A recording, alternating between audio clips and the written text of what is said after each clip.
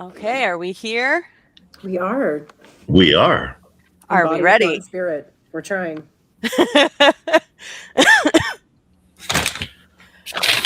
All right. I'm ready. What do you got there?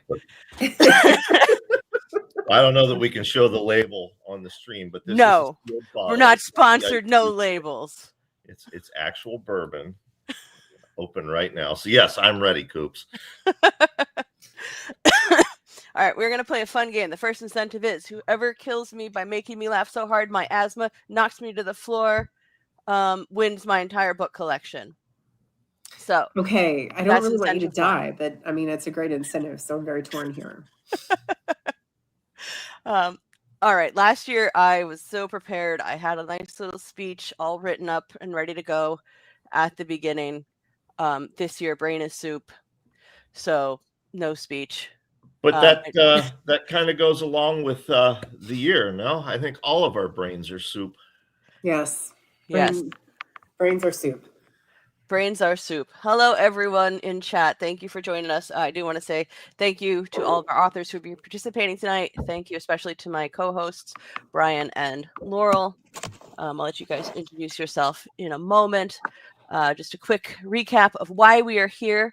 We are raising money tonight for the American Civil Liberties Union. They are a very important organization in the U.S. that works to preserve the rights of all Americans across the board in a number of ways. So hopefully last year we reached $1,800. I'm hoping this year we could maybe go a little higher, but we will see what the night brings. So without further ado, why don't you guys, one of you can fight it out. Who wants to introduce yourself first? Go ahead, Hightower. Okay, I will try to. I'm very distracted. I am joined by my own co-host here, Ruby. Hi, Ruby. Who does not understand that she cannot fit into all possible spaces. So she's going to try and get in a seg swing with me. And so if I go flying ass over tea kettle, then yes, that's just a normal day in my house. I'm Laurel Hightower. I am a horror author. I am a pit bull aficionado, and a mother to a 7-year-old who's significantly more famous than me, Tiny. And who's our bourbon drinking gentleman? Hi, I'm Brian. I'm the diversity hire for the show. Yes, our white, straight, cis man. Diversity hire. I was going for Coop's book collection early in the show, but I'm going to have to try harder. Now, I'm a novelist, comic book writer, showrunner, podcaster, jack of all trades, master of none, and very honored to be back here once again.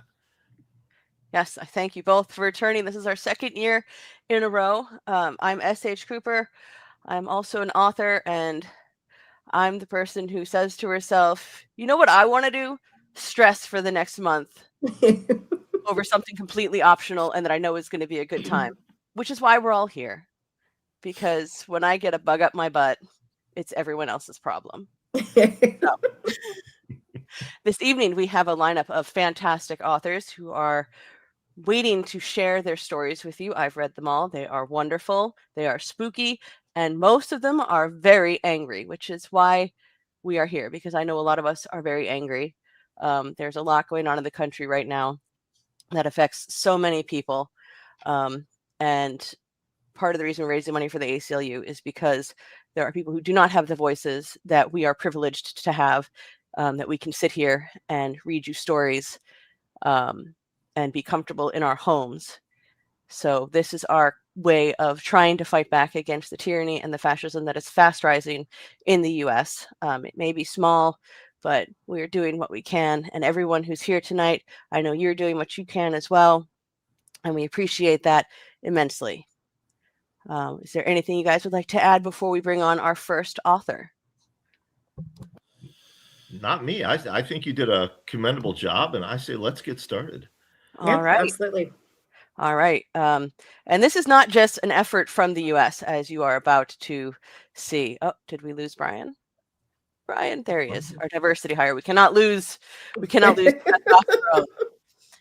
We can't get demonetized if we are in proximity to a cishet white male. So you have to stay nearby at all times. It's in the fine print. You have It to is, read very Yeah. carefully, but it is there. I'm on it. I'm here for you. He's our beard, if you will. So this is not just an effort in the US. We have authors joining us from literally the other side of the planet. Sapphire will be with us a little later this evening. But first up, we have someone from halfway around the world.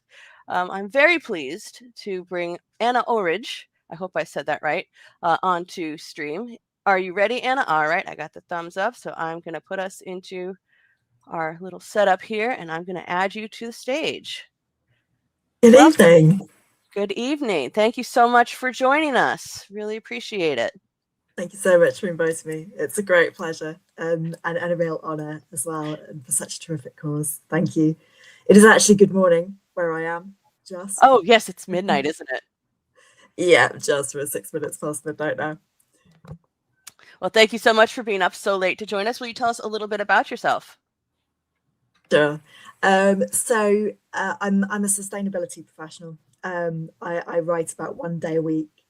I've mostly written short stories, and I write science fiction, climate fiction, as well as horror.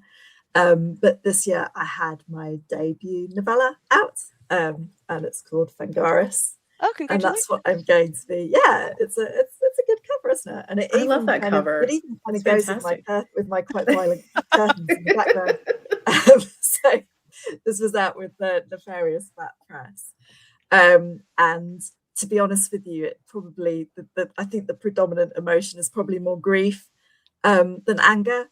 But there is a bit of rage. I'm going to be reading from the prologue, which is short, but definitely not sweet. Well, I think grief is a very valid emotion that a lot of people are experiencing right now as well. Do you want to tell us what the novella is about?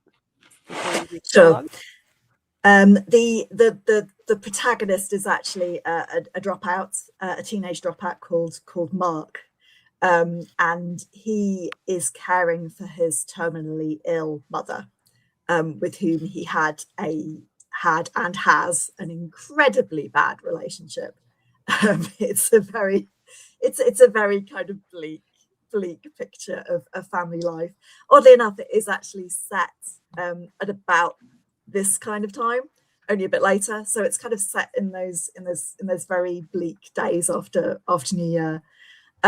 It's a bit difficult to kind of describe plot wise, because it starts with him going into a local wood, getting high and proceeding to have these really, really peculiar visions, and very quickly kind of losing the boundary between kind of reality and dreams. But it kind of takes him into his family history, his recent family history, and particularly with his father who has disappeared. And yeah, it's very, very weird, but I suppose I'm in the right place for weird. Definitely. I would say so. All right. Well, does anyone have any questions before we begin? Let's hear it. I'm going to take that as a no. So I'm going to remove us and give you center stage. So here we go.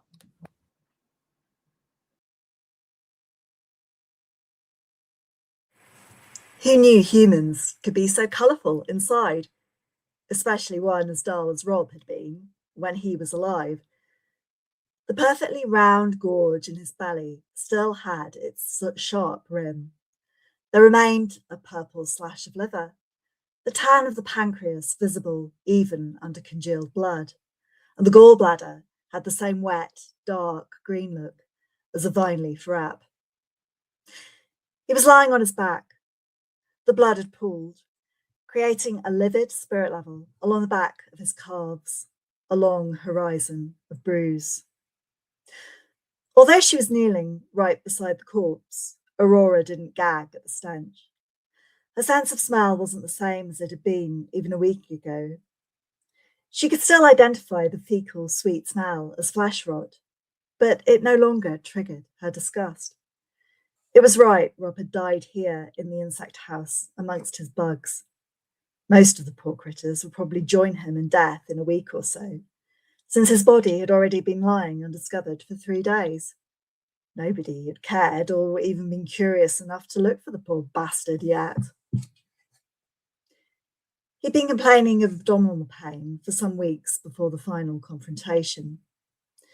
She told him it was constipation and given him some of her herbal remedies, which were in fact sedatives. She upped the dose, but not so quickly that he'd noticed his increasing sleepiness. But then he had noticed something, the swelling in the area beneath his diaphragm, and decided to go to the doctor. Of course, Aurora couldn't let him get anywhere near a hospital. She'd meant to do it with a swift slash to the neck from behind, while he was opening the tank to feed some of his beetles. But he turned around at just the wrong time and seen the blade in her hand, resulting in exactly the sort of panic she'd hoped to avoid. In the aftermath, she was too busy thinking about how to get rid of her bloodied clothes to worry about the open tank. The beetles that had escaped had not gone hungry, at any rate. She could see at least 3 of them now, in the gouged-out wound of his exposed belly. They were large, with distinctive wavering stripes on the carapaces, the black and the amber of traffic lights. At a fleeting glimpse, you could take them for bees. They were attractive little things, really. She wished she had a magnifying glass to see their little mouthparts do their tearing and ripping. She had a quick look at his face as she got to her feet. All the emotion had sagged away in the later stages of livor mortis, the jaw hanging open slightly, eyes closed. But what remained of his spirit still had that anger and fear that might well have ended in her own murder. She knew this because she was cradling that remnant in her arms. It was about the same size as a newborn baby. She had cut off its wings yesterday to prevent it flying away, then swaddled it. But as she touched its chitinous head with her lips, Rob's inchoate rage quivered through her mind, like ripples from a stone. Thanks very much.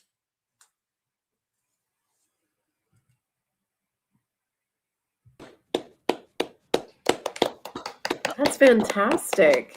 That was wonderful. I don't know why Laurel's in the big picture and you're in the small picture now, but it's much nicer to look at, in fairness. My anxiety is going to make me jump off screen here in a second. Do not perceive me. Just swing the camera towards Rosie. She'll cover, or Ruby. She'll cover for you. I'm telling her that you called her Rosie. Tell her Mr. Brian's been drinking. Hey, baby girl. Anna, that was wonderful. I don't want bugs inside me, just in case anyone was wondering what to get me for Christmas. Not that.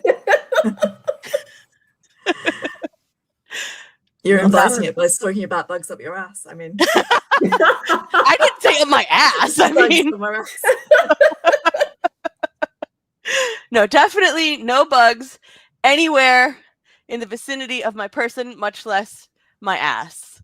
I want to make that very clear right now. That is a hell of a prologue. Yes, it is. I thought the descriptors were just like beautiful, and the way that you read them too. I don't know, it was really just beautifully and in a very sinister fashion built the scene. So that's gorgeous. Mm-hmm. And that's your debut? Yes. Congratulations. Wow. That's marvelous. That's marvelous. Oh, that's fantastic. And this is available everywhere you can get books, on Amazon. Where can we find? You can get it on Amazon. You can get it on Kobo. And it's obviously, because I held it up, it is also available as a physical copy. You can go directly to the Nefarious Bat website, and they will happily give it. I mean, I can stick it in the chat actually, if that's useful. Yeah. If you go in there and find it as a chat, that would be perfect. Amazing. But yeah, thank you so much. Thank you. That was fantastic. Really appreciated you coming on. I will definitely stick around. I'd love to find out how everybody else does. Thank you so much. All right. You have a wonderful night. Bye. All right. I have an update for us. Okay. What is your update for us? All right. So last year, I believe you said we raised $1,800 total, right? Yes. Okay. We're already off to a good start this evening. We are currently sitting at $375. We are over halfway to our goal, which I set at 500 because I try to be reasonable and realistic. But that is Nice. fantastic. Thank you to everyone who has donated so far. We're 15 minutes in, and at 375, I think we're off to a pretty killer start. Yeah, I agree. absolutely. Now, folks watching this at home or on the subway or wherever you are this evening, what's the best ways for them to contribute? Of course, we have the QR code up there in the corner of the screen, but perhaps someone my age doesn't know how to do that. How else can they contribute money to the cause? This is Brian subtly pointing out that I did not put a link anywhere to our Tiltify campaign in the stream. So please hold, and I will go grab that for you, old man. And while she's grabbing it, if we want to make it easy, go to briankeene.com, click Living the Scream 2025, and the link is right there for you. I put it there for the geriatrics like myself who don't know how to use QR codes. So I didn't even know it was called a QR code until earlier this year. I just called it them squiggly things. I did not know how to use them until last year when I had to learn for last year's Living the Scream. So let me see if I can put this. I'll put it in chat, and then I'll also put it. I don't know if it will make a difference if I put it in the banner. So here is I think we did it. I think we did have it on the banner last year. Vicky put it in the chat too. Is that clickable? Yep, there we go. I see it in the chat. All right. Can I pin that? I think I can. I don't know. This is exciting for those watching from home. This is three middle-aged people trying to figure out technology with no It's youth. Very true. It's very true. Bless your heart. You called me middle-aged. I did call you old man like 5 minutes ago. I had Bill Schaefer, the owner of Subterranean Press, one of America's oldest and most renowned limited edition publishers, call me a grumpy, gimpy old fuck yesterday. A tone loving, or were you guys getting a fist fight? Tone loving, as loving as someone like Bill can be with someone like me. Yes. Mary says you should be able to pin it in the scrolly thing.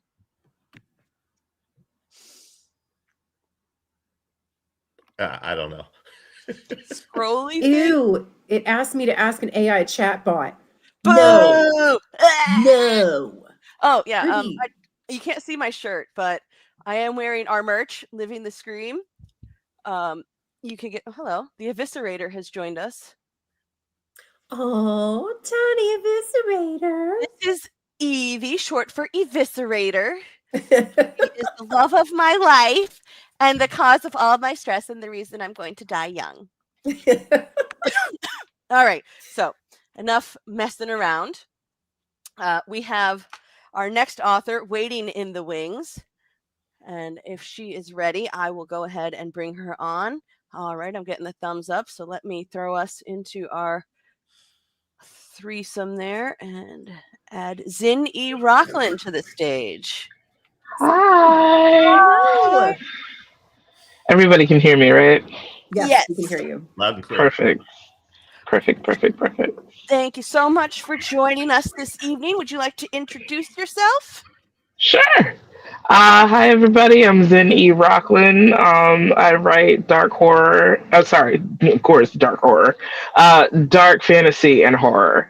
And my debut novella is Flowers for the Sea, which is available everywhere. And that's about it. Well, we're so glad that you could be here. What are you going to be reading for us this evening?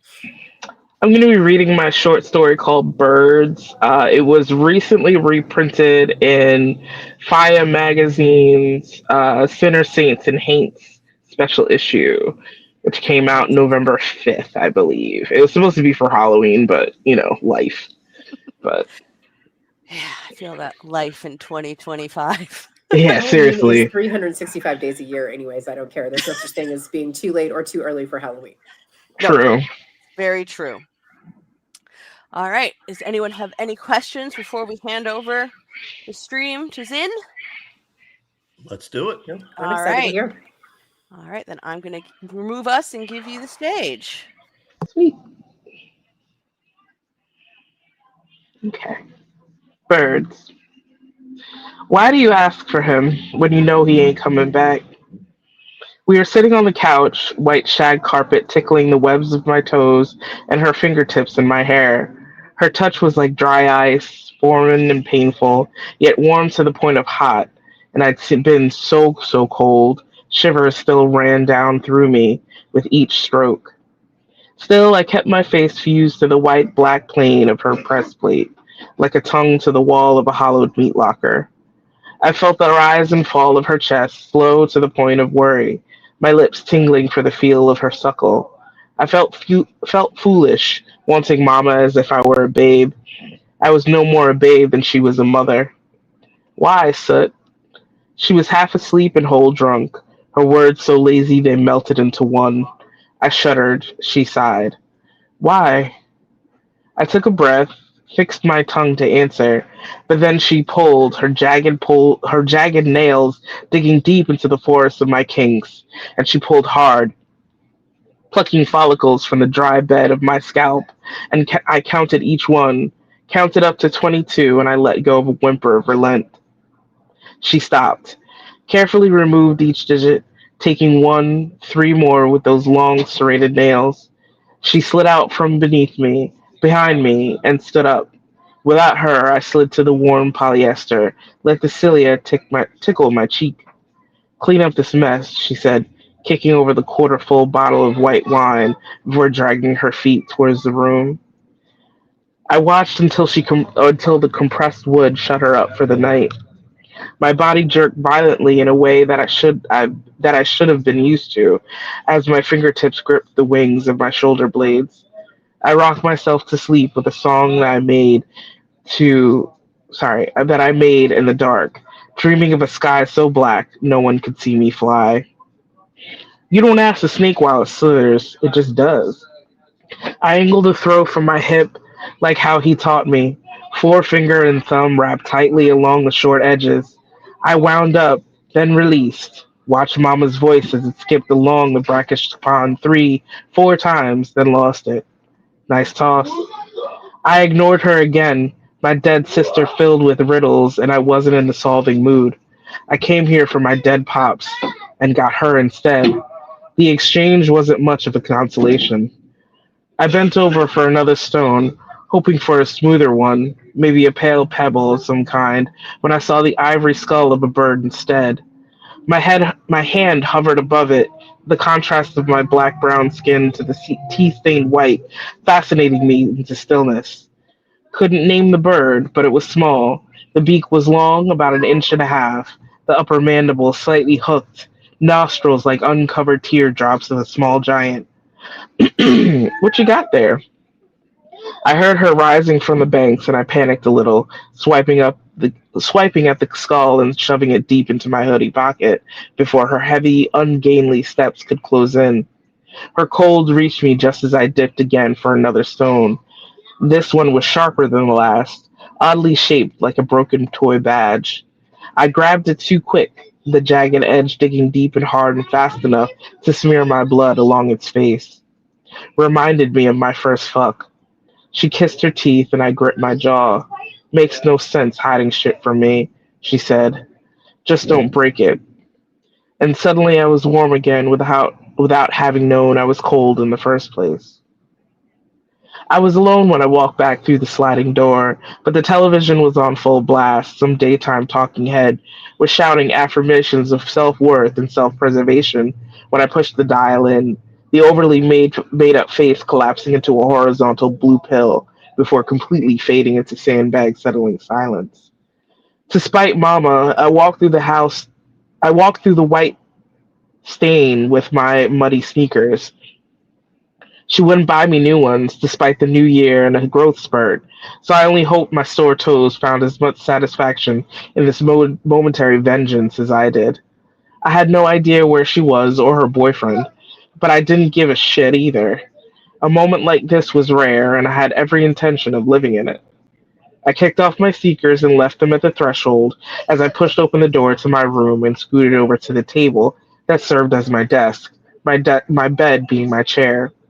I stripped off my dirty jeans and tossed them in the corner, plopped down, bare ass, on my comforter, carefully removing the skull from its polyester and cotton blend nest.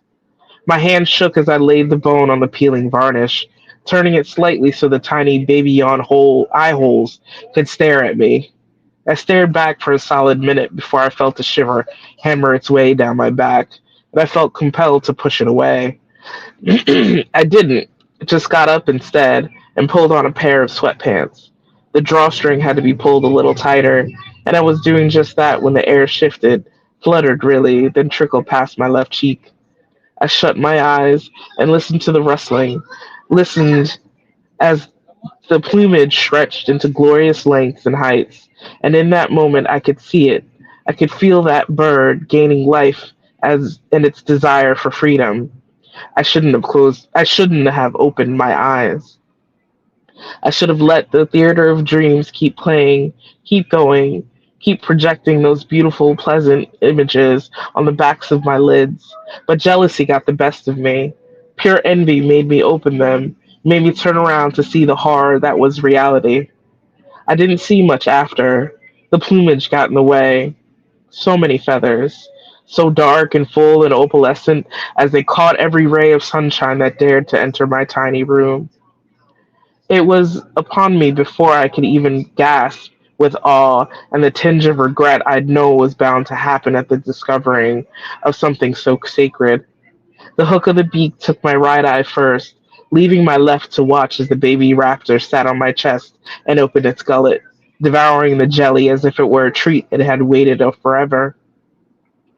Then it lowered itself to me, the teardrop nostrils snorting thick spurts of air, the yawns of its eyes much larger now, like a void against yet another. Still empty. I joined that emptiness when the glint of the pointed beak kissed my remaining eye. I came to with my sweatpants down to my ankles and my dead sister sitting on the bed. I told you not to break it, she said. I blinked, sat up, scratched my inner thigh. My nails came back away with blood, brown and gummy. I didn't. Taking it is breaking it, stupid. You should have left it alone. I hated her riddles more now than in life. I wanted her to go away, but it wasn't that simple. It never was with the roaming dead. I need a favor. Another one.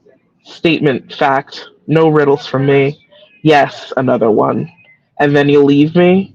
She was in my room, my sacred space, the one place she was never allowed. Their rules, not mine. Yet I was the little sister again, screaming through balled fists for her to get out. She blew out a breath, strands of hair with curls looser than mine drifting away, only to fall right back. I wondered if this would be us forever. Even scorpions need hugs. Fuck you. She smirked, green eyes twinkling. I need you to tell Daddy something. I leaned over to my side, turf for carpet scratching my elbow, and dribbled a little bit of sick. The stench filled the room quickly. I didn't think the dead could smell, but my sister's scrunched nose could have been habitual reaction. Muscle memory for disgust. Again, fuck you. I didn't bother wiping my chin. No one else can, stupid, not even Mama. Worms must be eating that dead brain of yours. Your daddy ain't mine, and he hasn't had a soft spot for Mama since he fucked her in the caddy to make you. She watched me, waiting, like only the dead can. So I stood and pulled up my sweatpants. My shirt was on my sister's back. I said, he spit in my face the last time I saw him. Said I favored Mama too much. Fuck makes you think he'll let me say a word. Then my sister smiled, and my regret returned twicefold. Sometimes what you break breaks you. Turns out my big sister knew exactly what she was doing, laying that bird skull on the rocky shore I visited daily. Ever since killing a baby bird nesting in my dead pop's head, I'd been fascinated with them. I never killed another, but I'd collect their remains when I found them, try and clean them and keep them, fail when the flies and beetles came for them, so I'd end up burying them somewhere near where Pops continues to rot in our yard. It wasn't to see him so much as to live in the memories that still reside there, the better ones like my Pops teaching me how to skip a rock so it damn near floats to the other side some 200 feet away, and how to shoot the 45 that eventually took his life, like picnics and quick swims because there's worms that'll eat your future you stay too long. It's the warmth, you see. They seek your warmth. Either way, that bird was my sister's pet and her portal. After my pops died, I used to stare at her for hours on end, wondering why we didn't have the same cafe au lait skin, the same rustled curls, the same bright gem eyes. Mama took to calling me soot. Of course, my sister was fire. I was her remnants, the waste after the beauty burned bright. After her soulless body with a bloated, empty belly washed up on that same shore some 6 months after she ran off, there was no flame to speak of. I didn't exist without my sister, incandescent shit or otherwise. So it made sense that I'd have to become her to be seen. With the weight of my sister's intention sitting in me, I couldn't enjoy the spread of those wings as they split open my back, only the slightest twinge of discomfort registering as the 10-foot extensions lifted us up into the air. We landed on crow's feet, but walked in hers. Her skin slipped from my frame once or twice, but it settled well by the time we made it to the bottom of the winding drive. My sister was taller than me, but skinnier. Curves had no use on a beauty like hers, so my body ate up enough for the two of us. I was used to the oddity of it all once she knocked on the bleached oak door. My sister's smile was painful when the door opened, yet the effort was futile once the maid recognized the infamous hair and eyes. Disbelief shoved the woman backwards, her skull glancing the corner of the hallway table with enough familiarity to crack it. A bright red slash stained the eggshell wall, dotted the mirror, muddied the entrance carpet. My sister leaned over, squeezed those ruddy copper cheeks. "No one's gonna believe you," she said, lips brushing the maid's forced pucker. The maid whimpered, but shut her eyes against the familiar words, and my sister dropped her, let her crawl for the social room where the phone sat. But my sister waited until she witnessed the hesitation in the maid's pursuit, watched as she touched the back of her head, smiled as it all sat on the maid's shoulders, weighing them down, hunching her back. Satisfied, my sister went to her daddy's study, found him standing in front of all his books of law.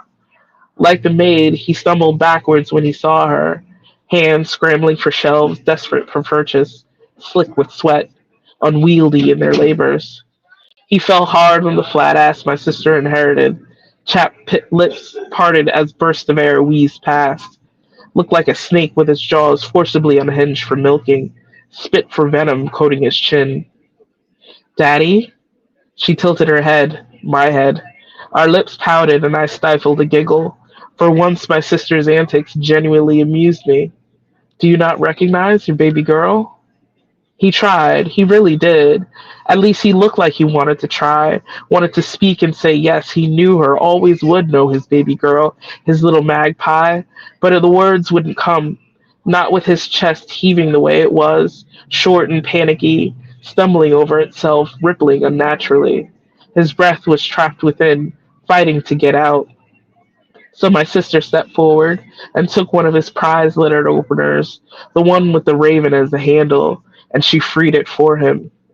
"This little magpie just shit in your eye," she said, real close like. Her breath smelled of smoke and marsh, his of blood and dirt. We found the key to the little boy's room in my sister's favorite book, some such nonsense about talking woodland animals with smarts that would one day match, then surpass her own. The room itself was no more than a cubby, yet bigger than my own, situated behind those books of law. The boy was quiet, almost expectant when we met him sitting among toys he had no interest in. He knew her face, but smelled me, and it was the only way he'd come with us. I watched him close as my sister walked through the house. He was pale, like his father, but his hair was like my sister's. His eyes looked of both. He was nothing like me or Mama. Daddy finally had the scion he wanted. Me and the boy were halfway home when the cruiser pulled up alongside us. No lights other than the bright orange of the setting sun. He was an officer I'd been familiar with, and his pale face folded in on itself when he discovered I wasn't alone. He looked to the boy, then to me, then back again before saying, "Y'all alright?" His tone was stiff, hard, resentful of such niceties. I could still feel my sister in me, around us, but it had been my face he was studying, my face he'd been looking for. I squeezed the boy's hand gently when I heard him whimper, fixed my chin, met his cold eyes. "We're fine." My insides turned to acid mush as he looked us over, leaning over his empty passenger side, his radio squawking gibberish he paid no mind to. He was paying me thricefold. My eyes flickered to the gleam of his tarnished badge, and dread sat like an block in my belly as I briefly thought of our next inevitable encounter, when I'd be alone, without my sister, without my brother. The radio squawked again, the voice behind the static demanding attention. He tilted his head and spoke, eyes on me, thin chapped lips cutting into the plastic as he responded. I squeezed my legs together a little tighter, my bladder knocking to let loose. A familiar address was spat back at him. A domestic disturbance, it was called. Probably not a big deal. I felt my sister just then, rippling just below the surface of my flesh. Felt her heat, her fire, her anger. The boy snatched his hand back, and it was my turn to whimper. The cop looked at us, saw her, then nodded briefly before driving away without another word. We were alone when we walked in through the front door. The television was still off and not one light was on. Mama decided not to bother with me, and my spite laid clumped and dried on the otherwise pristine shag rug.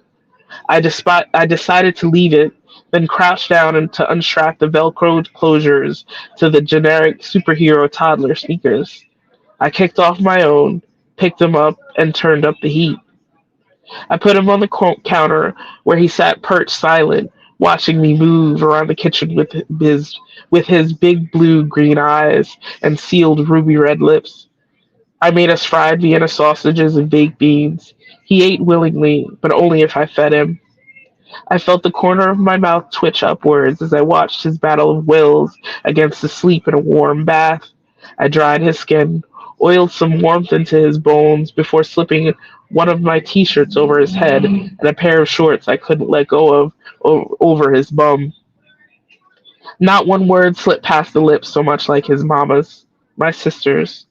But he didn't have to as I tucked him into my bed. His little fingers gripped my wrist with the strength of a soul older than both of us, told me all I needed to know. I tapped the back of his hand twice, and he let go. I showered and dressed, and returned to the dark room to see those eyes illuminating one corner of my bed. I slipped in next to him at the edge of the bed, my back to him to protect him from my desk, so that the bird skull was watching us.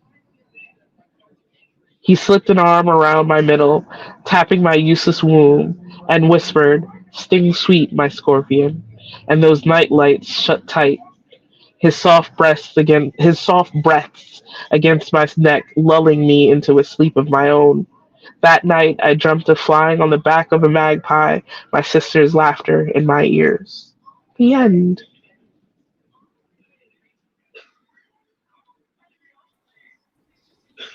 Holy shit. That was That was fantastic. insane. Like, my favorite thing was going through the comments, looking while everyone's just like, I just audibly gasped, and holy hell. Oh man, that was Thank so you. haunting. That was so Thank you. haunting.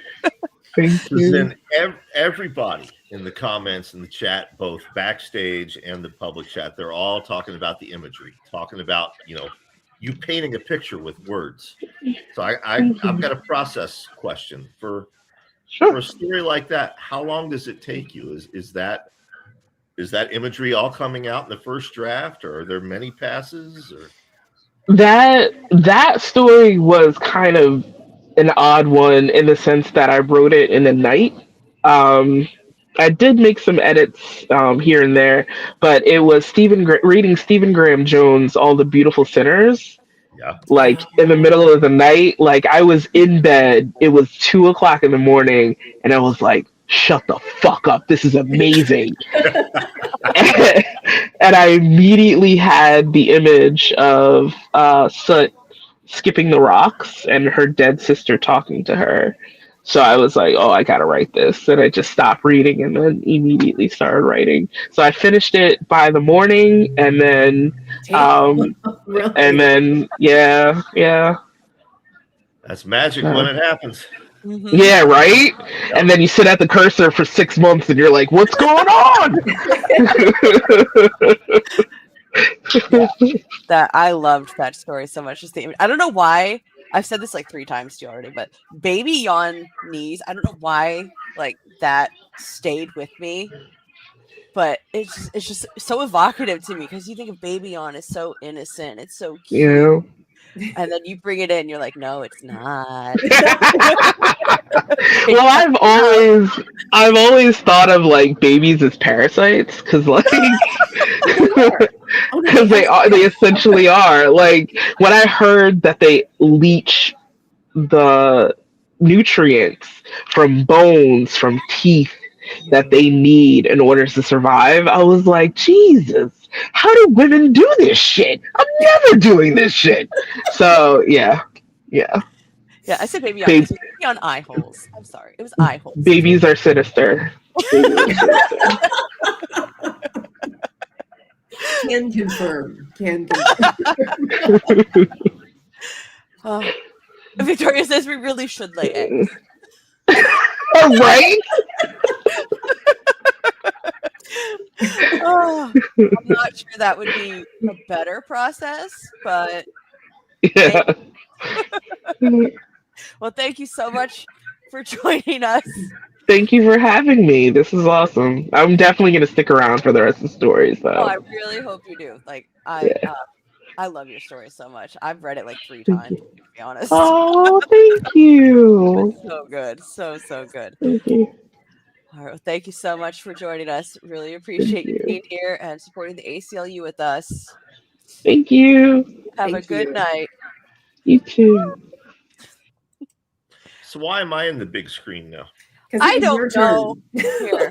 There. there we go. I don't know if I used this setup because I created little setups. I thought I was being cute and look at me. I'm doing things to make us look somewhat professional and like we know what we're doing. But I'm afraid that if I use this 3-person one with a 4th person, it's not going to have the 4th person in there, and they'll just be like floating off in the ether.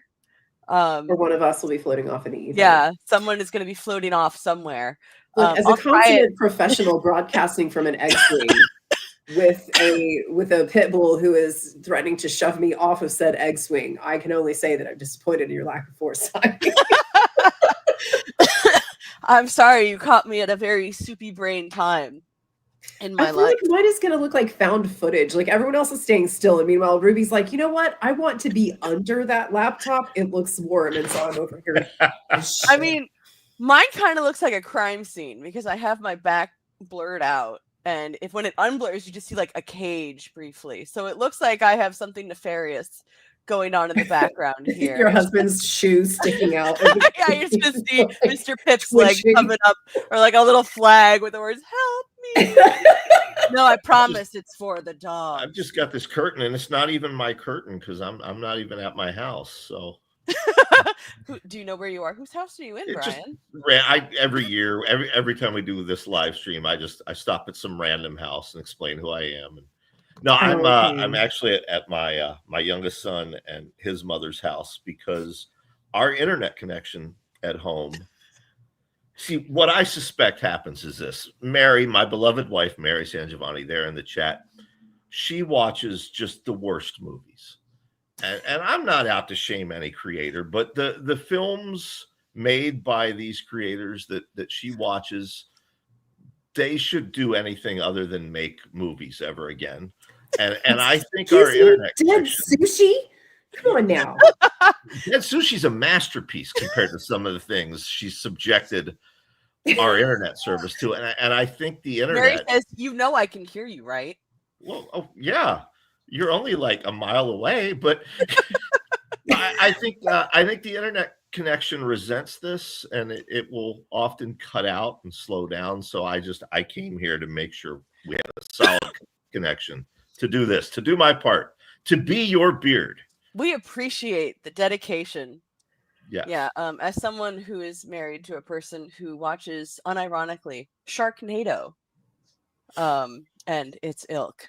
Yep. I feel you. I feel Yep. you right here. Look, we watched Crackoon last weekend for our movie night, and it was not chosen because it was the best option. As I said, it was chosen because once Crackoon entered the chat, there was no other option. We were fated. We simply had to watch Crackoon. Okay, I admit, I saw a movie called Killer Sofa, and I did make both my husband and his parents sit through the entirety of Killer Sofa. Well, yeah. What was at that that point, you Japanese have to share the movie love. trailer I sent you? And it's all about zombies coming out of a toilet, and they keep attacking people's asses. I sent you and our mutual friend this trailer, and they refused to watch it. I'm going to go back and watch that. And yes, It was toilet zombies. Toilet zombies. Yeah. Wasn't there an Amityville toilet as well? Yes. Oh, that's Steve. Yeah, because that was Steve's joke. It was because yes, there was. It's a cracked out raccoon, and yes, there was cunnilingus, and yeah, I don't have anything further to say on that front. Brian is shoulders deep in Hallmark. Yeah. Shoulders deep. Hey, don't. It's like kink shaming, but she's Hallmark Movie Channel shaming me. I love this time. I love a good romance, and the Hallmark Channel provides this time of year. Oh, no. That's Frank that said you were shoulders deep in. Oh, that was Frank? Yeah. See here, I was going to say something nice about Frank. No, his you weren't. favorite writer, Charles Bukowski, I came across a quote by him the other day, and it sort of summed up 2025. And the quote was, I would be all right if I could go on sleeping, but every morning I wake up and worry what's going to happen today. Oh, wait, no, that's not Bukowski. That's Glenn Frey and Don Henley, also known as one of my favorite bands, and obviously one of Frank's as well. Shoulders deep. From which end? All right, the Gen Xers are at war. The old people are fighting.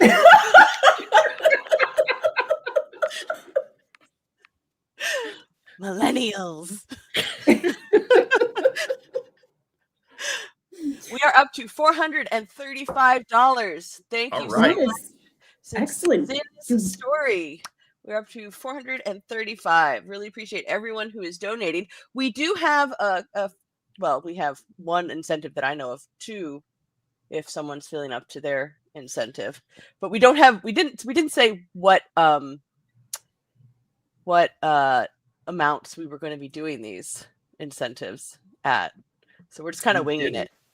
I think first incentive should be probably $1,000, right? 1,000? Do you think we're going to get there? I mean, tell them what the incentive is. I think we will. Which incentive are we going with first? I'll put mine up. You want to go for your first? Do you want to do 750? I can do that at 750. 500 is our base. So should we do something when we hit 500? Yes. Okay. Do you want to do your thing when we hit 500? Or do you want me to do... I think you should do your thing. I should do my thing when we hit 500? Okay. All right. I'll do my thing. Now, do I do it in the voice we discussed? Yes. Okay. Yeah. Okay. Yeah. And in case anyone's wondering, thing should be thing. Oh, I know which thing it is. Yeah, And now we're catching up. We should let people know what the incentive is, right? Okay. Should we So let them know? Let's let them know what the stages of incentives are we got going on here. okay. So the first incentive at 500, we had a man write a woman character for us this evening. Our lovely Beard. At the last minute in the 11th hour when Hightower and I were like, you know what we should do? Something. It's 5:39. We should see if we can do something. We hit up Brian and said, will you write us a man writing woman story? Just a brief something for me to read. I like to pretend I'm a voice actor every now and then. And one of the voices that I do, which I hope I can pull off tonight, is a really annoying anime schoolgirl voice. So, Brian's story that he wrote, I will be reading. If we can reach $500, I will read this short story. It's a flash fiction piece in an anime schoolgirl voice. When we hit, we'll say 750, or do you want to make 1,000 yours? I'll do 750 for mine. And Okay. we can wait. Did I miss that? It's 500 for yours? 500 for mine. I'll do 750 for mine. Okay.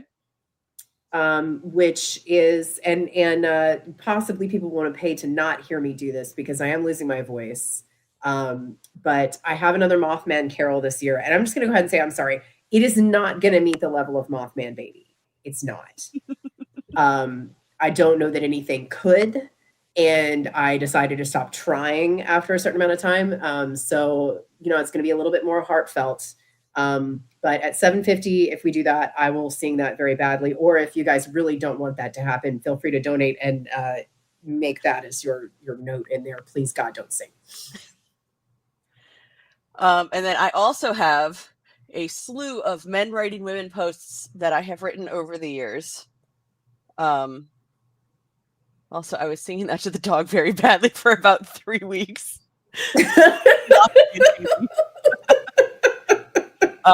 So I have a number of men writing women posts that I have written over the years that I will also be sharing these. Now, what men writing women, for people who don't know, is men writing women in a way that only men can, where personality, who cares? Tits, huge and sentient half the time.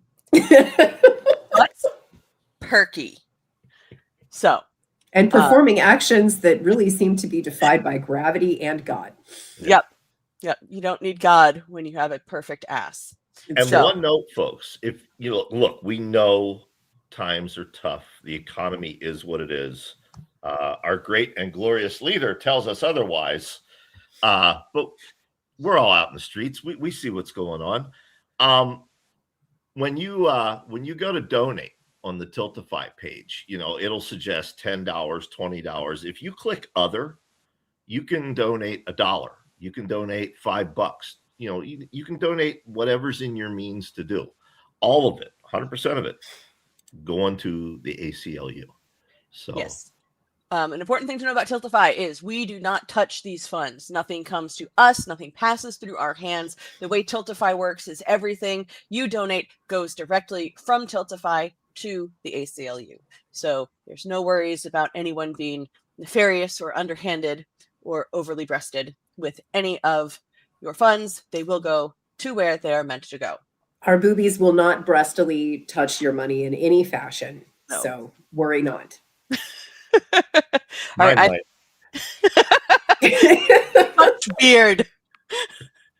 All right, so again, we are at 435. Again, thank you so much. Oh, I'm sorry, we are at 460.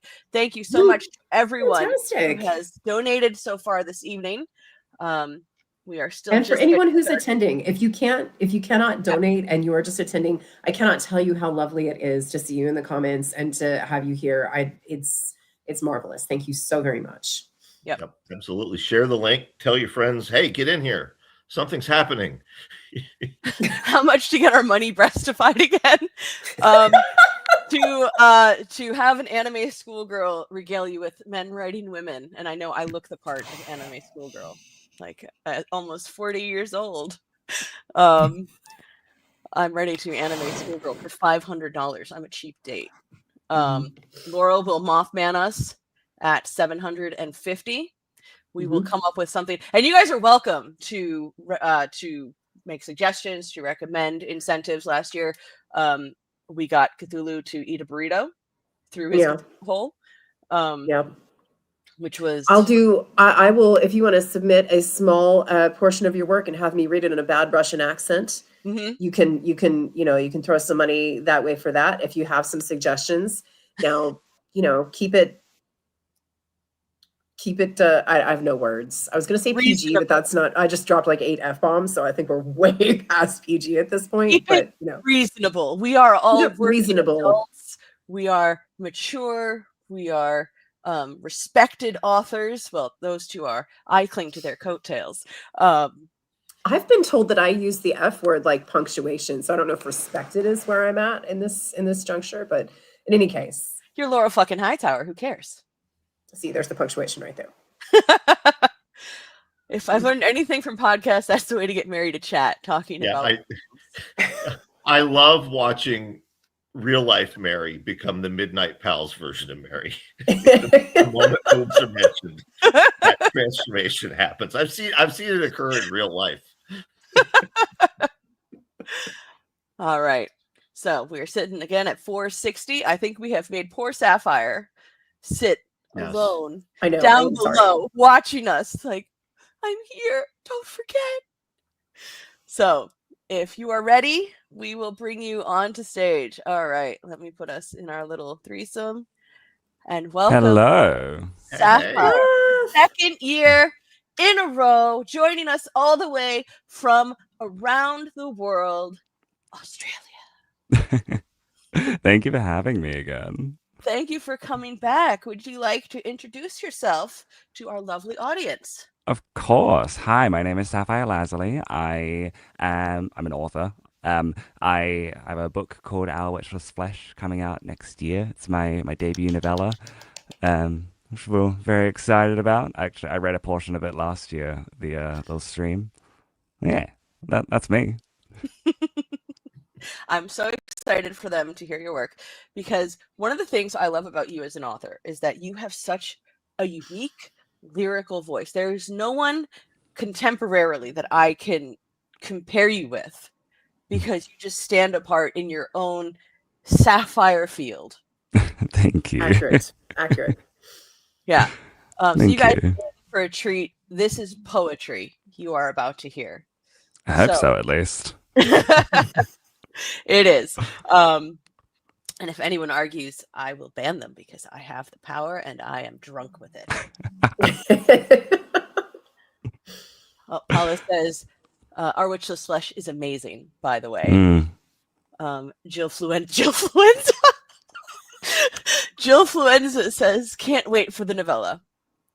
All right. So unless you guys have any questions, we will hand the stage over. Go for it. All right. I'm shoveling us off. Here we go.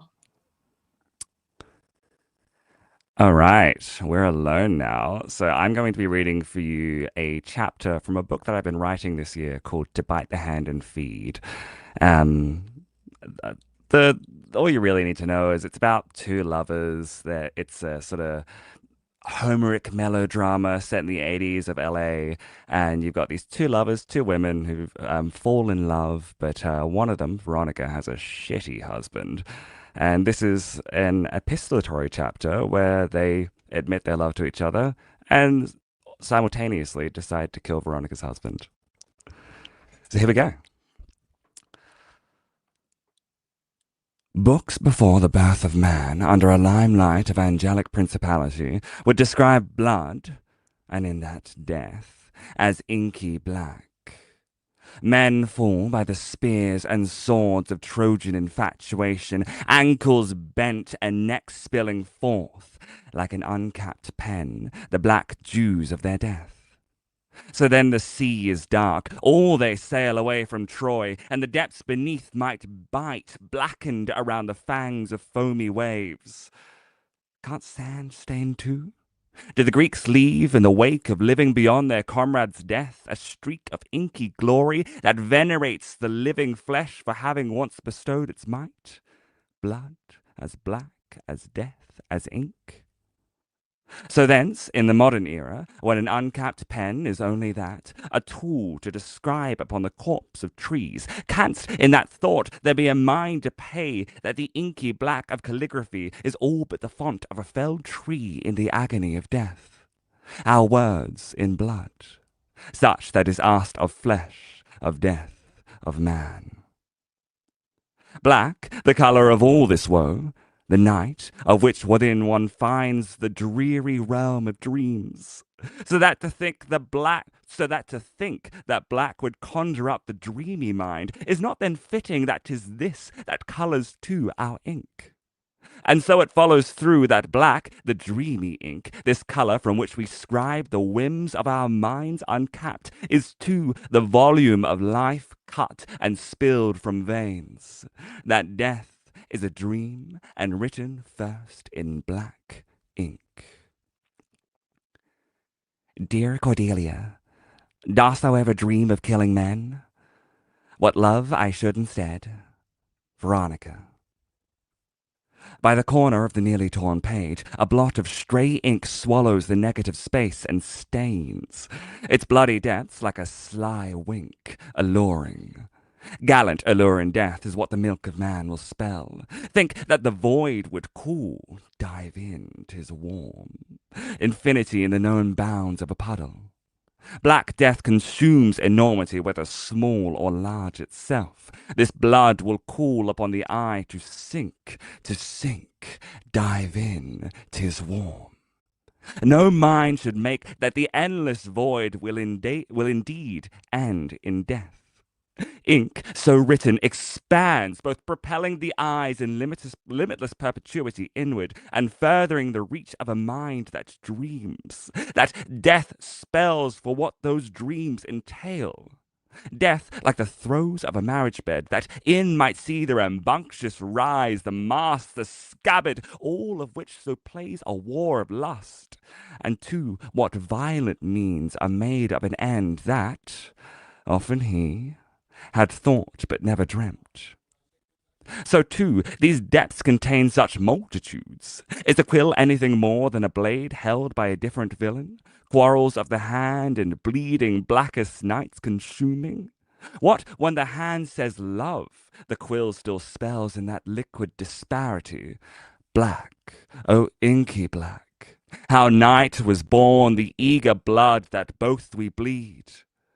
Eros sheathes an arrow laid the same as when the hunters feast. The Greeks all dined amongst the glory spilled from Trojan lost, and thought amongst that rosebud field of woe that their comrade might have flushed his cheeks the same in lust.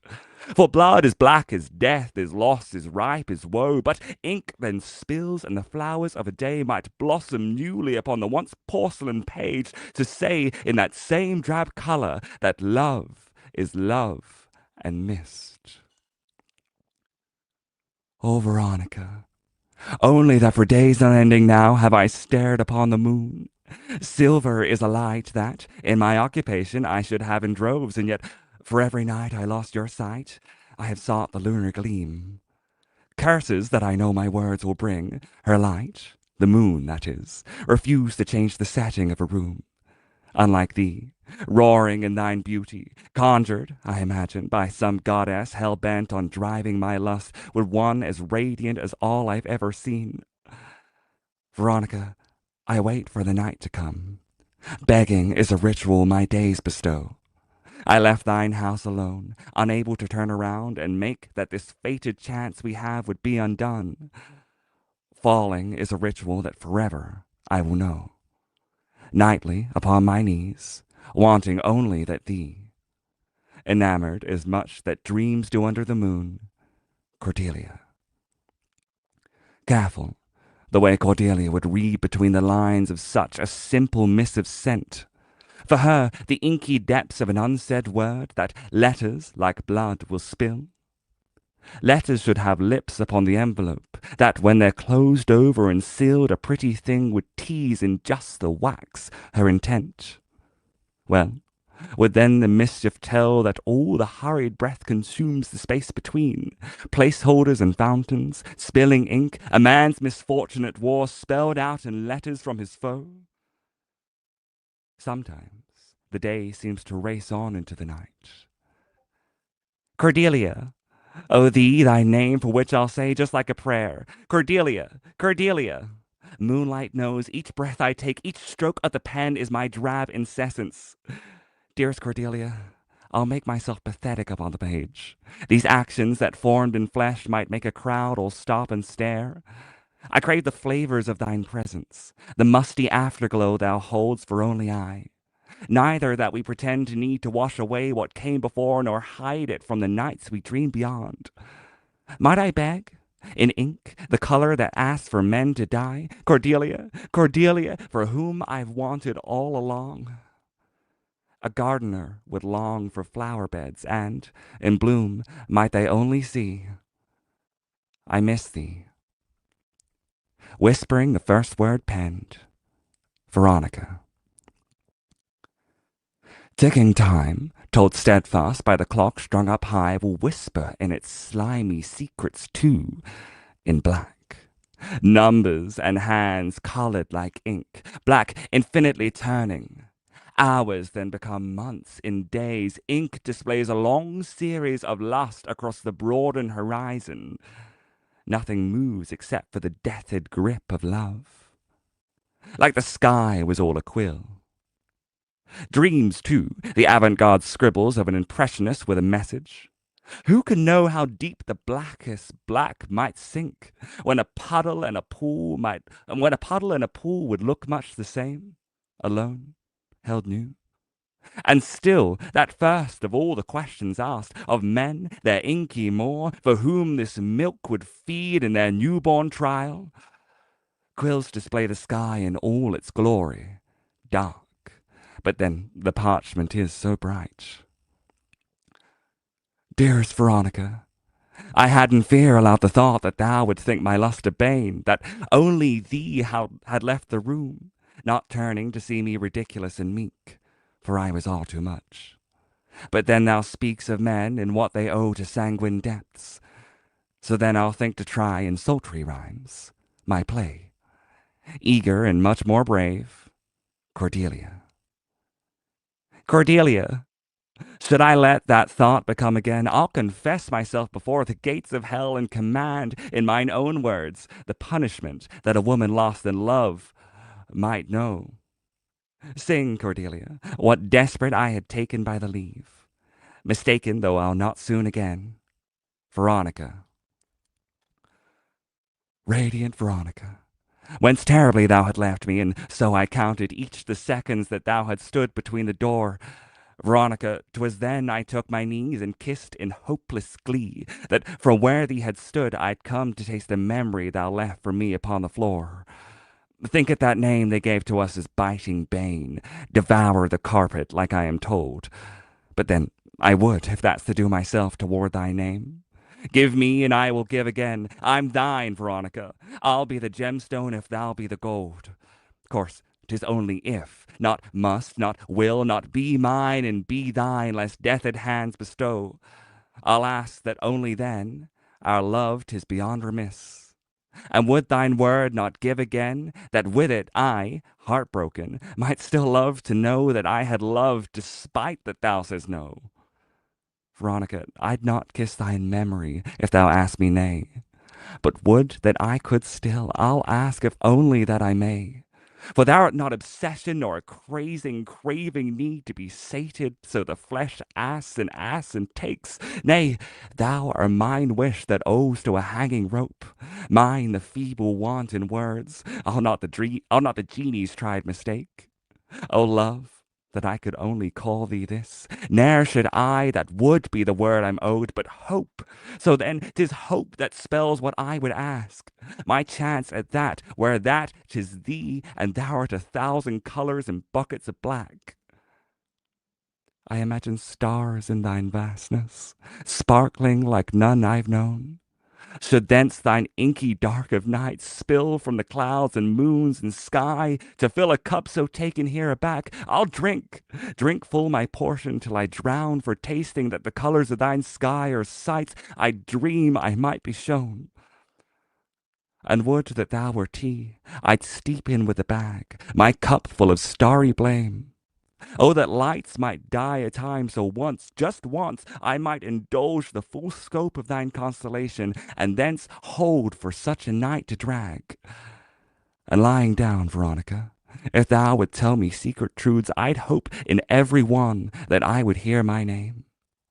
That thine eyes, like the black milk of a cloudless night, doth glisten. Oh, which here I chance, my love. Just say my name so that alone I may listen. Waiting, like days or breaths, 119 Waverly Place, New York. Cordelia. Cordelia. 1,000 times over that name could teach a tongue to dance, through pearly parchment and the longing ink upon. Hers are both the gates and Hades' command to walk. Wrought in the sound of her syllables, calligraphic constriction in a labyrinthian lust that winds around and traps the reader, yearning not for freedom but another wall. Then I'm the turning poet, the beast within the walls, the man with thread in tow, wound about, head spinning and light. The font of her allure unmakes me on the page, and I choose to become so trapped. If maze-like walls could be written on a page, if in their presentation was scribed a new language, then I would be the first to learn and know their truths. Greedy, I would keep those words for my mind alone. Each night, whisperings that only the moon can hear my longing desire for the woman of the walls, who pulls me further in, the thrashing, ghastly, forbidden fruit of lust. Cordelia, oh my Cordelia, one day they will make myths of us, professors and elementary, the mouthpiece of what will remain. Our love becomes an instrument, and thus sung, intaglio musicality across the eons we lie together, ashes in earth and grain. From that, our bed, might the violets blossom bright, and wilting, the petals fall upon where both we lie, to drink in their oily aftertaste of death. My apologies for writing so attuned to the sung song of loss and black night. 'Tis only that with thee, my love, I will to where the journey ends, so held with bated breath. So have it, then, if the myths we make are ripe in inky blame, that when the bugle fills the poppy field, there silent we doth lay. Cordelia, even then I'll make whispers of thy name, hoping above that violets grow and wilt so spry and gay. Endlessly, feverishly, in truth, the length of my heart is frightening. But then I'm brave, Cordelia, when now I feel my chest is tightening. Expect me, Veronica. Then thee, Veronica, dost thou ever dream of killing men? Haphazard and gaudy in the other room, through the inkless dark of a night spent, from here upon the couch and absent from my marriage bed, I hear Henry, breathless, begging, rude in the throes with another woman. And there, when the colour black looks much brighter by candlelight, that in the yellowed hues of the flame I think of cauterizing wounds from what before they leak, black as night, as blood, as death. 'Tis there I dream, tonight, of killing him. And that's it. That's my story.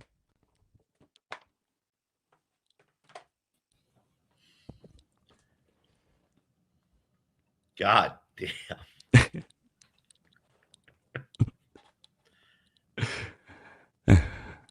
That was fun. Coops, I think you're muted. I was too.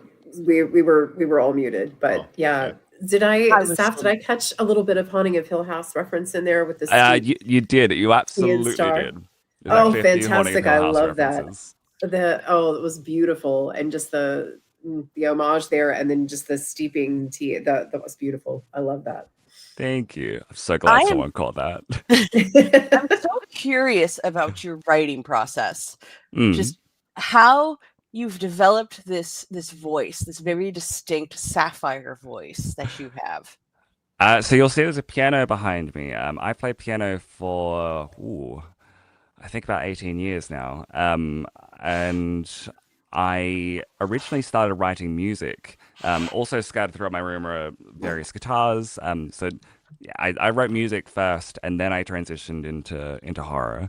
So my lyrical sense comes both from that, but also like right behind my head. You can see the Iliad and the Odyssey and all that. Those are the books that I read probably the most, at least once a year. And Oh, wow. they very much inform my style. Well, your style is fantastic. We Yeah. had people in the chat saying, it's so beautiful, I want to faint. Sapphire is amazing. Voice of a literal goddess. Just to give you an idea of what people were thinking and feeling while you read your piece. It's very lovely.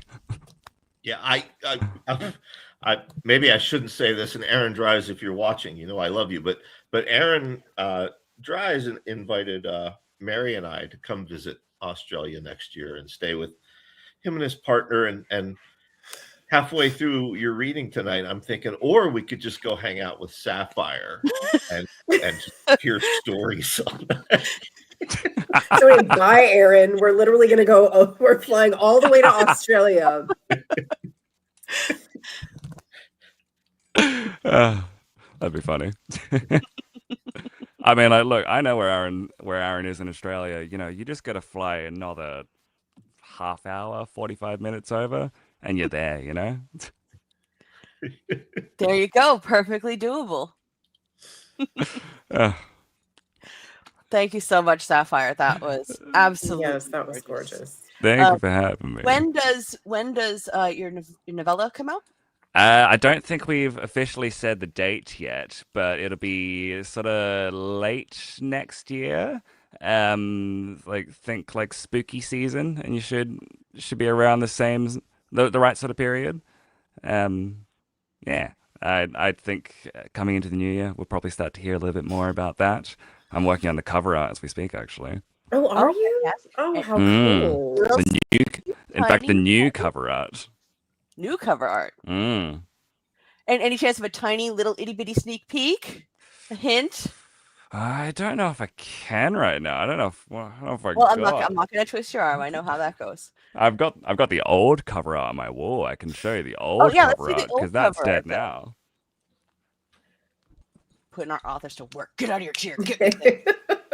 While Sapphire is getting that, we are up to $505. Woo! Hell No! That's amazing. The old cover art, if you can sort of see it without the glare, that's that there. Nice. But that very is nice. that is now retired. Yeah, I'm glad you have it though. I'm glad you have it framed because this has been quite the odyssey.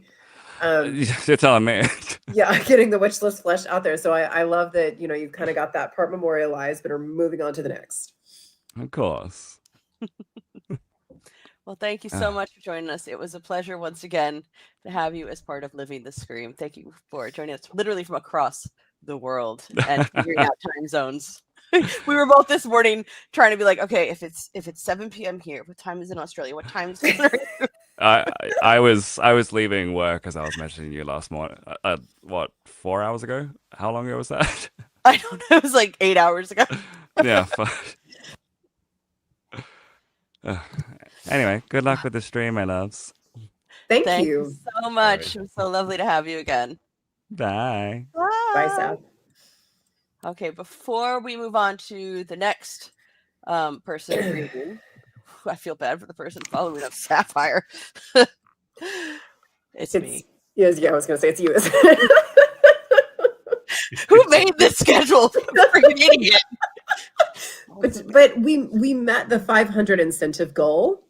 Yes. We did. Which We did. means Yeah, before we get to me reading anything, we do have a few videos recorded from authors, just to kind of share their thoughts about.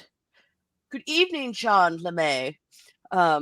Just Hey, to what's share up, their John? thoughts about donating to the ACLU and what it means to them and why it is a good idea to support our cause. So if you will bear with me for one moment, Steve Stred was kind enough to record something for us, so I'm just going to play that now. So I'm going to remove us and put Steve on screen.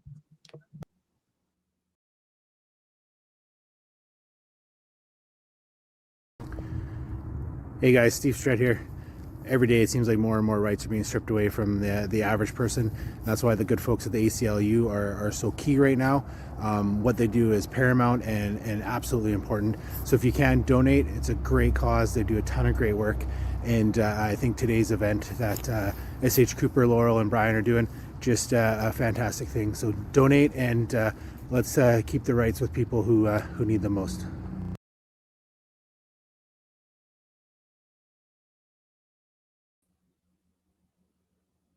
So big thanks to Steve Stred for taking the time to record that to help remind us why we are here. Really this evening is to have a good time. It is to find strength in one another. It is to be reminded that we are a community and we are stronger together than apart. And we are here to support a wonderful organization doing great things to defend so many Americans who would otherwise not have the opportunity for that defense. And Steve is a Canadian. Yes. So thank you for throwing in on this issue, our neighbor to the north. And also Steve is a former bobsledder, so you're probably going to want to do what he asks. I'm just saying. He might bobsled through your window at night. He might. It could happen. It could happen. I've heard of it. Like, you don't want that to happen. No, he seems nice, and he is, but there's always that risk. Mm-hmm. All right, so we are at $505, which means block your ears, babe. Is your mom there too? Like, just curious. No, it's my husband, and he hates my anime schoolgirl voice so much. So this piece, I'm just gonna call it "Over the Top" by Brian Keene, and this is our this is our 500. We're at $555 now. Thank you to whoever just donated. Oh, sweet! I think they were terrified of Steve. Thanks, Steve. Well done. Am I allowed to defend myself before you do this? No. Just preemptively defend myself. No, you can defend yourself possibly after. Okay. Yeah. Not before. All right. And I will say that the only prompt that Brian was given was Laurel texting him about 2 hours ago to say, "Hey, write men writing women for us." So, let's see. I don't know how this anime schoolgirl voice thing is going to go. I'm going to be honest with you. But let's see. Brian, yes, this is a lesson, so take notes. If you want to know how to write women, this is an award-winning author, Brian Keene. This is genuinely how he approaches his female characters. Totally. So let's go. Over the Top by Brian Keene. She frowned, surveying the group of human traffickers below. The assemblage continued their discussions, oblivious of her presence. She slowly pulled the handgun, a small caliber whose recoil would snap her delicate wrists, from its special side holster, fashioned to hang low so her ample bosom didn't impede a quick draw if needed. She resisted the urge to just indiscriminately spray bullets, opting instead to size up and evaluate her targets. For someone so driven by their emotions as she was, this took some effort of willpower. She flashed back to her training, her mentor telling her, "This is why we never let women in the program, because you make a big federal case out of everything." She felt her anger rise with the memory and struggled not to become hysterical. There would be time enough for that afterward, as well as a bubble bath, a bottle of wine, and perhaps some shopping on Temu. Flicking her perfectly coiffed bronze locks of hair from her pale blue eyes, she pulled her thong out of her crack of her beautifully heart-shaped butt, raised the gun, and did some man's work. This needs to become a series, please. Always narrated by Coops. And that is how you write women. Yes. You may now attempt to defend your man's work. Well, there's no defense for that.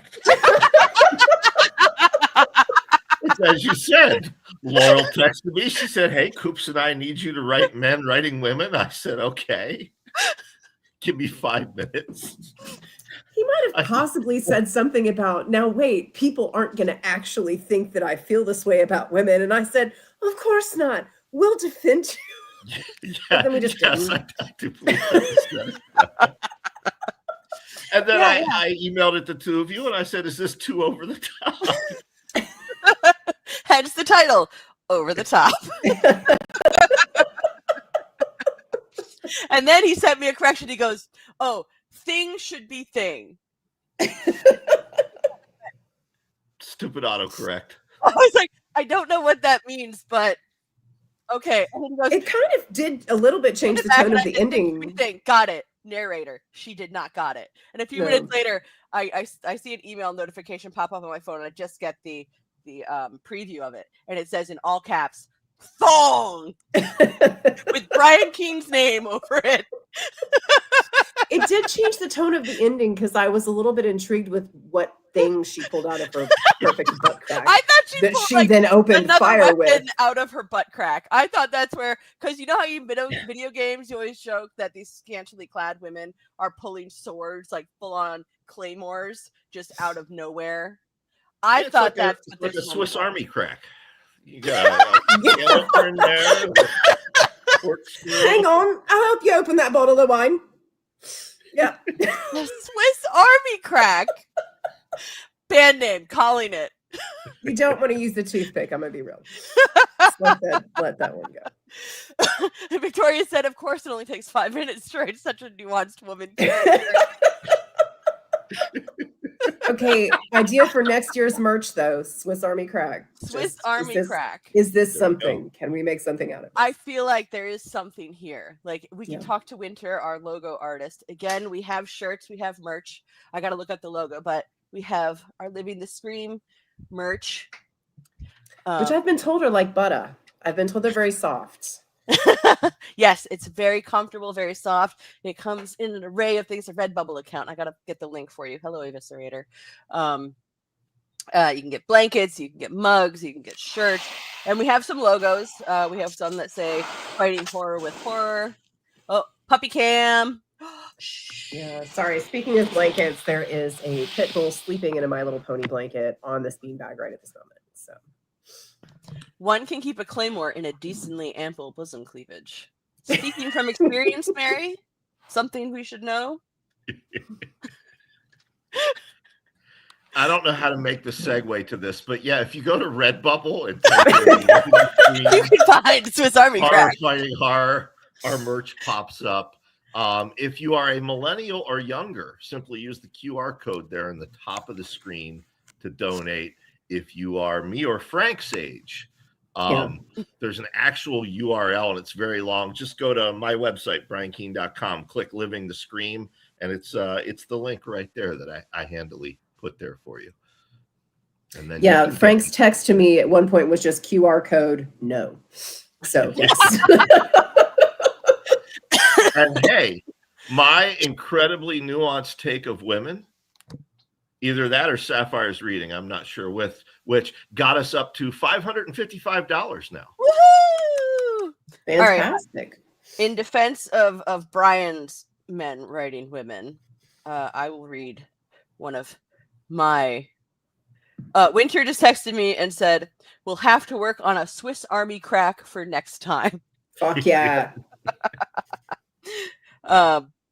I will read one of my takes on men writing women. Let me see here. There's one that I like in particular. I sent these all to Laurel earlier. And everything I wrote was in response to something someone else said. I don't remember the reference to this one. Should I do anime girl or just stick to normal? Do British. Do British? Oh, yeah, my next story. I apologize ahead of time. My story is going to be read in a British accent, so it might be a good time to go to drink, step away, use the bathroom, unless you want to laugh at me. All right, so this is A Men Writing Women by me. How to write men aware of ovulation. He took her in his rough hands and gazed down at her heaving breasts. Her rosebud nipples whispered to him, "Fill her up like an F-150. Her body was steady. No moon or tides guided her, only him and the whim of his life-giving seed. Actually, That I'm one sorry. was a Men classic. Writing Women. This is actually Woman Writing Man. This was my spin. Yeah, on it's it. women writing men. That's Yeah. right. Yeah, so this is me writing men. I have a number of these, and I will be reading them through the night. Ovulation. It's like aluminium. We need a better one. Aluminium. Aluminium. Yes. So I have a number of these, and I will be torturing you with them throughout the night in various accents, because why not? All right. I suppose we should continue with the stories. Maybe now there's been enough time since Sapphire was here that you'd have forgotten how wonderful she was. And now you're stuck with me. I gotta We pull get a Coop story. Come on now. in a British accent. So I apologize if anyone here is actually English. Feel free to utilize a Floridian accent at any point that you would like. Yes. No, my accent is not Floridian. It's some hybrid of New England Floridian. But yeah, so feel free to make fun of it. I guess I'll kick you guys out now. Bye. Remove. I'm center stage, the way it was always meant to be. I see you down there, Elsie. Hello. Elsie Marino is next up, and he's down in the waiting room waving. All right. I am reading Plague Daughter. This was a story that was published in the Good for Her anthology. It was a charity anthology put out this year by Nefarious Bat Press. So again, I apologize ahead of time for the accent. It's just got to be read that way. All right. So my story is Plague Daughter. Darling mother and father, you must think this laughable, reading a letter written and received from only the floor above your heads. Even while writing this, I can see your expressions. Mother sighing softly with a shake of her head, father's chin creasing into two as he suppresses a smile, both wondering what their daft girl is up to now. And I am such a daft girl, aren't I? Why write this instead of simply descending the stairs to speak with you in person? To be honest with you, my dearest parents, as I have always tried to be, there is nothing simple about what I must now tell you. Often you have proclaimed your pride in me, and I have made no secret that it is that very thing I hold most dear to my heart. Your approval has always been more precious to me than all the gold in all the world.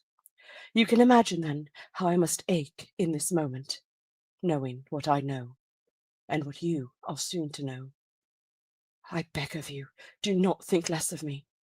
Or, if you must, and I believe you will believe you must, do not make it known, for it would wound me in ways from which I might never recover. I am, as I'm sure you've already concluded, dallying, and again I see your expressions shrinking as your concern grows. For how could you be anything but concerned when I have presented myself thusly? Oh, sweet mother and father, do not fret. I implore you, keep reading, and I will lay myself out plainly without further delay. As difficult as it is to do so, I must ask you to turn your minds to Lottie. How like a daughter she was to you, and a sister to me. My love for her burns brightly still, though its flame pains me now in a way it never had before, undulled by the time that has passed since we first received word from her poor mother. Already we near the first dreadful anniversary. How could it be so long, yet not so long at all? Wipe your eyes, my gentle mother. I do not reference her to renew the hurt in your heart, only because it is where this all began, with Lottie. They said it was complications that took her, as take so many. Perhaps I could have tolerated such ambiguity, lived with the vague implications, and found a way to carry on, as everyone else seems to have done.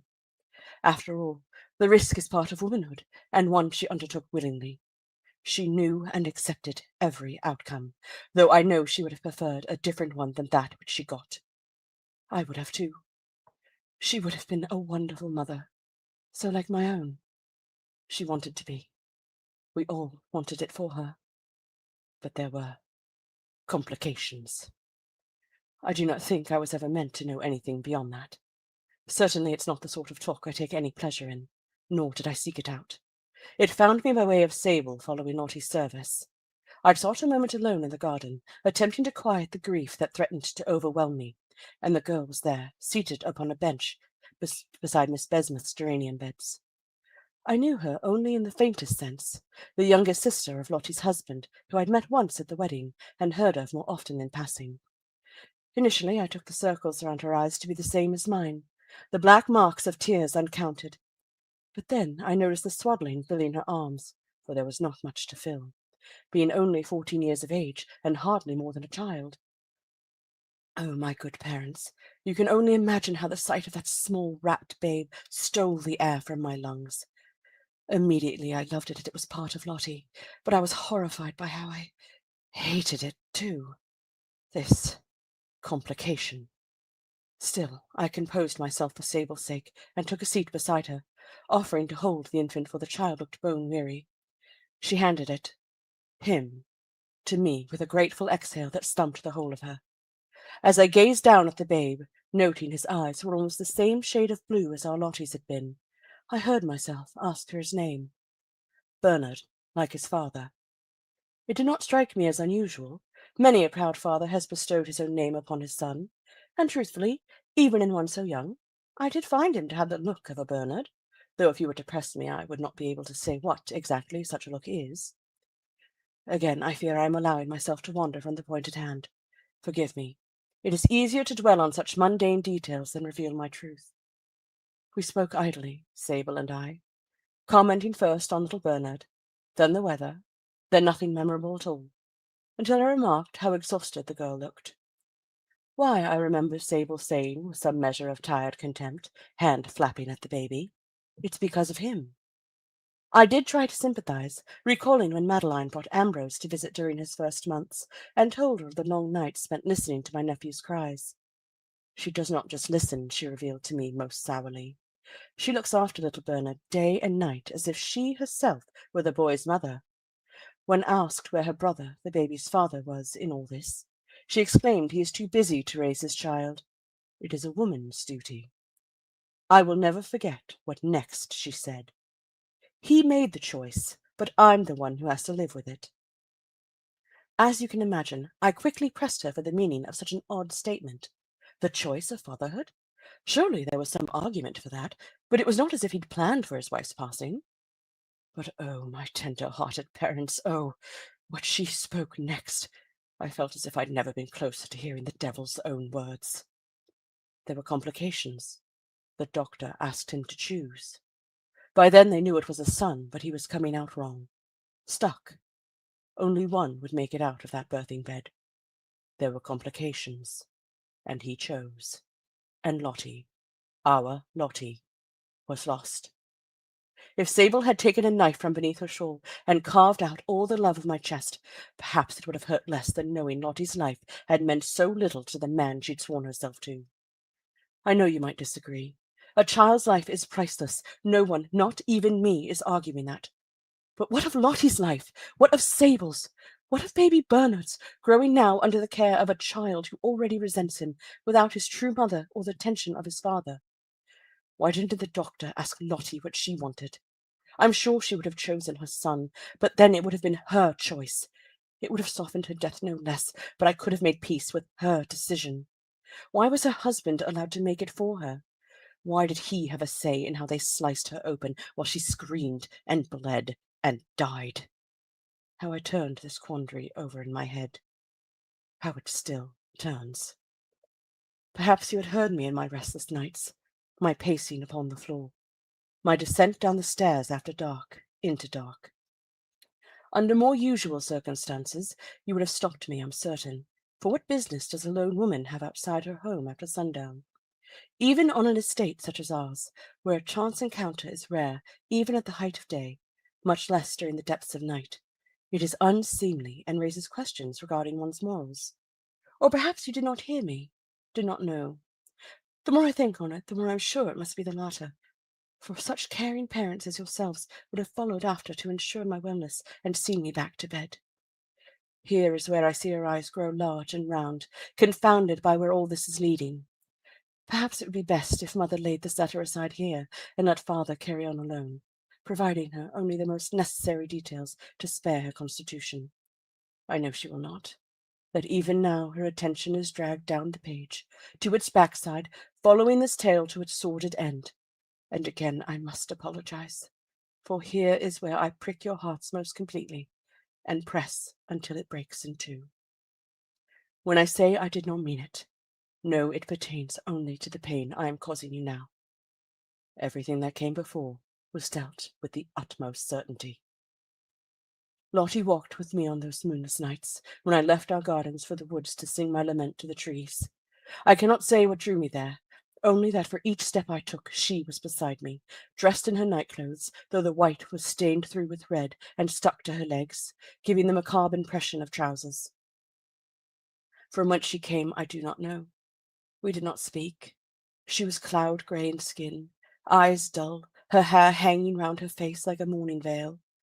But I did not fear her, grotesque as she had become, as she had been made.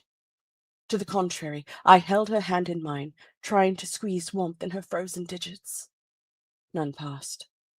I spent many nights this way, absconding after you took your leave to bed, walking until she was beside me, taking her hand and trying again in vain to trade some of my life for a little more of hers.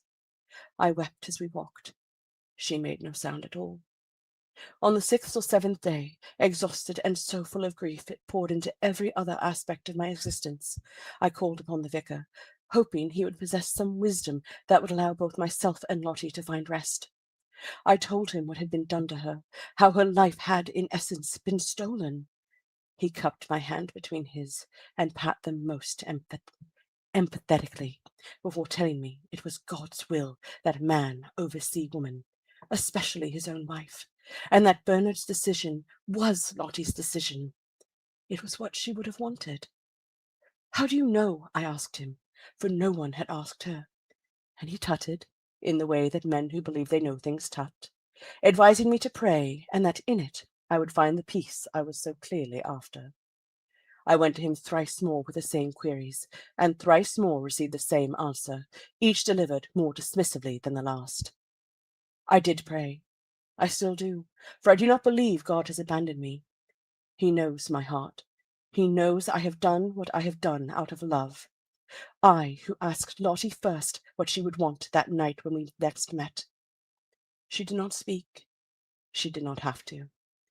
In the woods where I wandered, where my tears salted the earth and my anguish caught like cobwebs in the branches, with Lottie at my side, I found the book.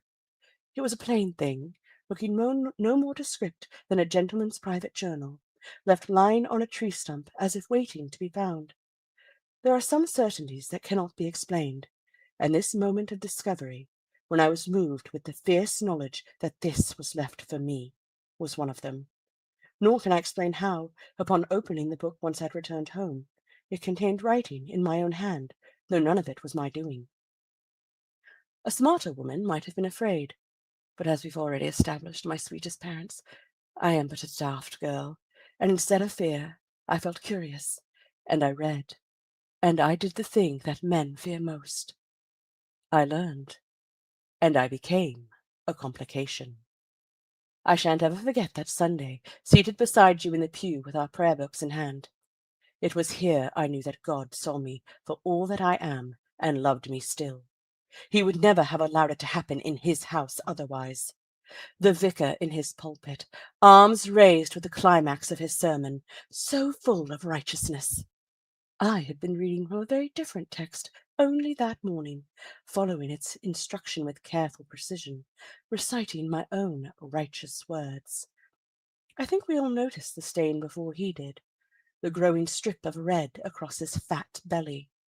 He was too distracted by the pain. I watched the colour drain from his gospel-flushed cheeks, the way his lips pulled and his teeth gnashed, the dropping of his arms to clutch the rail. His robe bulged, pushed outward by his entrails as they slipped between his parted skin. Before you think me a most horrible creature, I did not take any enjoyment in the way he fell to his knees and scooped at his innards, trying to replace them in his belly. Satisfaction? That I cannot deny, but it turned my stomach all the same. All that blood, his screams above all others, a tremendous display of suffering. I can see you looking at each other now, all too aware of the vicar's violent demise, and silently asking yourselves if this can possibly be true. Am I really responsible for his death? Yes, my beloved parents, I am, and I am not sorry for it. Why him, you will ask, to which I will say it had to be, to prove this book, with its secrets written as if by me, was real, that the promises it made could be believed, that God himself would allow my actions. I had to start with his servant most holy, who believed a woman's body, choice, and life belonged to man. I wonder if his opinion would change now that a woman made the choice for him. I can hear you asking each other what this book is that I found, where it came from, who left it. I will further disappoint you by having no answers. I can only say it is mine now, and I have, as you already know, made good use of it. Bernard came next. I gave him more of a chance than I did the vicar, not out of any love for him, but for Lottie's son, who was already without one parent. Perhaps, in the time since her service, he had taken more to fatherhood and honouring his wife's memory. I orchestrated our running into one another outside his place of business one afternoon, and he did appear genuine in his delight in seeing me. Without Lottie to bind us, we had not stayed in touch, and he had some busy months since losing her. Little Bernard was growing well. Where is he now, I asked, forcing him to admit Sable remains his primary caregiver. He'd received a promotion, and, this he had the good sense to state with an air of shame, he'd recently begun courting a young woman outside of our mutual circle. I did ask her name, and he gave it from a stumbling tongue, but I have since let it slip from my memory. I understand life must go on after death. I understand it is not unreasonable that a widower should take a second wife. I understand he is still in his prime years. Just as I understand Lottie might still be here, in her prime years, had she been given the choice. I returned to my book. I repeated the words, performed the steps. Our meeting allowed me to arrange another, when I arrived at the Besmouth residence under the pretence of visiting with Sable and little Bernard. The girl had almost the same amount of colour in her as Lottie in her present state, and dragged herself as if burden was an anchor instead of an infant. I asked after her health, and she gave some half-true answer, claiming she was well, only tired, though her hair was in sore need of a brush, and her clothing an iron. I asked if she had any help with little Bernard, and she answered with a vinegar grin. Her mother had already raised her children, and simply did not have the energy for another. And her father knew nothing of the business of child-rearing. It was, after all, a woman's work. They did not hire a nanny, for they had a complete staff already, and Sable was there already. Bernard was too busy with his job and his new courting companion, though there were some evenings he could be convinced to hold him for a time. The moment he started to become fussy, which was often and for long periods, however, he came straight back to Sable. I rocked that baby for the next hour, while Sable slept right there on the sofa, gazing at his cherubic cheeks and button nose, and seeing so much of our Lottie in him that I could forget who his father was. Mrs. Besmouth discovered us in the drawing-room, and insisted, as her good breeding demanded, that I stay for supper. Of course I obliged. It was why I had chosen that particular hour to make my appearance. I sat across from Bernard Besmouth, eating daintily, smiling vacantly, waiting for the right moment. It arrived when his son began to cry from his bassinet, and no one except Sable made a move to comfort him. Unlike the vicar, he did not lose colour, but turned the most vibrant shade of purple. It grew from his neck and spread into his cheeks, swollen with desperate puffs of air. Truthfully, I did not know a human being could become so like a plum. Initially, all thought he was choking, and his father slapped him most vigorously upon the back, until Bernard shoved himself from the table and staggered to his feet, pulling his clothing up to his chest. I dare not try to guess what organ was peeking through his bloodied fingers, clasped against his ruptured stomach. His mother screamed and ran to him as he fell. His father shouted for their maid to call upon the doctor. Only I had the presence of mind to shield poor Sable's eyes from the sight of her brother as he writhed upon the ground. He frothed at the mouth and convulsed in terrible agony. He reached for his mother with one stained hand, staining her as well. As his grip upon his belly loosened, so too did what he'd been holding, and lengths of slimy flesh and horrible hot odor spilled upon the dining room floor. The last I saw of him before I was ushered out was his twitching body birthing his slithering insides through a deep slash across his lower abdomen. Though the business family has tried to keep the ordeal as free of gruesome detail as possible, I'm sure you've heard questions surrounding his death floating through town. Was it the lamb they'd just eaten? Was he ill? Had he caught it from the vicar? There is some truth to the last. The vicar was one of the greatest mouthpieces for the role of men in women's lives, spreading a foul disease. I could have stopped there, I suppose, having repaid Lottie's debt. But these musings of a catching illness brought to mind a new idea. It's easier than you would think, learning whose smile is a mask for a much crueler soul. Walk through the park, sit in a tea room, any place where women congregate, and you will hear their tales. Did you know Mr. Tomlinson strikes his wife, or that Dr. Parker steps out with other women while Mrs. Parker tends to their children?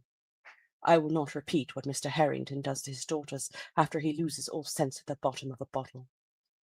Which all brings us here, to present day, and you, reading this letter, written and received from only the floor above your heads. You understand now why I could not share this with you in person, my cherished parents. I could not bear the expressions of horror I know you're both wearing at this moment, nor the ones you will wear in the next, when I make my final admission.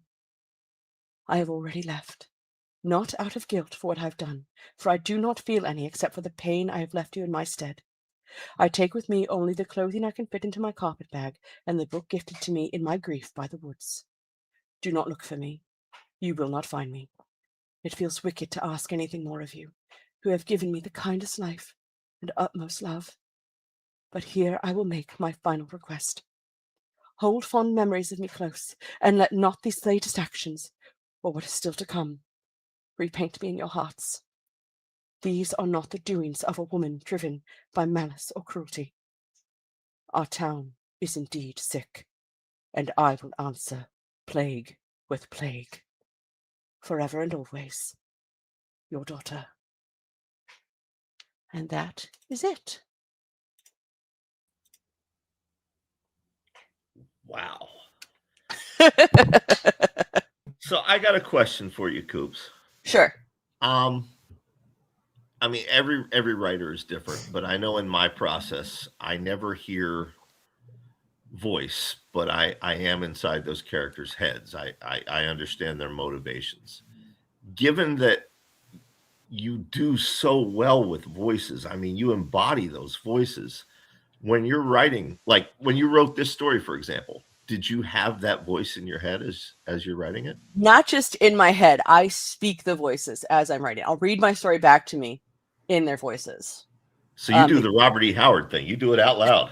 Yes, I do it out loud, which is wonderful in public. The only character whose voice I heard it in my head very clearly, but I never spoke it properly, was Eudora Fellows of Inherit Your Ghost, because her voice belongs to Erica Sanderson, who is a voice actress who performs regularly with the No Sleep podcast. I love Erica, and hers has been the voice of Eudora since day one. I heard her in my head, and I was like, Erica, what are you doing in there?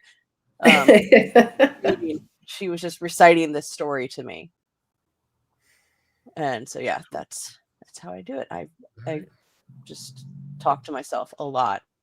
I especially like the idea of this one being read in snippets in public, like coffee shops and stuff. You know, it's like as he scooped his intestines, but like that's I want that. You know, because just men just aren't afraid enough of us, and I think that you could do something about that. Well, I don't know if I disagree with you there. Yeah, no, I have a lot of fun coming up with character voices and talking to myself. Like I am a true introvert. I spend a lot of my time alone. So I think that's probably why I hear the voices and speak to myself in them so clearly, because I spent a lot of time in here. Well, we benefit from it. I fucking love that. And again, I was loving reading the comments on here. Like, it's great. It's very like, I think it was Vicky said, yeah, I love the combination of proper language and gruesome imagery. That was so effective. Like, because it just, it's beautifully done. Thank you. Yeah, that was. I'm really fond of that story. Well, you got us to $565. Our initial goal, of course, for this evening was $500. We're already over that. I think, what was our next goal? 750. Is that correct? 750. Yeah. And what happens at that point for the folks just joining us on the stream? I sing a Mothman carol. All right. Well, if you folks want that to happen, or if you don't want that to happen, Yeah, if you way. don't want it, I'm open to either. Just donate. Yeah. Exactly. Sapphire actually donated with a comment that says, "I want to see that moth." Well, let's not make Lucas sit below us any longer. Exactly. If you are ready, all right, let's bring him in. Hi. Hello. Hey. I'm here to contribute to the Brian Keene diversity hire pool. So Beard. You got the beard for it. One day you may be a beard as well. when I grow up, it's a beard in training. So, part of that role is actually to just walk in front of us if there's ever any, sort of like gunfire, anything like that. That's part of the beard, because the beard is out in front, just so we're all clear. by the way, yourself. well, so I was going to give you props for a moment. Can I do that before I introduce myself? Is that okay? If you absolutely must. I mean, I don't damn. think you will. It's a very well organized show. Okay, don't derail us. I'm on a schedule.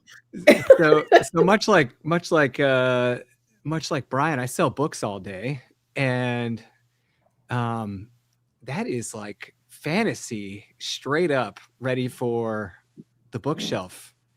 Like, amazing. Really, really good. Yeah. So now I need to get a list of all your fantasy titles so I can rip them into the store. Although I do understand that they're not, strict fantasy. I do have fantasy titles. That one's a horror title, and you Right. might be able to get copies of it from T.C. Parker, who is a co-owner for Nefarious Bat Press, who published it in their anthology. Gotcha. Yeah, because you world build, or at least you use descriptors like a fantasy writer. It's wonderful. Thank you. Yeah, I got my start in writing fantasy. Yeah. It's funny. Yep. Yeah, I've read that one. I loved it. It's good. Yeah, so I'm Lucas, and I'm a writer, bookseller, and publisher, co-founder of So Below Books with the one and only LP Hernandez, who unfortunately can't be here to rep with us tonight, but I'm trying to knock out two birds with one stone by reading a short story from our upcoming Taylor Swift inspired anthology. Sweet. Yeah. And the anthology is Back up a sec. Did you say Taylor Swift inspired? yes. Now, is that a complimentary inspiration? Or Yeah. okay.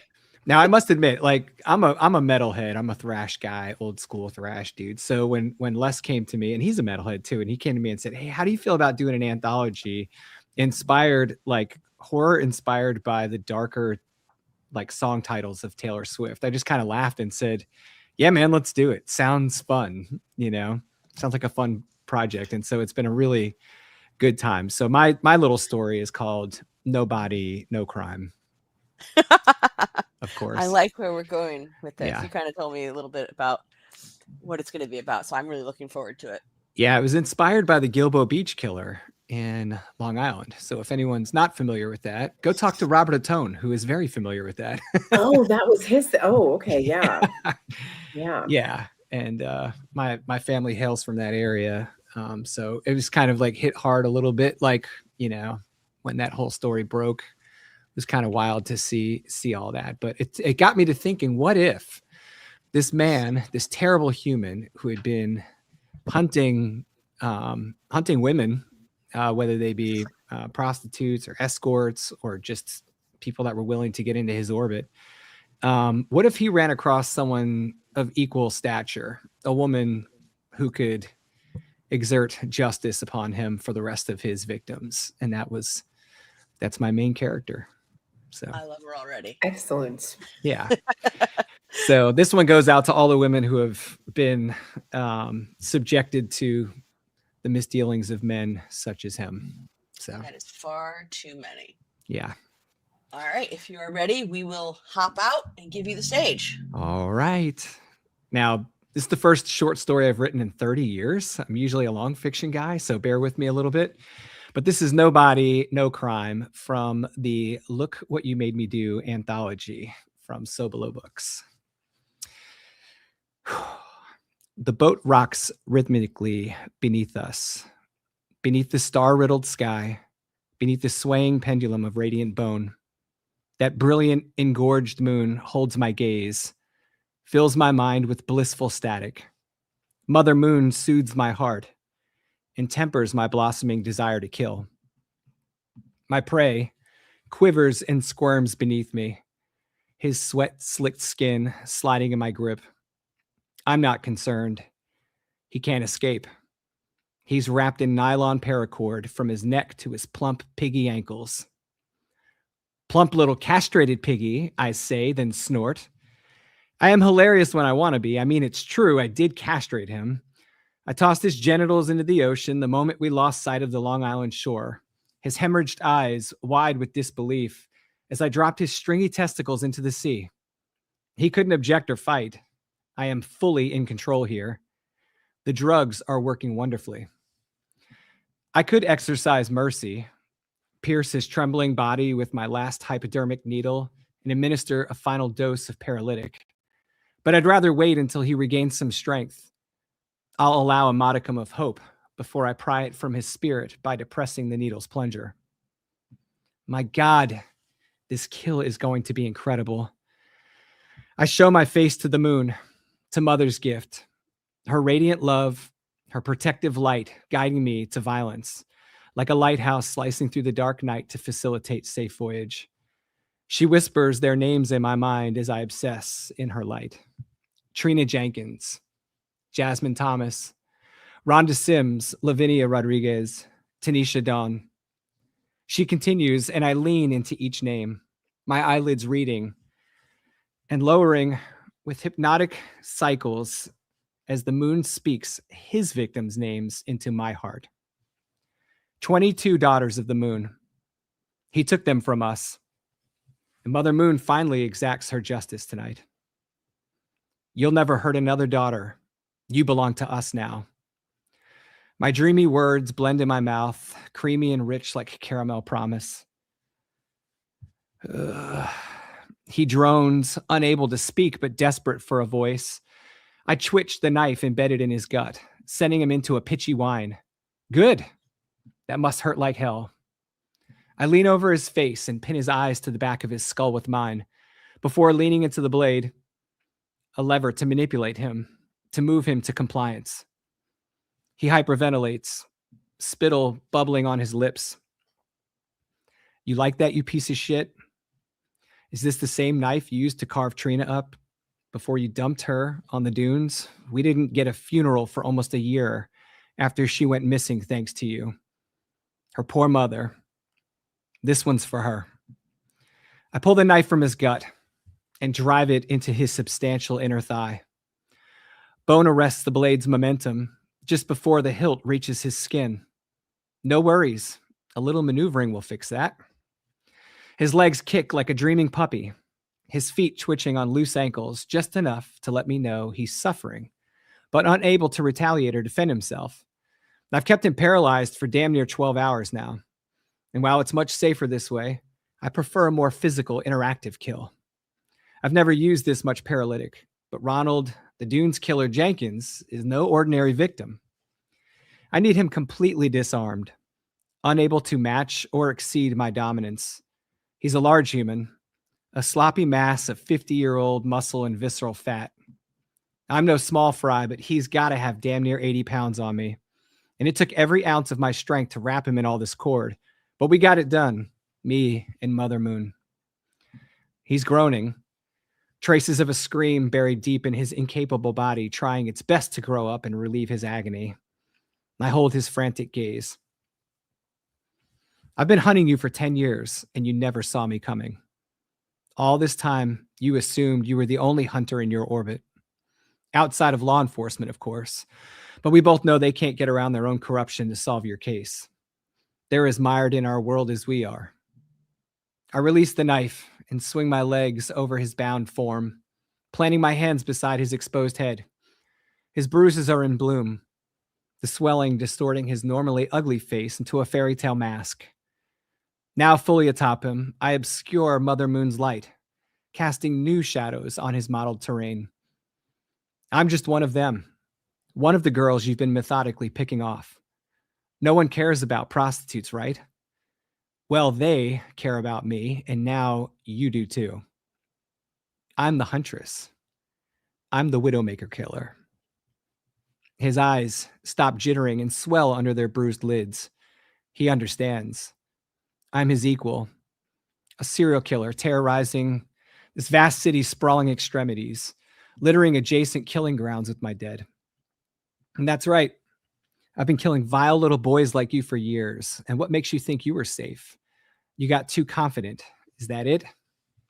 Ain't no way a little brown girl from Queens could get the upper hand on you, right? He scans the space around my face, desperate to deny me this moment of gratification. But I won't allow it. I reach between my legs and grip the knife handle. Keep your eyes on me, or I'm taking my little friend here on another adventure. There's so much left to explore. Explore. I want to draw the blade. I want this adventure. I crave more carnage. Mother Moon whispers, "The sea grows impatient, child. Don't keep her waiting. Finish your work. Gain your freedom." Waves lap at the hull, gentle but persistent. A breeze licks my exposed skin. Mother is right. I'm almost free. I lift my face to his again. His chest swells and drops with each breath. I'll end those soon. My privilege is undeniable. I'm sorry, Mother. Thank you for this gift. I close my eyes and press my face into his tacky, blood-streaked cheek and inhale. Something he can't do, thanks to this tight wrapping. And I smell his fear. Its coppery particles penetrating my nostrils, throat, and lungs like a noxious gas. My muscles quake with primal energy. He'll never be in my position again, atop his prey, possessing a life, authorizing a death. I consume his privilege in totality. A cop gave me your name, you know. I know that cop better than his wife does. They were so close to taking you down. I couldn't let that happen. I couldn't let you get away without real justice. And I pressed my lips to his open ear, flooding his mind with my words, my breath, my verdict. Killers like us crave legacy, so I'm rewriting yours tonight. I left the little package behind with evidence to connect you to my crimes. That's right. You're taking the credit for my violence. All those men you killed, what a shame. Who knew you liked guys, too? I wonder what Denise and your sons will think when the press release hits the airwaves. They'll talk about how you tortured those men, bound and paralyzed them before having your way with them. How you burned them alive and littered the dunes with their ashes. You were really talented, and all the killing ends with your disappearance. Isn't that a coincidence? I pull the hypodermic needle from the bag, lying beside him like a sleeping cat. He wriggles in protest, knowing what's about to happen. I remove the cap and press the needle into the meat of his neck protruding above the cordage. Then I weave a loose line of cord around him. The line trails to the spool laying on deck beside us. I grab it firmly with my left hand. Thanks for taking the fall, asshole. I roll off him, wedge my feet in his side, and shove him into the ocean. He disappears over the side as the sea takes possession of him, and I scramble to the side to watch him drown. I find him just as I'd hoped, partially submerged, his panicked eyes too fully aware, shimmering globes inches beneath the surface. He cannot fight. He cannot swim. I lean over, my grip tight on the boat rail, my face hovering just above the gentle sea, inches above his desperate gaze. Hear those women screaming through me, you rapist, murderous fuck. Know me. I am your killer. I spin toward the moon, a giddy cackle bubbling in my throat, and I drop the cord tethering him to the surface, grab the cool flukes of the spare anchor resting beside me. I lift it above my head, imagining how sweet it would sound breaching his skull. But there's no appetite for mercy tonight. I wouldn't dream of putting him out of his misery so easily. Instead, I throw the anchor into the darkness just beyond his floating face. The chain skips and chatters across the metal rail as the anchor blasts through the moon's reflection on the sea. In seconds, that chain will chase the anchor into the deep, pulling him with it. His bloodshot, panicked eyes beg for mercy he never extended before he's dragged from the surface into liquid death. He'll spend eternity on the seafloor, suspended by chain, ribbons of flesh and salt-logged bones swaying in the shifting currents. I laugh so hard I nearly vomit as I collapse onto the pilot's chair, joyous tears cutting rivulets in the salt coating my tacky cheeks. This last kill is orgasmic, pure, unbridled elation. My final act, my denouement. And I repeat our girls' names to Mother Moon one last time before I clutch in the engine and never speak their names again. And that's it.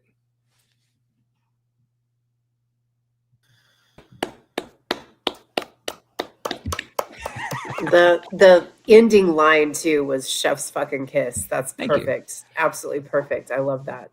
Not too shabby for a not short guy.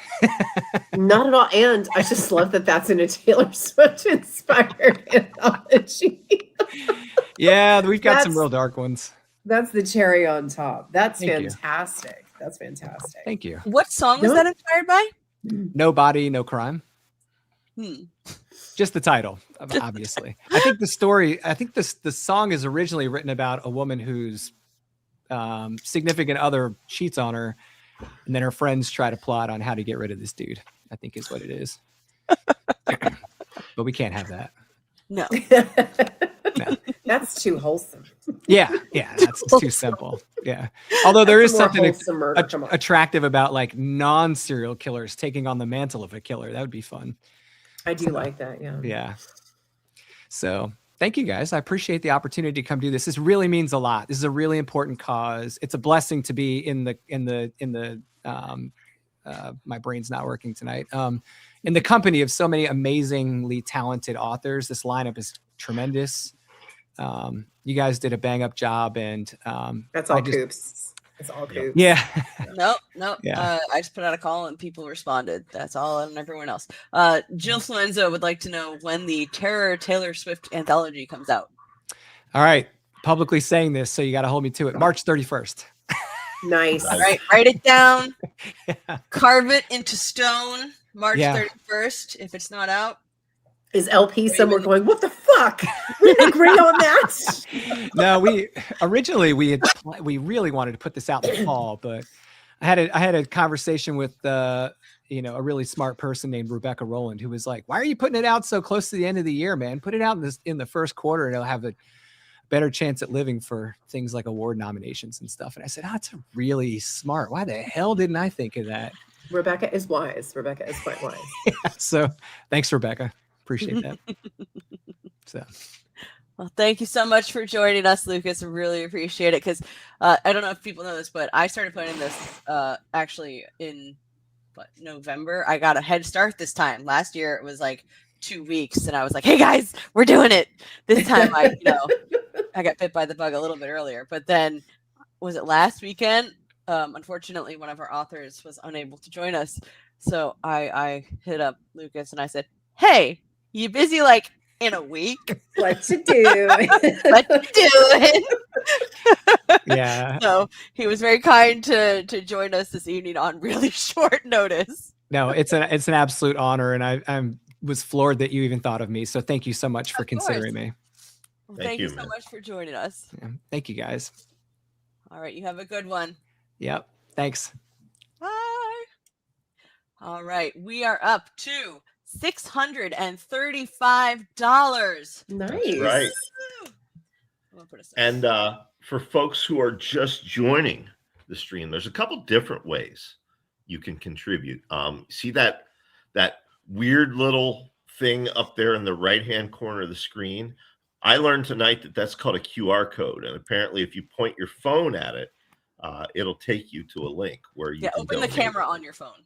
The camera on your phone? Yeah, open the camera on your phone and just point it at the QR code, and it will open up a link. You just click the link; it'll take you to our Tiltify page. If you are like Frank Reardon, and that's just 5 too many steps for you to accomplish, you just go to briankeene.com and click the Living the Scream 2025 image there, and the link is right there. It'll take you to the page to donate as well. When you go there, folks, it'll say, do you want to donate $10, $20, etc. We understand that not everybody has the means to do that right now. It will actually let you just donate $1. You just click the other amount and type in $1, and it'll let you donate that. And everything helps. And Coops, as you said earlier, we get nothing from this. It all goes to the ACLU. Yep. And as Brian said earlier, even if you can't donate, which is totally okay, we know that it's 2025, and just saying it's 2025 is enough for everyone to understand what I mean, I hope. If you just share the link, if you share the stream, the Tiltify, whatever link you have available, share it, help people find us, point them our way. We still have a number of authors to come reading great stories. So the night is only about halfway through. So plenty of time for people to join us, listen to stories, have a good time. But yeah, sharing is just as important as donating, because that's how people find us. And if you're in Blue Sky, I have been doing an attempt to do sort of a string of like posting about who's reading. And if you want to just share that, that's easy too. I've been trying to include the link for people to hop in and bring them here. So, again, there are those days when that is the extent of what I'm able to do on social media. So if you just want to share what we're posting, that is also helpful as well. Yep. Genuinely. Stewie donated and said, Mothman, Christmas. Thank you, Stewie. Since we have hit another $100 milestone, 635, I am going to torture you all again with another How to Write Men. So you damn well better. You damn well better. So I didn't write this one. No, this is me writing How to Write Coops. Men. This is a lesson for everyone here on how to write the very ambiguous and oft not explored man. This one is How to Write Men, referring to a vagina. He grabbed her hips and pulled her close. His manhood throbbed against his wranglers. As he slid her low rise, lower still, he leaned in and breathed, I hope your cotton caverns are ready, because I'm about to go spelunking.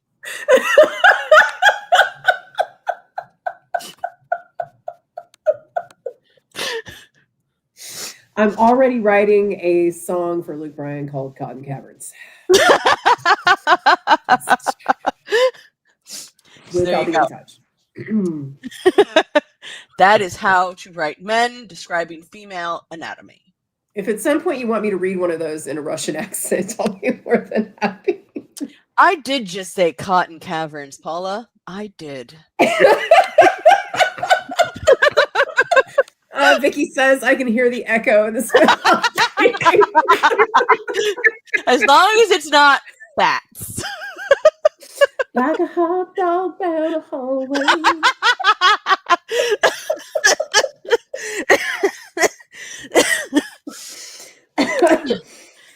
Yeah. got that right for whatever reason you need to get it right. Cotton Yes, Kyrie, Paula. You don't have to expand for us.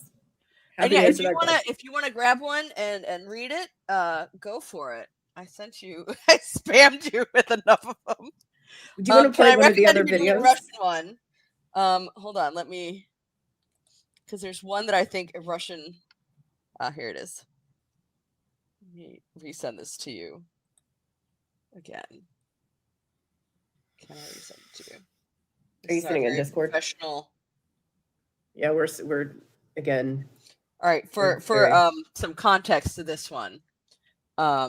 This was in response to a post someone had made about, those tactical dad gear, like the baby carriers, the baby slings and whatnot. Check your Discord. So this was in response to someone posting about how men are worried that they're going to be seen as weak, that they have to have this tactical gear. So this is how to write Men as Fathers, read by Laurel. I apologize to all Russian language speakers. The woman had gone, perhaps to grocery store for sustenance other than his man meat. Soft mewling began, growing into a furious cry. The baby had woken. Strap, strap, zip, binky thrust in pouch. Love is war, son, and daddy's coming in. Tactical.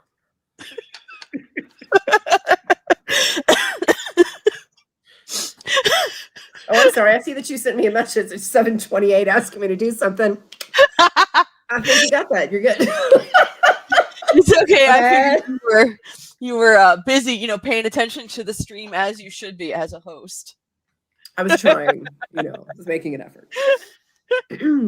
I should find one of these for Brian to read at some point. Do it, but I can't should. do the Russian accent.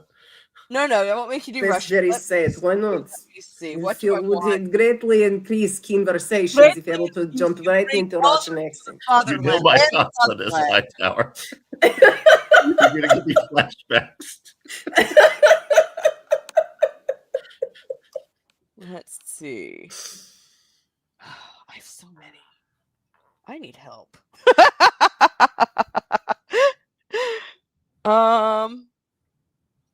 And again, this is I got it. Radio.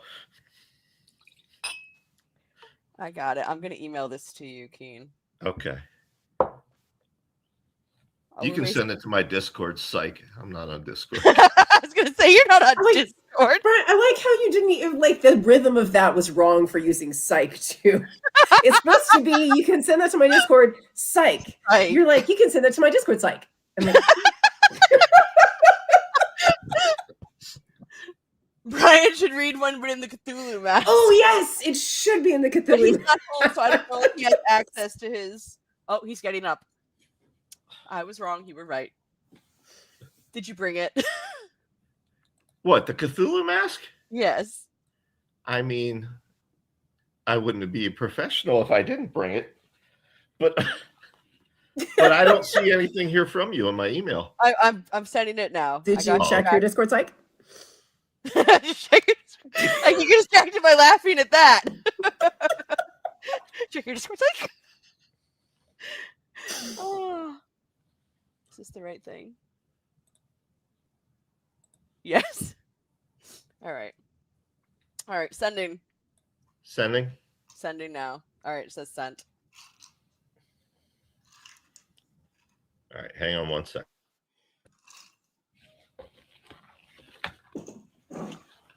Costume change. And don't worry, we're not making another author wait down in the wings. Laurel is our next reader. It's just me. I'm not a person, so I don't have to wait. We're here all night. We are, both of us losing our voices. It'll be a race to see. I'm sorry, I'm trying not to cough on camera, on mic, whatever I'm doing. I was gonna say, are you coughing on Evie? I think the eviscerator probably deserves it. The eviscerator is in her cage behind me, sleeping. Oh, okay. Here's my little Reginald, my well-behaved son. Hello, well-behaved son. You're so cute. Yes, Laurel is making you wait, but it'll be worth it. And Laurel's making us. Yes, that's true. That actually does track. That's kind of how I roll.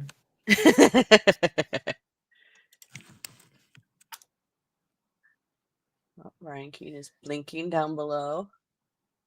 Do you know that when you have children and they're in school, they expect you to bring them to school on time? Were you aware of this phenomenon? But I do remember that being a thing from when I myself was a child. It's bullshit. I mean, we are joined by the great old one, Keen Thulu. Keen Thulu. You're just throwing out the old comments tonight. that was.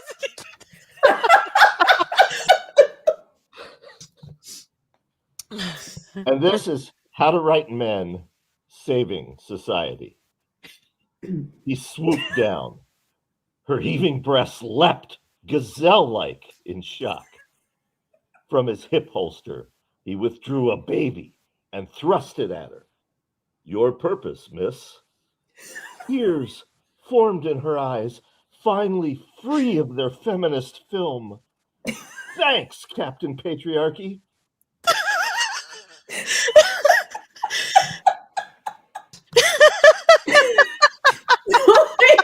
I'm gonna assume that you have to move the tentacle to like be heard or to breathe or something.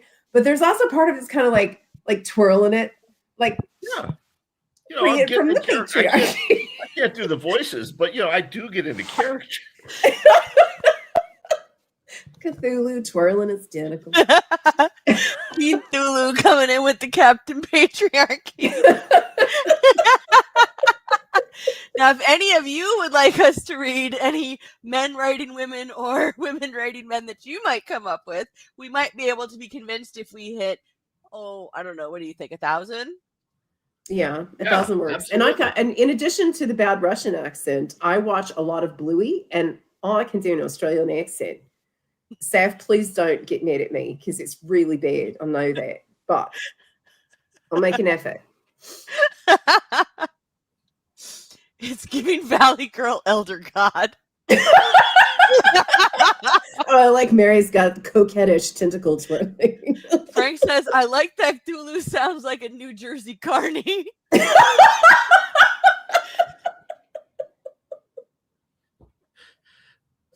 At some point, I think Mary and I need to see you and Frank in a balcony doing the Waldorf. We need you two as balcony Muppets. Next vacation, we will make this happen. Balcony Muppets. Got it. Balcony Muppets. I mean, we already looked the part, so we kind of have voices to us. Mary's in. Okay, good. All right, I'm going to clear me and Keen out of here and give the stage to you so we can give the people what they want, which is Hightower. The overwhelming urge to do the whole story in a bad accent, but I won't. Do it. Nah. Okay, this is Sanctity. It is from the Bishop Writer anthology that Bo Johnson reached out to me about writing a story for. So, if you're not familiar with the Bishop Writer character, he's a pretty intense vigilante. So, by the time I realize I miscalculated the anesthetic, I'm wrist deep in viscera. It's already a struggle even before he wakes up. Watching all those medical shows, I thought everything moved around pretty easy in there. All those organs looked wet and mushy on screen, so I figured it wouldn't be too hard to make room, but that's just more Hollywood glamour. The truth is, I'm sweating, my hands, wrists, and shoulders aching with the effort of holding open the incision while I work. I wipe the back of my bare hand across my forehead, getting the damp hair out of my face at the expense of smearing someone else's insides across my scalp. An acceptable trade-off. I can shower when I'm done here, wash away any mark this guy made on my life. He won't be so lucky. He wakes up slow at first, a low groan that resonates through his body, so I feel it where my right wrist holds the two sides of flesh open. I breathe deep through my mouth, keeping my nose plugged, and get back to work. He says, a phrase about as intelligible as anything I've heard him spout in the last few months of following him. He's not likely to start making sense now, especially not after I took needle and thread to his nasty, wet lips. I hate those lips. Watching them smack with self-satisfaction on screen or at the coffee shop or swaggering into work in his knockoff suits. There's a lot to hate about him, but my focus centered on his weak-ass mouth. You kiss your mother with that mouth? I ask before I know I mean to. It strikes me as hilarious, and I have to stop what I'm doing to double over and laugh, my stomach hurting by the time I'm done. Not as much as his is. By now, the drugs that lulled him to peaceful slumber and hid the pain of rended tissue are wearing off, feeling coming back all too fast. I straighten in my seat so I can see his face, and he can see mine. His eyes are unfocused, almost crossed while he tries to make sense of what's happened to his mouth. He tries again to speak, only mumbles against the stretching skin. Tears start to his eyes and blood wells up from the needle marks that slowed to an ooze before. A little piece of friendly advice there, Haas. I used some thick-ass thread on those stitches. You keep pulling, it'll be your face that gives. His eyes find me pretty quick then, filling with relief, which makes me start laughing again. Man, you gotta stop that. You're fucking killing me. Looking down at his abdomen, sliced open above his pelvis, a coil of intestine peeking out through the incision. I have to concentrate, not to go off into another giggling fit. His eyes widen, brows going up as he starts to put it together. I'm no one's salvation. He makes a little sound against his stitched mouth, and I sigh. I hate explaining myself. But since I fucked up his meds dose and he woke up before I was done with his surgery, I only have myself to blame. You're squinting at me. You're trying to place me, right? He tries to nod, but the pain stops him. See, I can understand you fine without words, but I'll save you the effort. You don't know me. I'd be surprised if you ever saw me, though I've been hanging around lately. I'm lucky, old enough finally to be invisible to guys like you.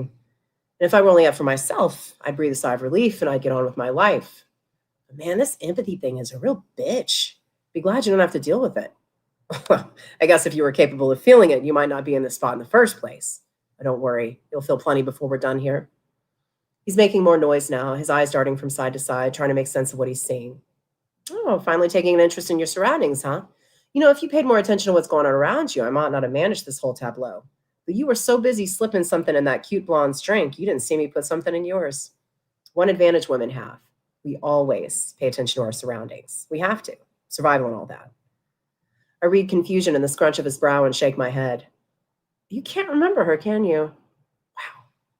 Kind of wish I had a memory like that. Just let go of whatever doesn't immediately serve me. But damn, I still remember shit I did wrong in like middle school. Don't hurt yourself. This isn't about the blonde. She's fine, by the way. I knocked her drink off the bar and bought her a new one.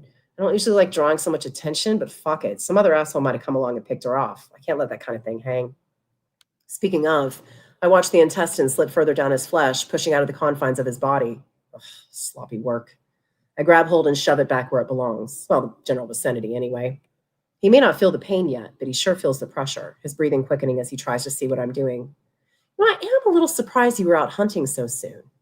Hell, even if you're not actually grieving your wife, I thought you'd care enough about appearances to chill out for a while. Appearance is important to you, isn't it? Like how you appeared graveside, those tears rolling down your face. That was an impressive performance. I grin, arms sweat from my forehead, and get back to work. I reach into the sagging plastic bag at my feet and find I'm nearly out of material. Oh, well, fuck. I push to my feet and pull my other hand from his organs, make my way to the stash of bags and find there's only 2 left. I whistle and look back at my handiwork, the man's torso bulging in all the wrong places. Damn, I'm better at this than I thought. Guess it's kind of like loading the dishwasher. You can always find room for one more thing. I look back at him and find his eyes wide on me, lift the bag and grab it till it's at eye level. Oh, you're looking at these sacks over here, aren't you? Man, we are on a wavelength, aren't we? Just having a whole chat without words. Amazing. Here, let me bring one closer so you can see. It's all wadded up in there, but you might be able to make it a few familiar shapes. No? I'll help you out. Medical waste. You know, like a kidney, maybe? Oh, you don't have to look so horrified. It's not from that clinic you stewed into the ground. Even I have standards. No, this is from the University Hospital. Oncology.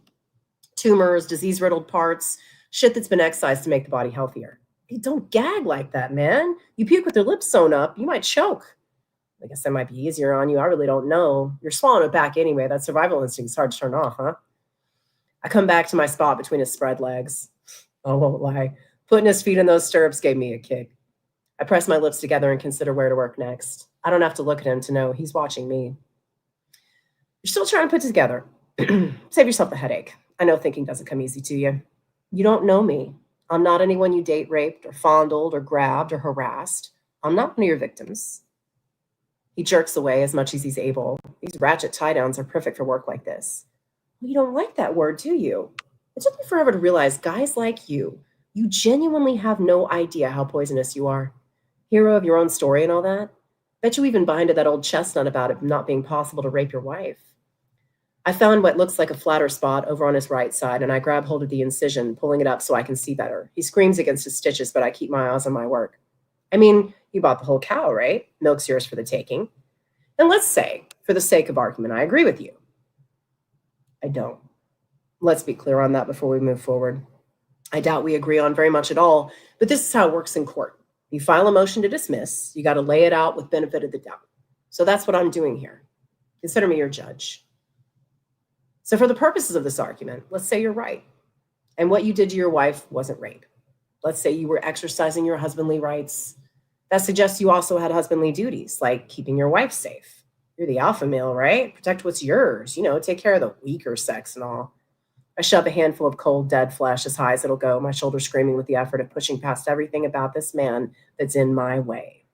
He manages to buck his hips just enough so I lose my grip. Hey, settle down, will you? I'm talking. Be polite. We've established a rapport, haven't we? I'm seeing things from your point of view.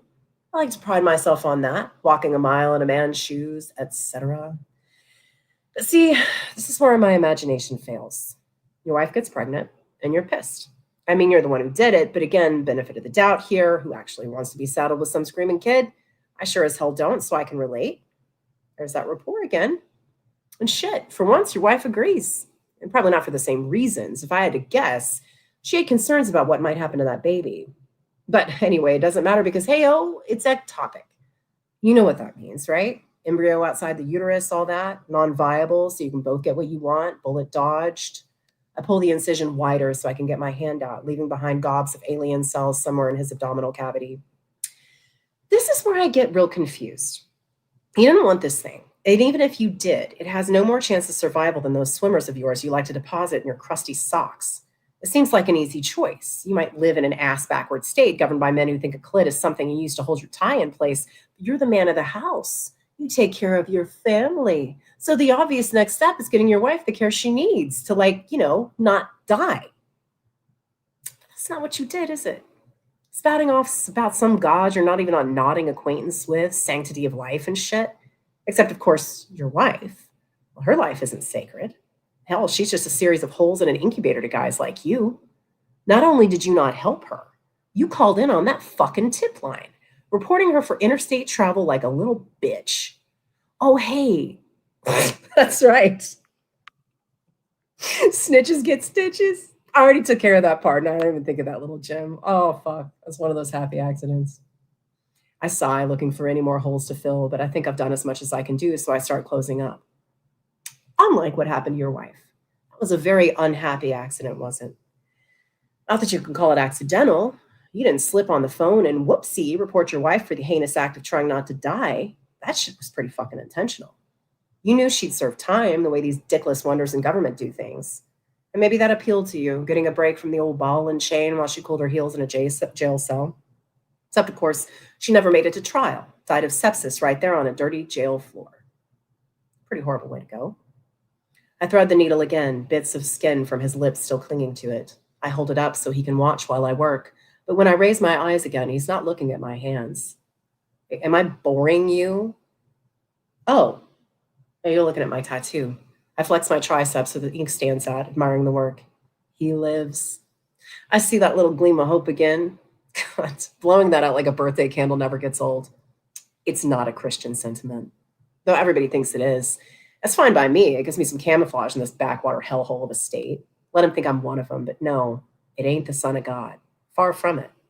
You familiar with a man named Ryder, Bishop Ryder? I jump to the side to avoid the puddle of piss that spills from the side of the table. I see you are. Man, I bet he'd love to know the mention of his name still causes that reaction. You look confused. Is that because you heard Ryder was dead or because you didn't see yourself as a target for a man like him? Maybe a little of both? I'll set your mind at ease. He is dead. Dude rode that golden wood chipper to the sun, but not before making a name for himself, as that stream running down your leg proves. And a name, well, flesh decays, but a name lives on. I never even met the guy, never laid eyes on him or his crew, but word gets around. You spend enough time angry, you start hearing whispers of a way out. A solution to the shit that made your blood boil. Consider it a franchise opportunity. And this tattoo? It's a little symbol of hope for those in the know. Now, I know what you're thinking. You never killed anybody, so why would Ryder or his franchisee waste their time on you? You're obeying the law like the good little citizen you are, so why would you even blip our radars? But there's more than one way to kill somebody. And hell, even if you didn't put a gun to her head, your wife dying in a jail cell because of your call, I lay that at your door. And not just her. All those folks with uteruses who didn't get the care they needed because of your hissy fit of a lawsuit, those people are on you too. Way I see it, you're a mass murderer, my guy. I'm getting mad again, and my stitches become jerky, the heavy thread yanked upward so it tears his flesh, and I have to find another hole. I sigh, take another deep breath, ignore the smell of the guy's shit and innards. But I'll tell you this, even if I, in this whole benefit of the doubt scenario, absolved you of all those dead and dying people, well, what you did, what you stand for, that's reason enough for me to take notice. You see, we've been told our whole lives we were overreacting, that no one was really going to take away our bodily autonomy. Stop being hysterical. Focus on the real issues. It's fine. Let us load the gun. Put it to your temple. We won't pull the trigger. We promise. You see how that worked out for us, so maybe you can understand why I feel like being a little proactive. I'm not even trying to calm myself now, giving into the righteous burn of anger through my belly, pulling hard on those stitches. They're big and spaced out, pink and gray wet things bulging from the crooked seams.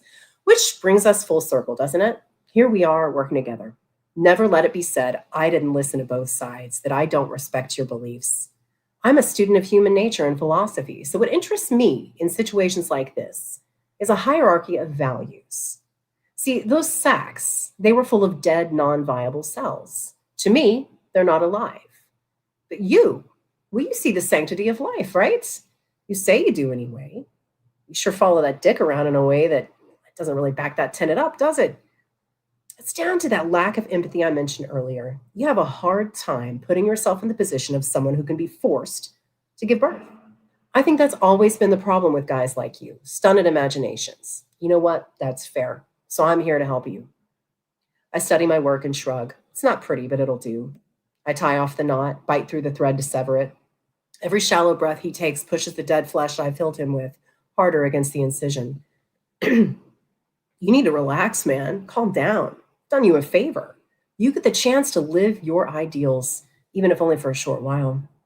I start loosening the nylon straps holding him down. His eyes roll in his head, the thread holding his lips together, stretching more as he hyperventilates.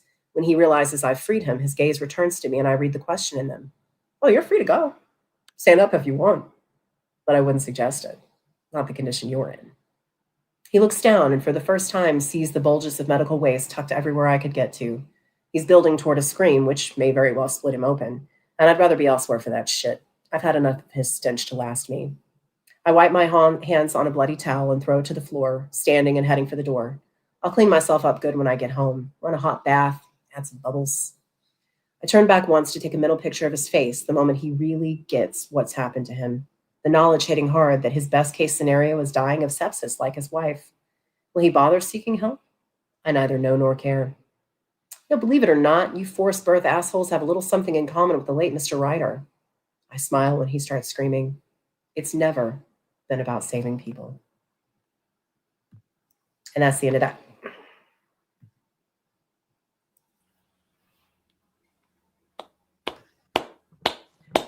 I adore that story. It's the most disgusting thing I've ever written. Someone said in the chat, I love this character's voice, and I was thinking, it's Laurel's voice. It true, it me. It's like average phone call every day. That's true. You drive, you fucking dickless. I'm gonna fucking cram your own intestines up your ass. It's true, yes. I would like to point out, currently, there's one place on the planet where you can get that anthology signed by both Laurel and Bo, and that's vortexbooksandcomics.com in our Nice online. plug. Well done. Good plug. And I'll tell you what, for any, what time is it? 9:43 p.m. For any orders placed in the next 24 hours, I will donate the proceeds, the full proceeds to this campaign. Excellent. Yeah, so that'll all go to this campaign. Fantastic. So Thank we're you. still sitting at 635 for our donations, which is still great. Still very pleased that people have come together to give us even that much. Because again, like, it's kind of on me that we're holding it in December, like 2 weeks before Christmas. Like, what am I thinking? I'm not. Never am. Don't think about the consequences. So that's on me. But I can understand it's a rough time of year in a rough overall year. But yeah, if you can donate to the ACLU, please do so. Even like Brian has said before, just $1. We have a link pinned in the YouTube chat. Brian, what's your website where people can go find it? vortexbooksandcomics.com. Oh, wait, that's good too. vortexbooksandcomics.com. No, the link to donate directly, go to briankeene.com, click the Living the Scream. You'll see it. It's right there at the top page, Living the Scream, and the link is in there. Fantastic. Or just scan the QR code. Yeah, we do have the QR code right up over here. Yep. Yeah. If you allow me one moment, I'm going to play another video from one of our other authors who have kindly contributed.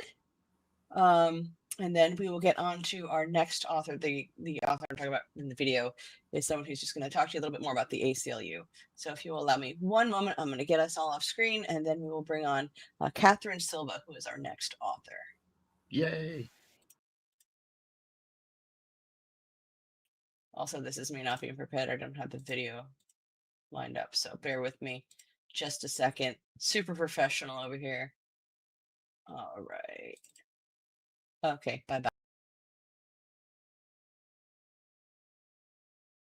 We're Adam and Rebecca Allen from Horrifically Well Read, Blood and Said, and we want to send a video out to you saying the ACLU is under attack, and we want to stand up and fight for what they're doing, because everything they've always represented, we believe when we're living this life and reading horror books, because horror books examine all the horrific moments throughout life. And for us to go from the page to real life, the ACLU makes sure that those that are actually experiencing horrific things actually get the justice and the protection they deserve. Yep, and we want to make sure we can keep living the scream on the page and not not in in real real life, for life. sure. Thank you.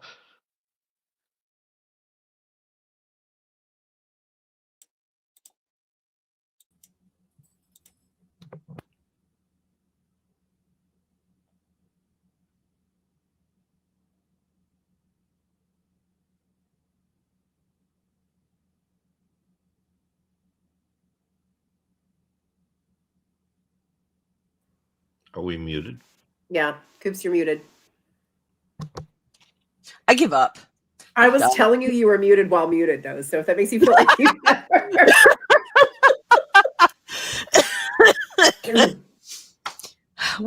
We're doing well. It's almost 10 o'clock at night, and we're already like this. It's gonna go all downhill from here. So I'm just gonna bring in our next author before I embarrass myself anymore. As I said, it is Catherine Silva. Good? Yay, Cat. All right. Hello. Hello. Us. Oh, real quick. As I was saying when I was muted, we are now up to $662. So thank you to whoever just donated. Really appreciate it. And like I said, even if it's just $1, $2 donation, that's fantastic. Whatever you can give, whatever you're willing to give, able to give, every little bit helps. So welcome, Kat. Another second year in a row, Living the Scream veteran. Thanks for having me. I'm excited to be back. Would you like to tell us a little bit about yourself?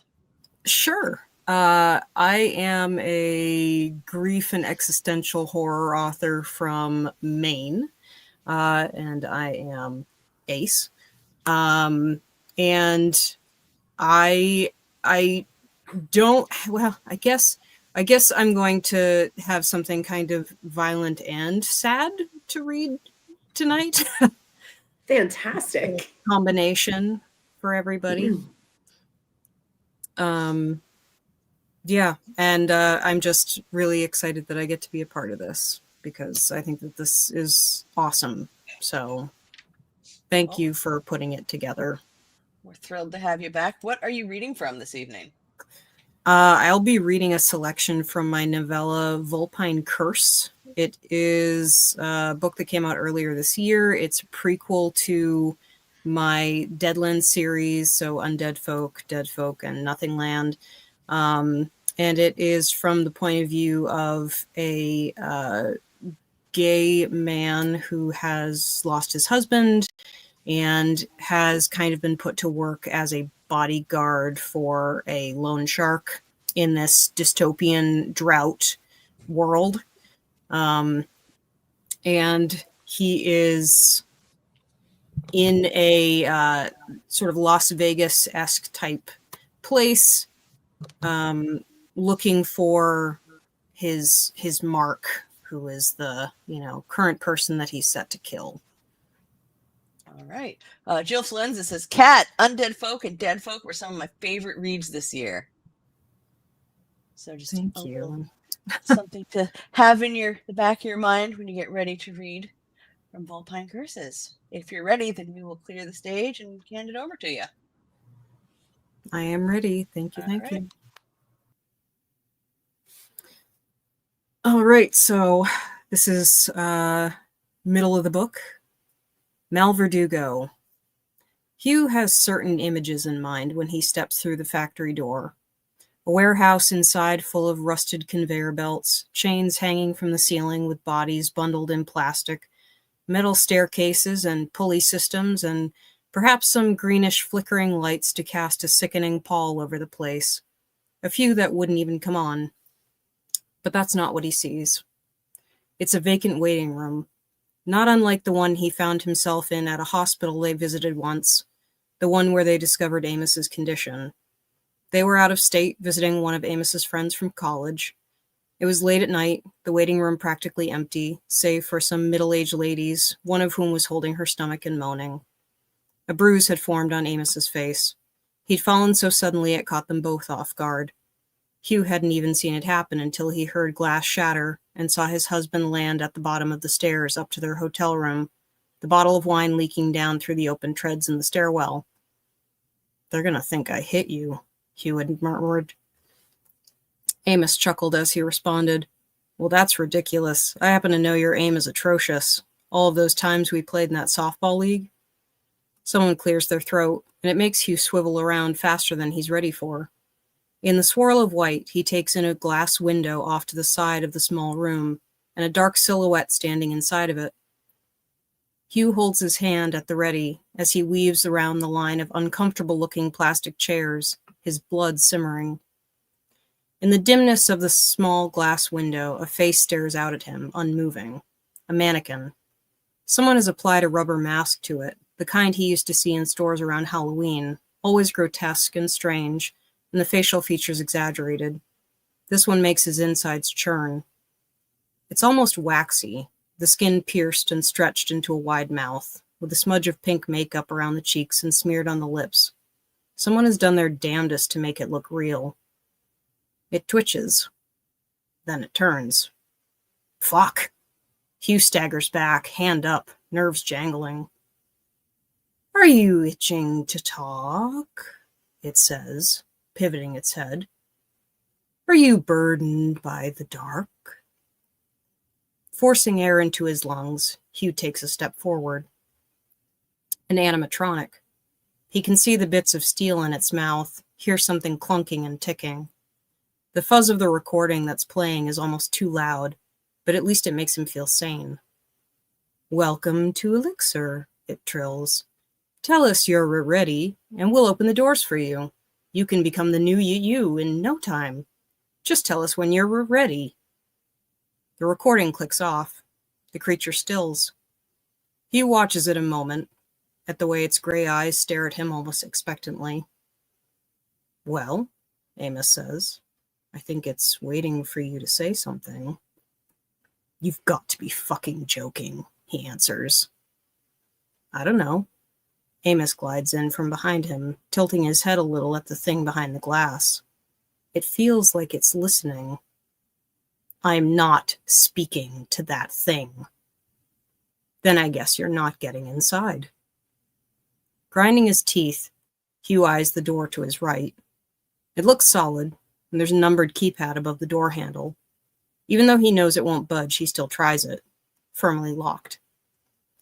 He returns to the thing at the window and clears his throat, glaring at Amos for only a moment before saying, I'm ready. The animatronic doesn't move. Louder, Amos prompts. I'm ready. Wonderful, the voice cheers, and the sudden explosion of movement from the creature makes him jolt. All you need to walk through that door is to talk. Just talk. Welcome home. We can't wait to meet the new you. Returning to the door, he tries it again. Still locked. Hey, bits and bolts. The door isn't opening, he yells back at the creature. It doesn't answer him, locked in its dead-eye stupor once more.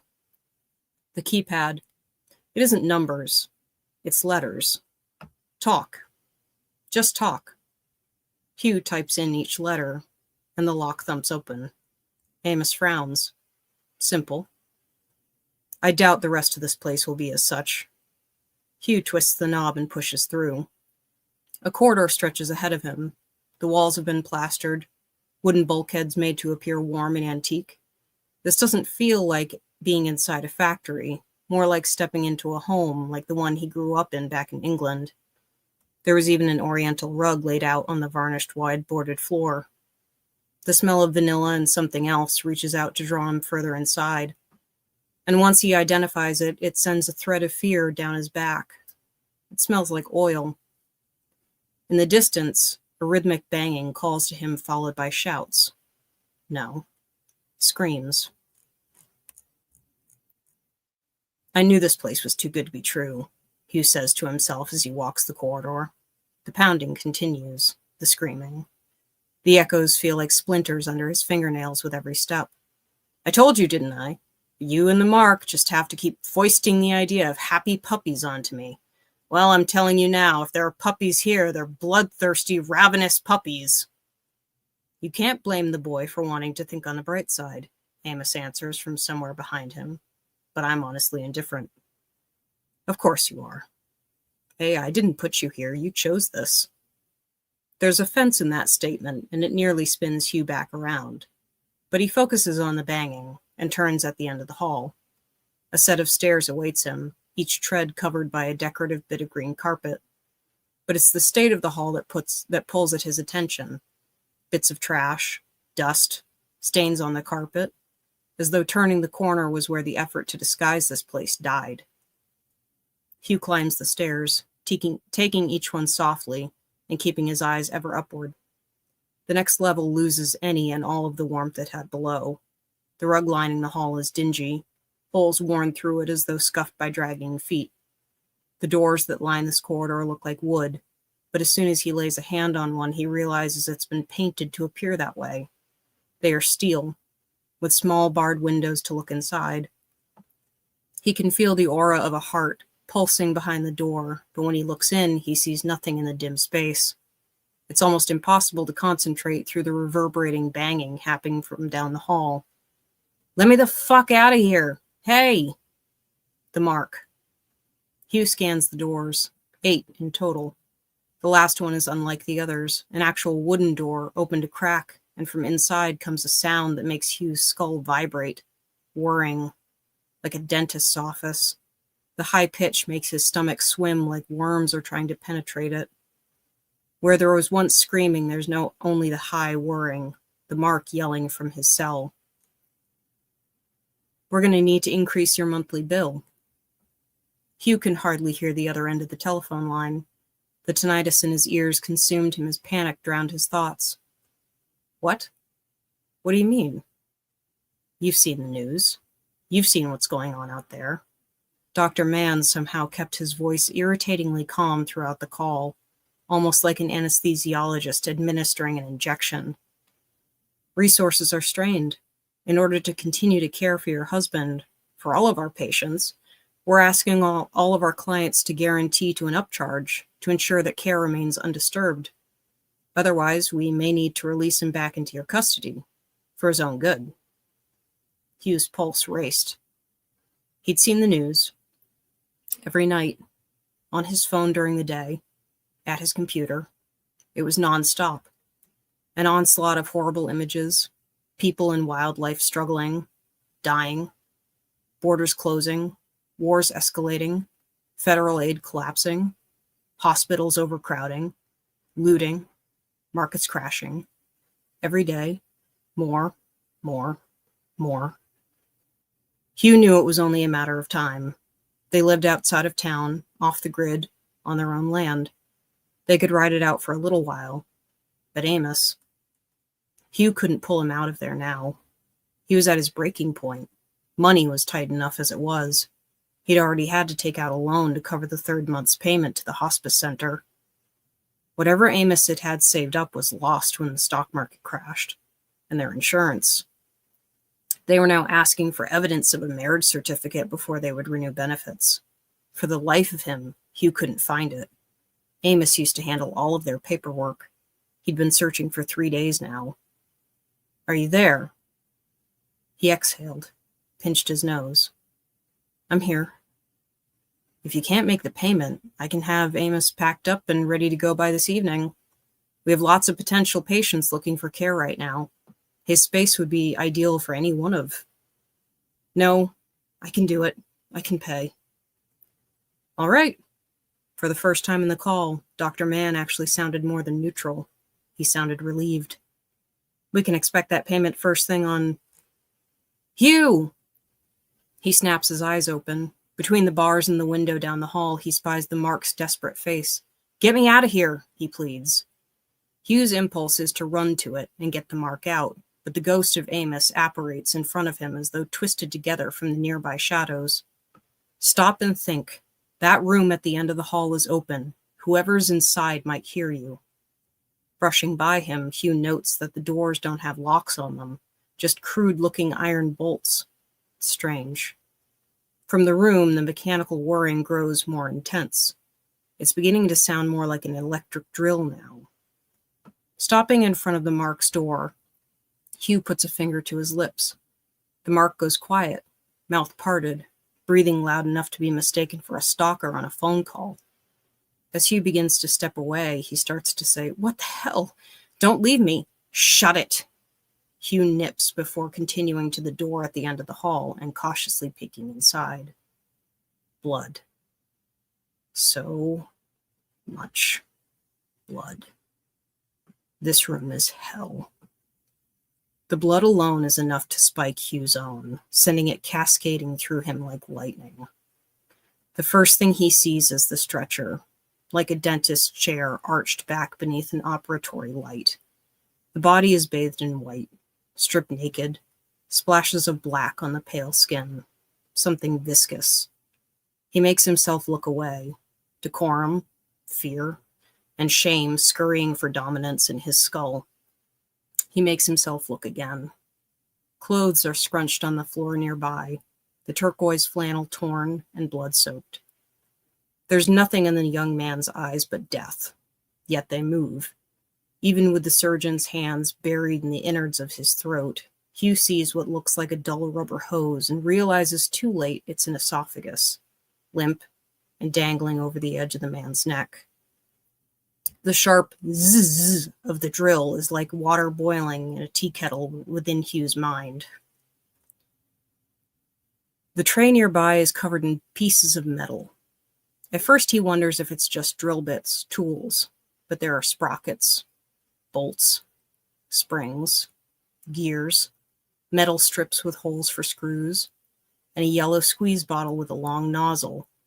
The label says Type H clock oil. Hugh steps back into the hall, hyperventilating, his nerves firing only one message into the hollows of his brain. Get out. Get out now. Before, it had been nearly 4 months with Amos gone from the house. Hugh was bereft. Schedules were the only thing that got him through the days anymore. He was awake long before dawn, before he could drink his coffee and commune with the darkness. He lit 3 pillar candles at the dining room table, ground herbs from their garden with a mortar and pestle, wildflowers, honey. He spoke affirmations though they were tinged with promises he could give to whoever or whatever was listening. Look after my family, look after my blood. I will give my beating flesh if you lessen their coils, lessen their suffering, keep them safe. And he'd prick his finger, allow a few drops of blood to fall into this mixture before he added hot water to it and drank.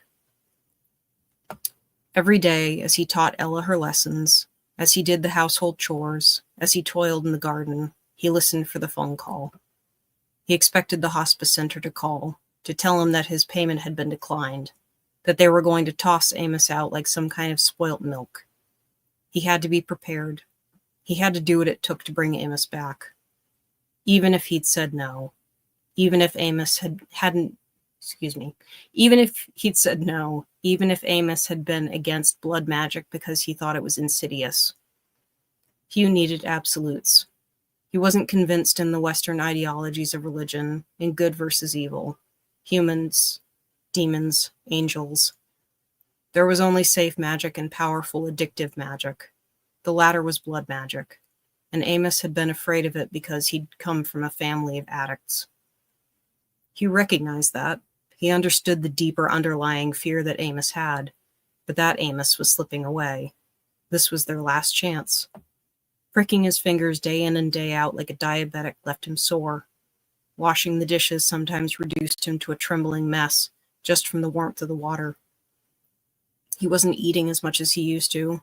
The herbal spelled pleading much interest in it.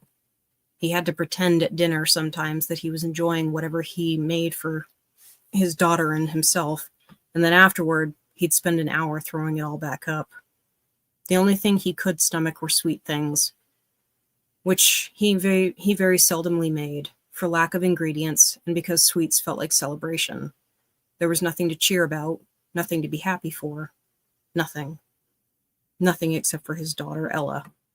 She was the single light in the darkness. When things felt hopeless, one look at her face managed to radiate a faint sense of hope through him.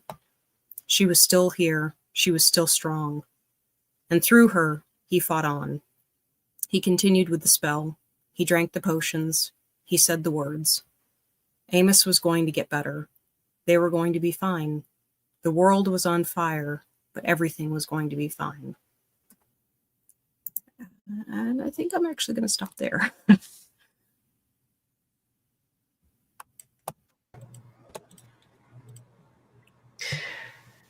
Holy shit. Kat, I want to simultaneously applaud and cry. Because Vicky had a great comment in there about, in the chat about oh, this is nothing like the current healthcare system. Ha ha ha ha ha ha. We're all fine. But that was, it just and this is so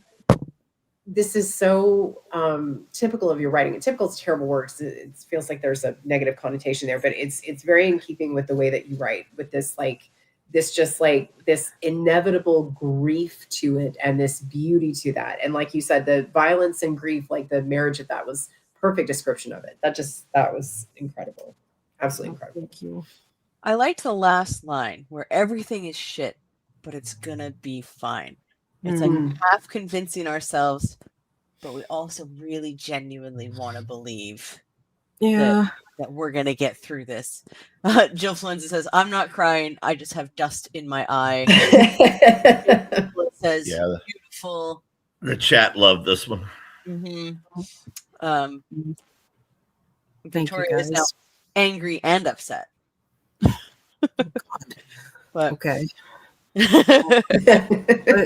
The one thing that I do want to say is that despite writing the grief, horror, and the anger and everything else, I do want to keep an undercurrent of hope in the stuff that I write, and I think that is important in a lot of horror right now. Just going forward, it's already a dark enough time, so if there can be some kind of light within it, then it's a dark time, but I think it's important to remember that there are people who profit off of that. Yeah. And remembering that gives me hope, because remembering that there's a motivation for people in power to want us to feel as though we can do nothing. And that's fucking bullshit. Yep. It's bullshit. Yeah, I agree. I was talking to my husband last night, just randomly, about magic and how we don't think magic is real. We're so quick to dismiss it. And as I was saying that, I'm like, but tomorrow night I'm hosting an event with people from all over the world who are coming together via tubes and wires and things floating in the air that I don't begin to understand, because we believe in each other. We believe in this cause. We believe that there is, to quote the great Samwise Gamgee, good in this world, and it is worth fighting for. And I Yes. think there is magic in all of that. We just call it science. We call it technology. We give it names, but I can't explain, how to talk to a corpse any more than I can explain how I'm sitting here looking at the three of you via cameras and internet and whatever. And I think there is magic if we just look for it. And part of that magic is hope, and keeping in mind that we are still here. We're together. We're fighting this together, and we're not going to give up just because some orange turd happens to be sitting in a big house and he says we should. Mic drop. Mm-hmm. Yeah. Well said. Yeah. Well said. Oh yeah. And I just also want to say that we're at $710.26. That's right. So Sweet. thank you. That was thanks to your story. We are now over $700. Fuck yeah. Stream. Awesome. So thank you so much for your contribution, for your time, for joining us for a second year in a row to live the Scream. A huge house. While we're being told you don't need more than 2 pencils for a school year.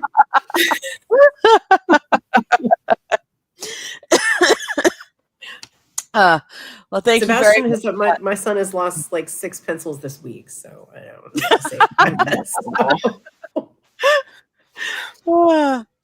Thank you very much, Kat. Thanks for having me, guys. I love your Thank writing. you, Kat. That was always. wonderful. Wonderful. Thank you. Fantastic, as always. You have a great night. All right, you too. Well, I'll be here, so I'll be watching. Whatever. Yes, please stay. Not like I'm just leaving Stay. all of a sudden. No, everyone stay. Yes, we are one step closer to Mothman. Thank you, Kat. Stick around. Enjoy the rest of the stream. Up next is going to be Victoria Nations. But before then, since we hit another $100 mark, I'm forcing you all to go through another How to Write Men with me. Oh, we're along for the ride. And I'm going to pick one for you too as well. Let's see. All right. Laurel, I'm going to send you this one. Okay. And you can read it however you want.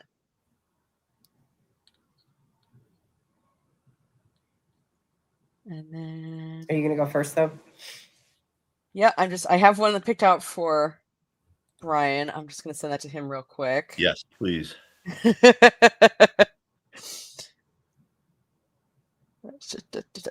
is the most thrilling part of the evening, watching me email people. Donate. But it's because of your donations that I'm doing this to you. Remember that. Oh, there's the text. There's the email. Thong. Big text. Well, I feel like at some point one of the incentives should be Brian singing the thong song. If we hit $5,000, maybe. $5,000. All right, guys, you heard it here. $5,000, we get the thong song. Brian's like, I can Google these lyrics, right? Yeah, I'll figure it out real quick. $10,000. So I have sent that to you. And now let me choose. Okay, I got mine. All right, I got mine. I will kick us off with How to Write Men During the Apocalypse. She stood there, breasts straining against her top, cherry blossom nipples pointed north, away from danger, to where she wanted to run. But he couldn't run. No, his gun rose like a dick at dawn's early light. Time to get toxic.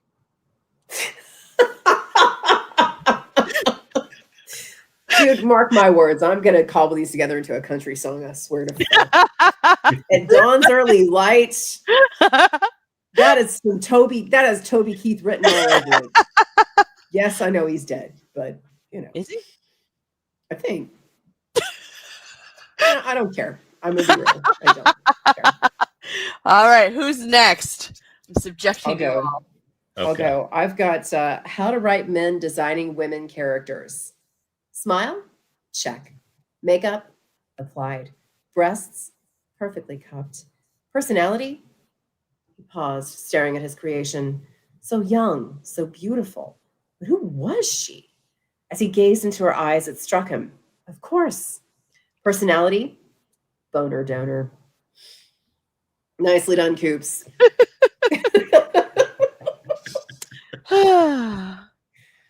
That's how I strive to write all my women. They're not giving you a boner, they're not doing their jobs.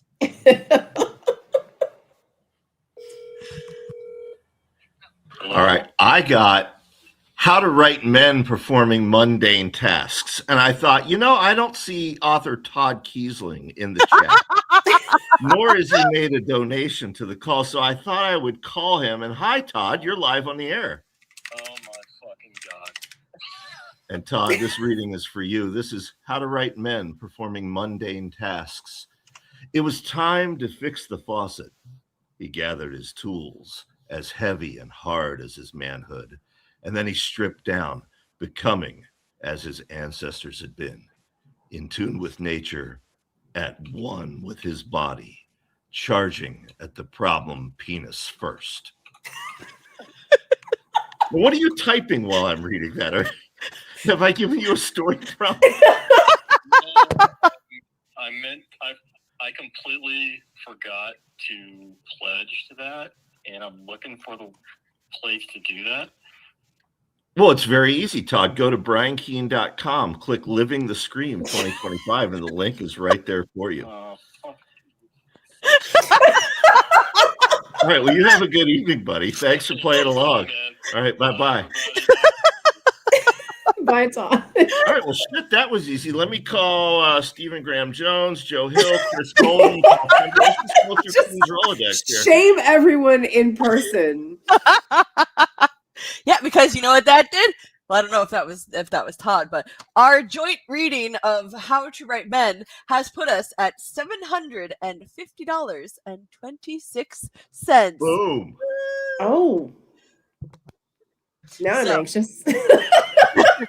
So why don't we bring Victoria Nations into the chat? Let her get herself settled, and while she does her story, you can prep. There's no prep, but sure. All right. Let's see. Brian is in the big spot. How do I make Brian not in the big spot? I don't know. So let's see. Can I do this? There you go. Can I do this? There we go. And now, you good? You ready? All right. Here comes Victoria. Hey. Hey. Hey, can you hear me okay? We can. Yep. Awesome. I can't believe I'm opening for Mothman.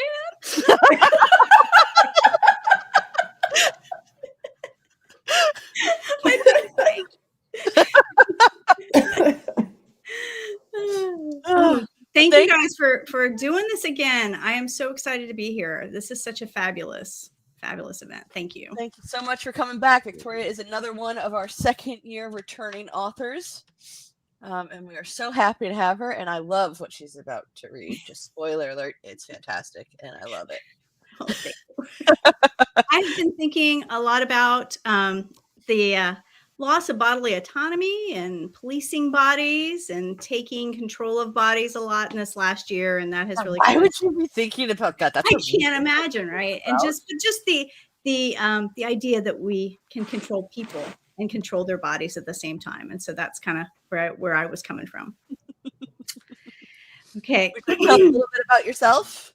Okay, I am a horror author. I live in Florida. I am a queer horror author, and so Florida is one of our states that's pretty challenged right now as far as an actual state going along with the federal government and trying to take away a lot of personal liberties and rights. And so one of the reasons I'm supporting ACLU is because they are out there fighting for constitutional liberties for all people, nonpartisan, not political, just trying to make sure that everybody has their constitutional rights. And so that's really important to me right now. Thank you so much for joining us to help fight for those rights. Also, I like Florida is one of our states. Unfortunately.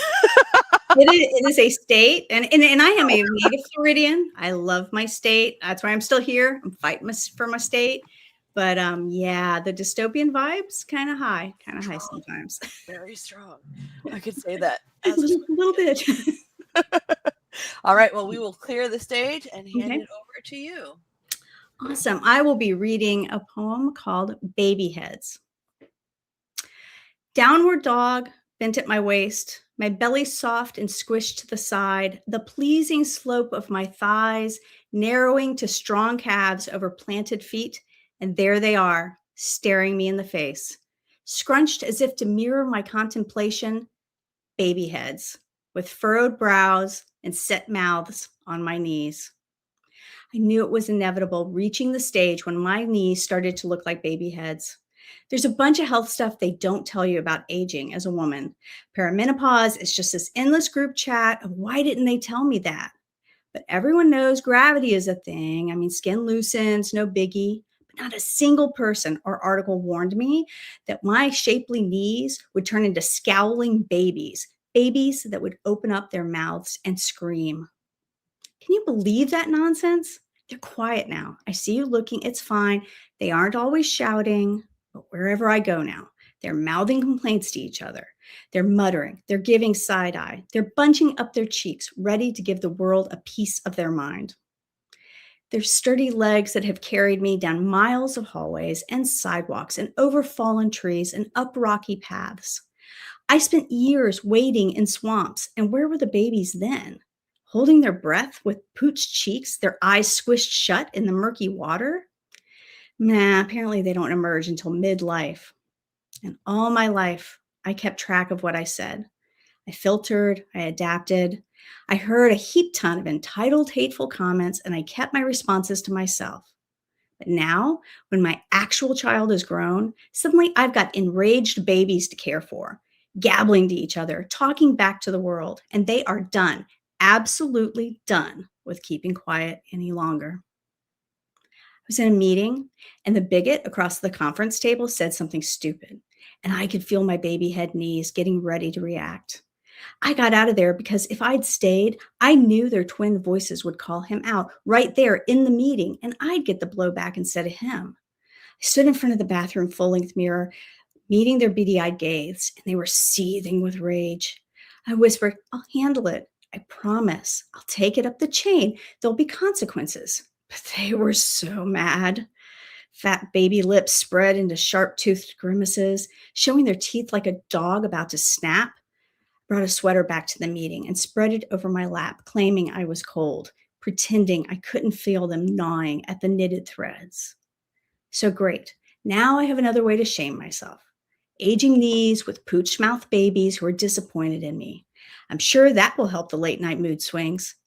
When I take off my clothes at home, dreading the baby's reactions, they goggle at me. The babies don't resent me. They are me. They're the voice I've been stifling. They're the rage I've been tamping down. They snuggle their little heads deeper into my knees as if they love the aging body that they're inhabiting. And so do I. We're going to get that bigot, I coo to the babies, and they give me little fanged smiles.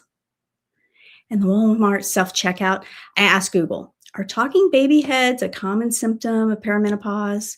And autocorrect makes it hairy menopause, which makes me snort.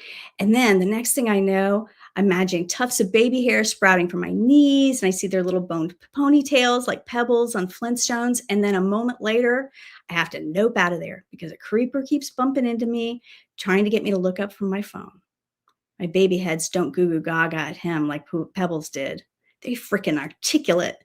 They spew a litany of words at the creeper, who laughs as we walk away.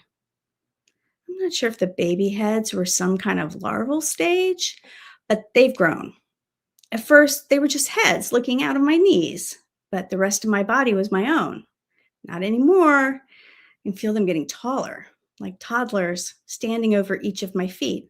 They don't have arms, thank goodness. Arms poking out of my legs would just be one more weird thing I'd have to explain to my wife about what my body's doing. Sorry, honey, they never told me about this in school, but somehow you go deaf and you get prickly heat on your arms and you get baby arms growing out of my legs. At least I don't have to deal with that. But I can't deny the baby bodies are in there, making my calves look more muscular. They push me to walk places that would have scared me before, to make speeches and walk in marches, and use all three of my mouths to denounce justice.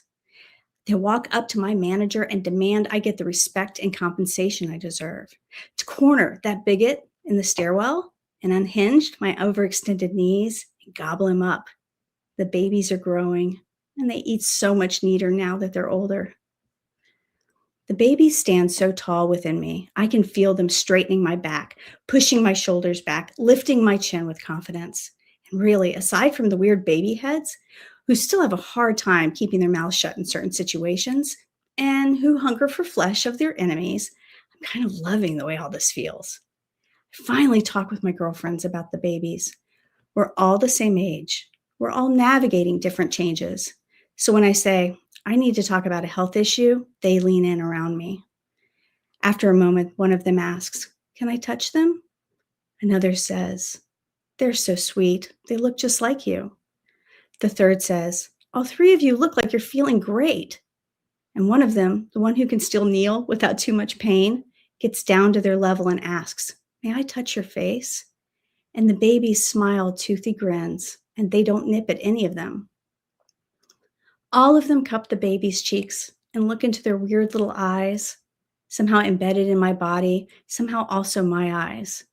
And they nod sagely as the babies babble their discontent with the world. And they say they've done a good job dispatching the bigot and getting rid of that creeper in the Walmart line. The babies took care of him too. They ask about my wife. And they say they love her for rolling with my weirdness. And they tell me I'm beautiful. My wife and I go to the beach after my girl day. I wasn't sure how that would work with the babies, but they're fine with it. Babies don't breathe. They only use their mouths to talk and to chew up and swallow a satisfying meal.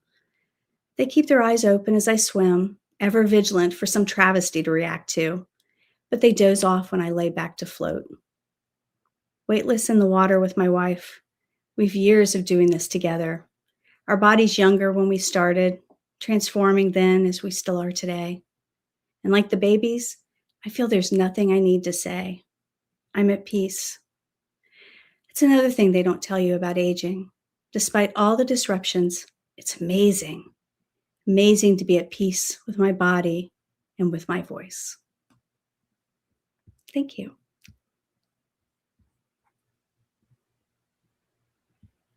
Love that ending. Thank you.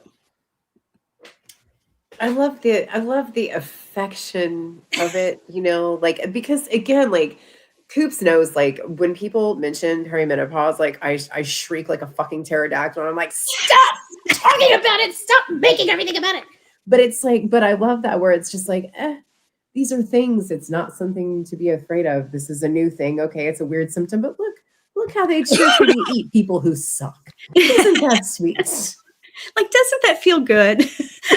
It does. And it's the support. It's the, I don't know, just sort of becoming one with your body kind of thing and whatever the hell's going on with it. I loved that. That was beautiful. Oh, thank you. Yeah, I think I think I needed a little sweetness and hope a little bit this year too, as much as I'm pretty pissed off about stuff. Yeah. It was such a unique body part to choose. Yeah. Like, I understand like where the idea for baby head knees come from, but it's such a unique body part just because we don't really think about it as we get over. We look at our faces, we see the lines forming. We look at our arms, like, oh, our bingo wings are coming in. What? What do I got? Bingo wing. Don't make me flap mine. I will. I'm gonna take it right off from my ceiling. But like, just to love any part of yourself and every part of yourself is such a gift. One I hope to eventually give myself. Maybe my baby needs will talk to me one day. And eat the bigots. And eat the bigots. And eat the bigots, yeah.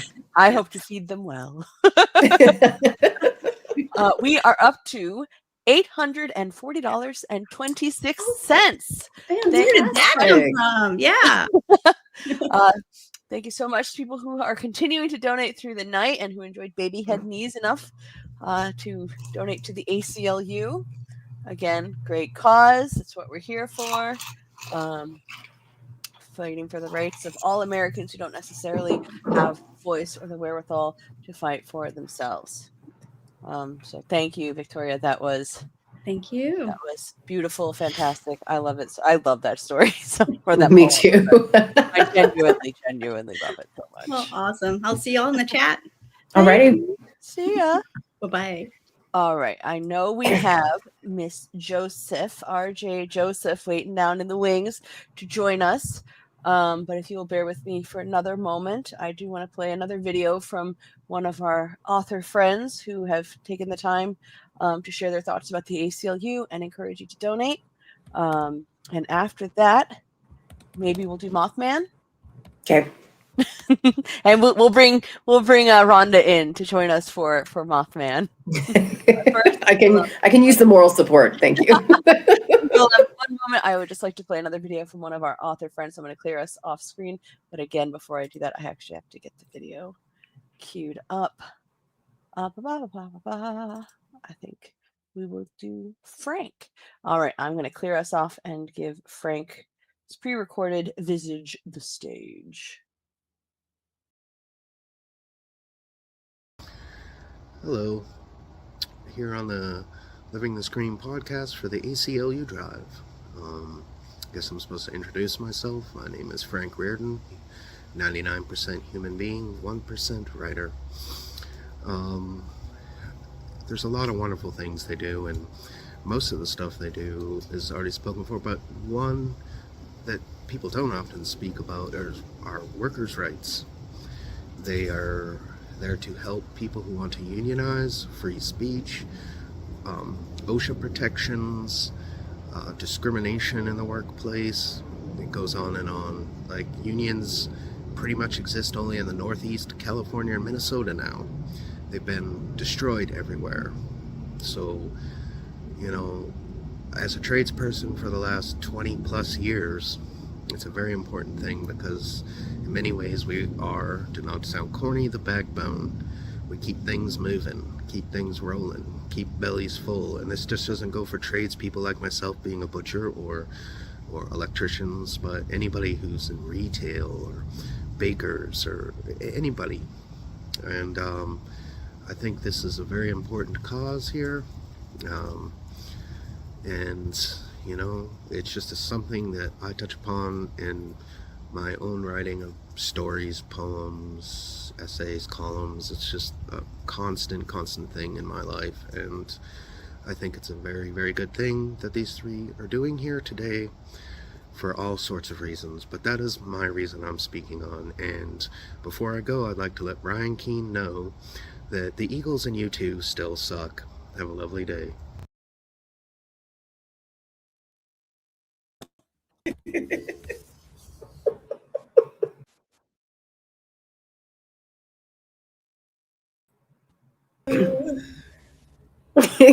Wrong, Frank. You're still wrong. Sounded like that announced some fighting words there. Well, What's up, thank RJ? you. Thank you for joining us. That was pretty good. Thank y'all for having me. This is so much fun. Would you like to introduce yourself to our lovely viewers? Well, absolutely. I am RJ Joseph. I am a creative and academic writer. So I write creepy stuff, and sometimes I write some kind of smart stuff too. Don't believe her. She's one of the smartest people I've ever spoken to. Hell yes, she is. Yes. Just being in the same orbit as Rhonda makes you smarter. I swear. It's true. It's true. Oh, All right. Well, before we give the stage over to you, I think that Mothman wanted to make an appearance. Oh my God. We hit 750. We're at 840. Mhm. Come on, guys. Maybe if we donate a little more, Laura will feel better.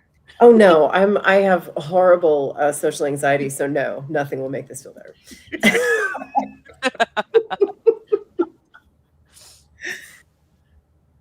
If it helps, you're in a smaller window.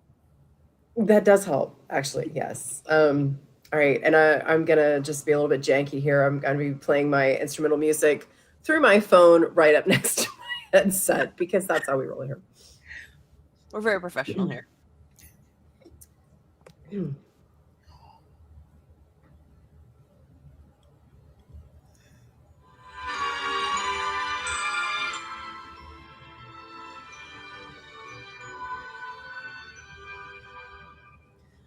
Oh, little town of Point Pleasant, how dark yon forest be. Above thy wide and crashing bridge, Mothman speaks prophecy.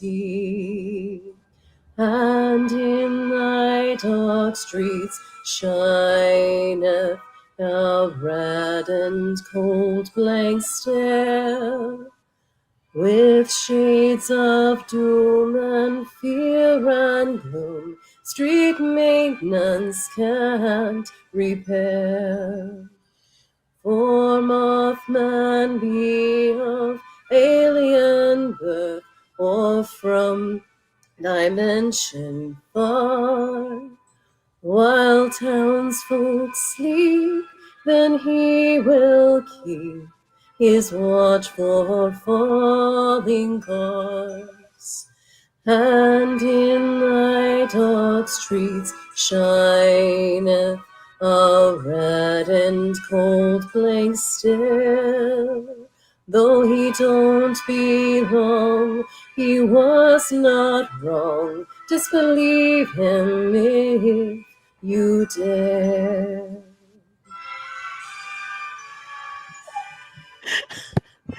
That was incredible. I apologize for my voice. I have a cold and it was giving out on me. Lyrics written by an attorney who prefers not to be named.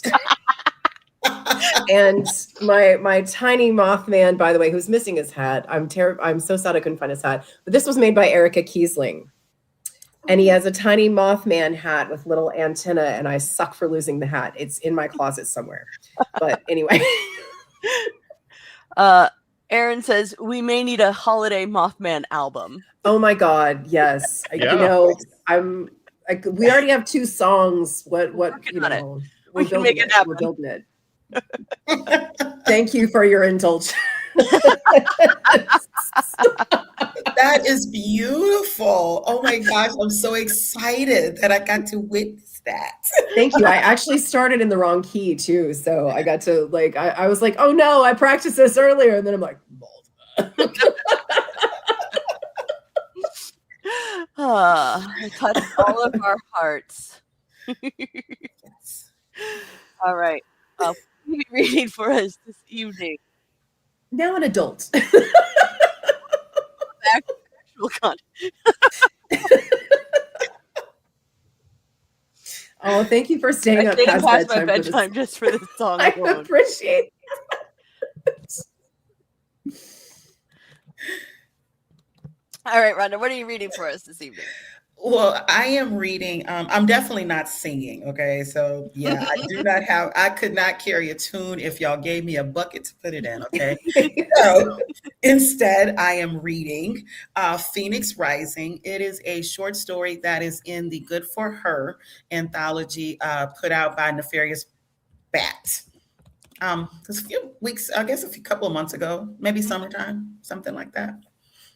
Yeah. All right, so here we go. All right, let's clear stage and we'll give it a. Petra stood just outside the spa doors for a moment to catch her breath.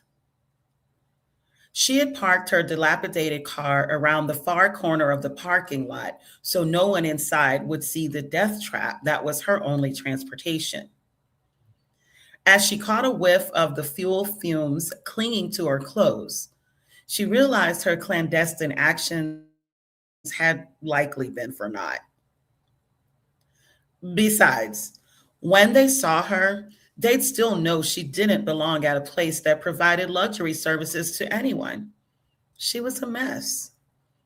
Her hair hung limply in the self-styled twist she had just last month done a month ago, dull and lifeless, almost as washed out as her dark skin that managed to impossibly look pasty and overly greasy at the same time.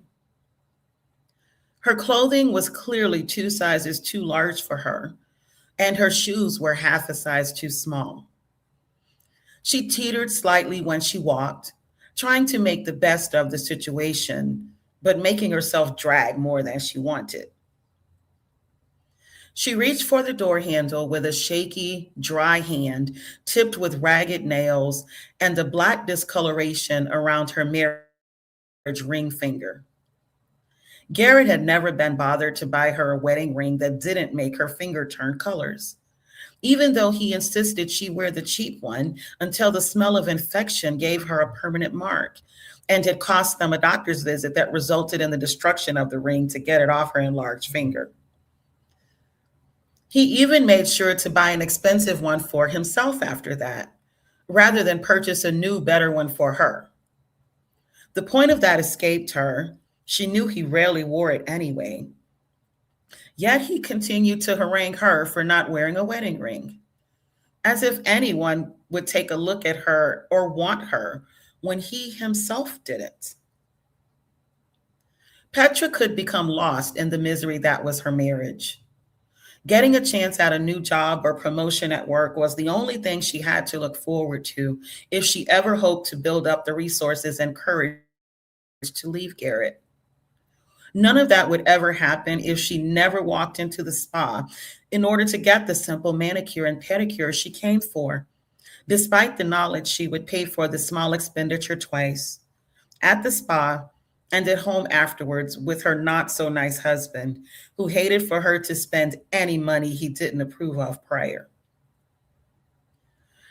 She couldn't muster up any fear, anxiety, or any other emotion over Garrett. Petra had exhausted all her tears and hopes in their years together. She only looked forward to leaving the bondage that wasn't even torture anymore. Petra's energy currently was dedicated to navigating her workplace. She worked in a loan processing center where there were at least 4 levels of promotions available, each coming with a hefty raise she could sorely use. Families in the middle echelons of Houston society often sent their Texas princess daughters to work at the bank. What they actually did couldn't be called work.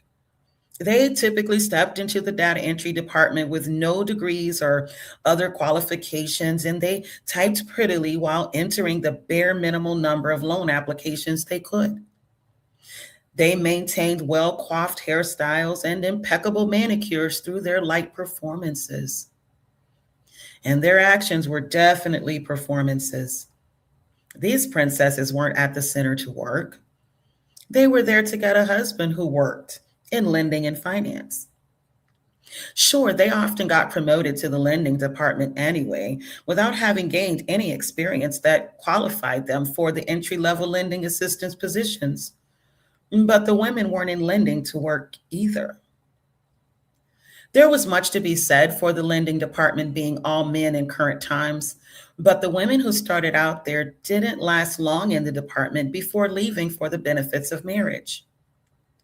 Petra wanted to be the first female lender in the department, but she knew she had to go above and beyond the general job requirements to get promoted.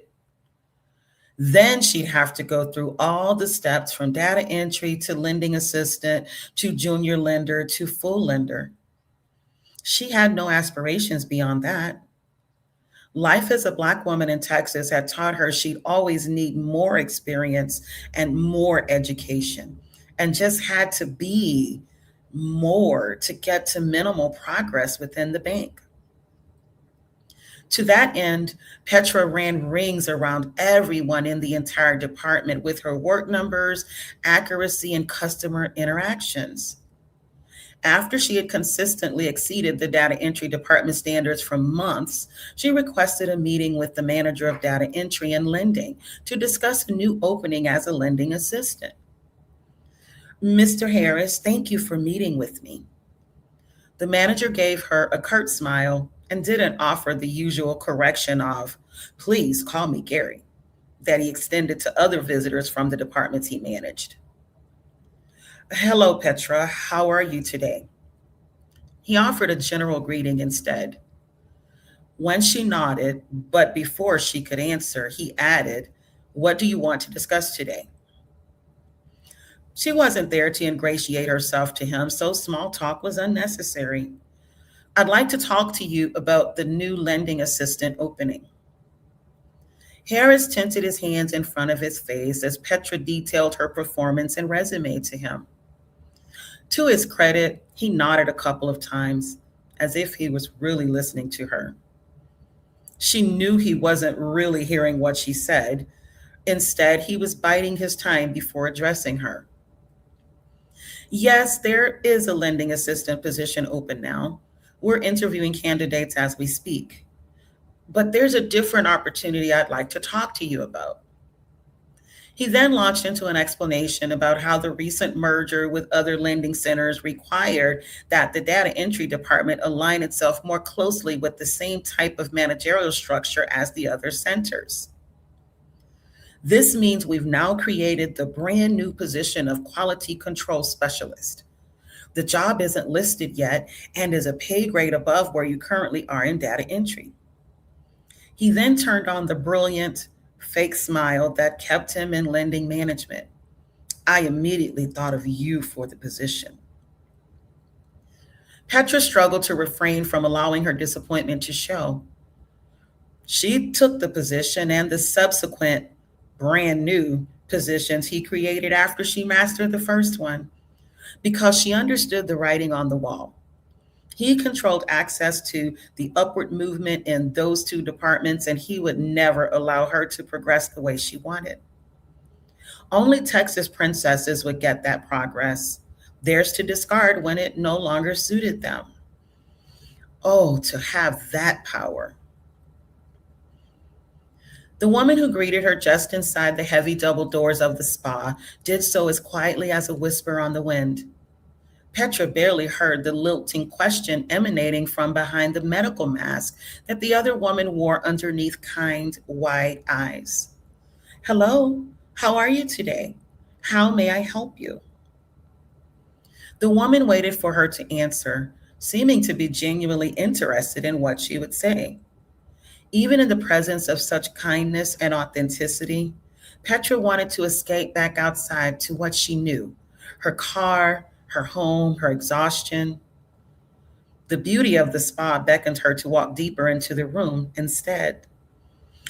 May I have a soft scent?" encouraged her to continue. "I'd like to have a basic manicure and pedicure. No polish, please." Polish cost extra, and Petra didn't have extra time or money. The woman smiled and invited Petra into a side room. "I can give you exactly what you need. Here, we help each other." Petra stood in the doorway of the room and gawked at its opulence. Every metal surface shone with the burnished glimmer of real gold, not the obviously cheap, shiny reflector pieces, gaudy and shouting their faux temporary value, but the muted, almost understated glimmer of everlasting sumptuousness. Each client station was enclosed in tall dividers made of a shimmery fabric that begged Petra to touch it if she dared. A peek inside one station revealed a large seat, covered in the same material as the dividers, and a well-stocked bar. Petra couldn't identify the fragrance suffusing the large room, but it calmed her and made her feel she could relax fully in the space.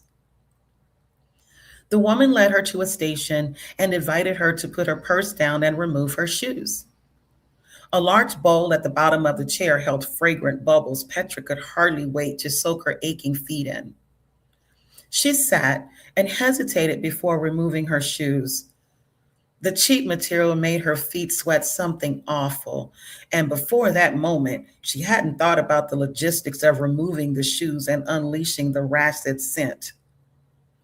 It is fine. The simple words from behind the mask held honesty. Petra obliged and sighed when she submerged her feet in the water. The chair molded itself to her body and began a gentle warming massage in just the areas where Petra needed attention. The woman reached underneath the bar and retrieved a neck warmer and placed it around Petra's neck. Wait a minute, Petra started. I can only do the basic pedicure and manicure. I won't be able to do the extras. No worries. You came on the best day when all of our services are buy one, get the rest free. Petra frowned and considered the offer. It seemed too good to be true. But how would she know if the woman was telling the truth? Honestly, she couldn't. Since she'd not been to such a place before, she didn't know what the pricing was regularly like. As the other woman pressed a wine glass into her hand, Petra decided that particular worry didn't matter in the least.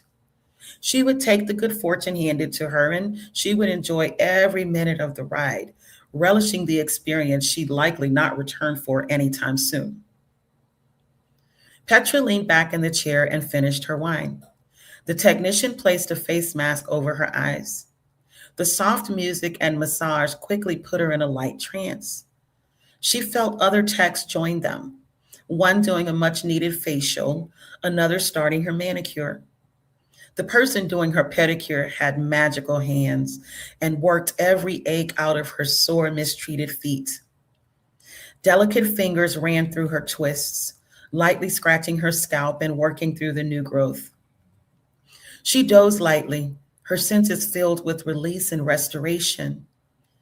The incense called to mind visions of light and flowers, beautiful things, happy things. For those hours, Petra allowed herself to enjoy that beauty, to pretend she was a part of it. She awoke in the candlelit room, unsure of how much time had passed. She felt disoriented, but better than she had in years. Better than she ever had, really. The door opened. Petra recognized the kind eyes she had only seen above the medical mask when she first arrived. The woman no longer wore the mask. A brilliant, genuine smile greeted Petra.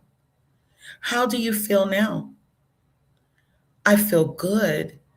I feel... Her voice drifted off as she caught a glimpse of herself in a mirror on the wall. Oh, there were no candles. The flickering light Petra had seen came from her body. She gazed at her reflection, running long, sparkly fingernails along the shimmery skin on her face. Her twists danced, rising of their own volition, standing proudly atop her head, intertwining themselves into a crown. She stood from the chair, the glimmering light shining brighter as she did. She fingered the elongated fangs protruding from her fuller lips, beneath eyes that sparkled with multiple pupils. She watched, astonished, as tingling in her back produced lush black wings reaching high towards the raised roof of the spa. Petra was no taller or bigger than she had been, but she was somehow more than she had been. She turned a questioning gaze to the other woman. Breathtaking tentacles emerged from her body. They slithered towards Petra, arranging her feathers and twist coils, caressing her face. She remembered their touch from her services. There had only been one technician, this one who put the finishing touches on her client. I feel powerful. How? I can only work with what is there. We help each other here. You are powerful. You are a goddess. The words of affirmation floated through the air from a line of thought into Petra's head. They resounded quietly, matter of factly. I am a goddess. The entire room lit up and Petra laughed. You don't have to suffer. We have power. We will use it. Petra fluttered around the spa. I can see so much. You have always seen. Now you can see the entire picture. My skin is so sensitive. I can feel the energy around me. You have always been perceptive. Now you can manipulate what you feel. And I can fly. Your wings are no longer bound. My nails and teeth are so sharp. I'm hungry. The other woman wrapped Petra in her tentacles, a gentle and encouraging hug. You can fuel your spirit's every desire. Fill yourself, then fill yourself again and again. The woman sent new thoughts into Petra's head. They weren't the only goddesses. Others like them lived and loved and filled their own spirits, dream after dream coming. So much power. Petra understood what had brought her to the spa that day. Broken spirited and downtrodden, she entered as a shell of her true self. She would now emerge, triumphant, to bend her life to her divine will. A goddess would always be more powerful than a princess. And goddesses didn't need low-level jobs or unworthy husbands.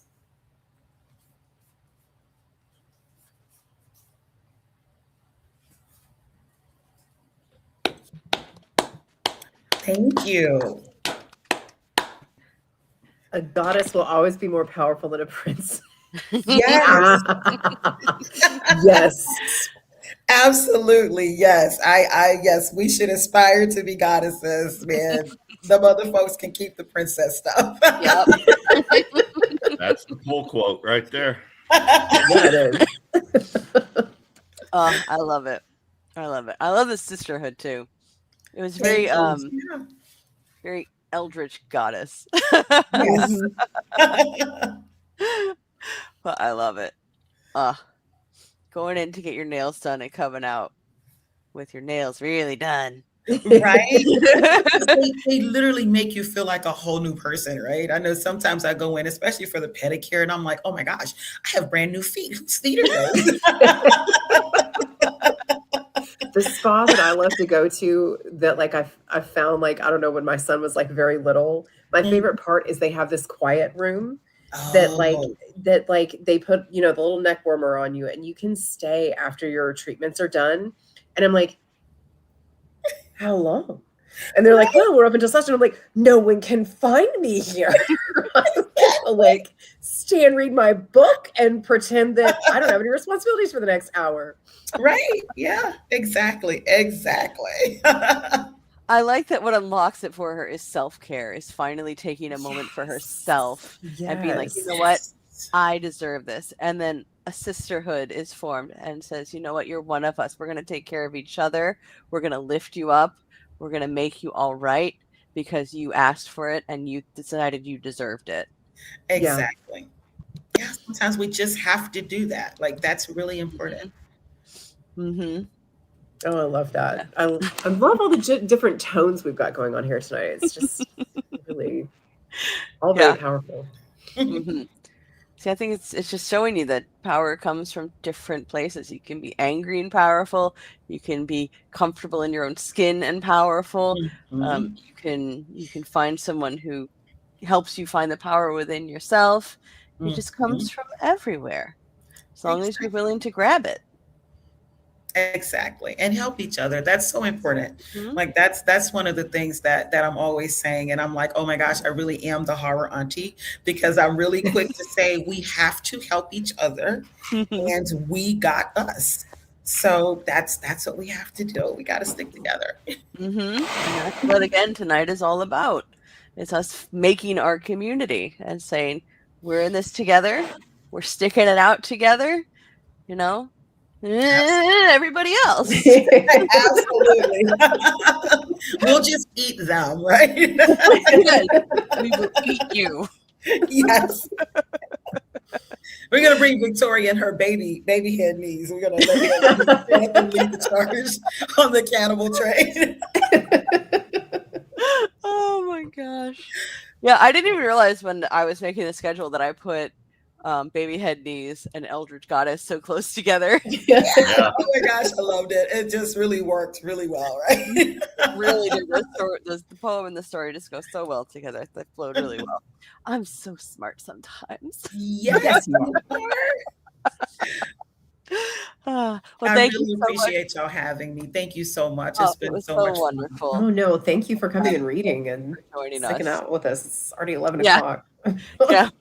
Love you, RJ. Thank you so much. You have a wonderful rest of your evening. Thanks, you too. I'm gonna go back and join the chat over on YouTube. All right, y'all have a good night. Thank you. You too. Bye. All right, so let's check the total. All right, we're at 840. You know, Nice. calling Kiesling and shaming him into donating worked pretty well. Let me see. I got an idea here. Do I have Stephen Kozanowski and Wiley Young on the line? Yeah, right. This is the ACLU. Well, this is the live stream for the ACLU. Yes. Hi guys. I have a complaint that I need to make to the ACLU. No, this isn't actually the ACLU, Kozanowski. It's 11 o'clock. How much have you had to drink tonight already? Listen, why are neither of you part of the live stream? Why are you not in the chat? Mainly because I've been scared of Laurel. You're scared of Laurel. As well, you should be. What about you? Yeah, you're both scared of Hightower. All right. Well, then here's what I want you to do. You got a pen and paper? Yeah, go ahead. All right. Go to briankeene.com. Click Living the Scream 2025. Click the link to donate, and both of you donate $20 in the next 10 minutes, or I'm going to send Laurel over to your house to kick your asses. No, it's worse. I'm gonna sing Mothman carols at you until you beg she's me going to to leave. sing Mothman carols at you. So unless you want that to happen, go donate. You'll never sleep again. Also, why would you punish her by sending her to Oklahoma? All right. Good night, boys. Go donate. Thank you. Good night, guys. Thank you. All right. So yeah, we'll just start sending everyone. caroling. I'm just gonna start it's funny because like don't just call horror people, call randos. We could do that Aunt too. Carol, why are you up? Donate money. What the hell is going on? And yes, Todd, you missed a beautiful rendition of a Mothman carol. Sorry. I don't know about beautiful. Again, I started in the wrong key, so I was like, oh said my. What I said. 10 toes down. We did hit another $800. We did hit another $100 mark. Yes, yeah, we're over 800 now. So I did send you another How to Write Men. We have to keep Fantastic going. All right. Who would like to read theirs first? Oh, this is good. Go for it, Keen. All right. Excuse me. How to Write Men Choosing Clothes. He gazed between the jorts and the cargo shorts. The former would offer firmer support, uplifting his golden globes like a winning actor at the award show. But the latter was looser and gave his prize hog room to roam. Decisions.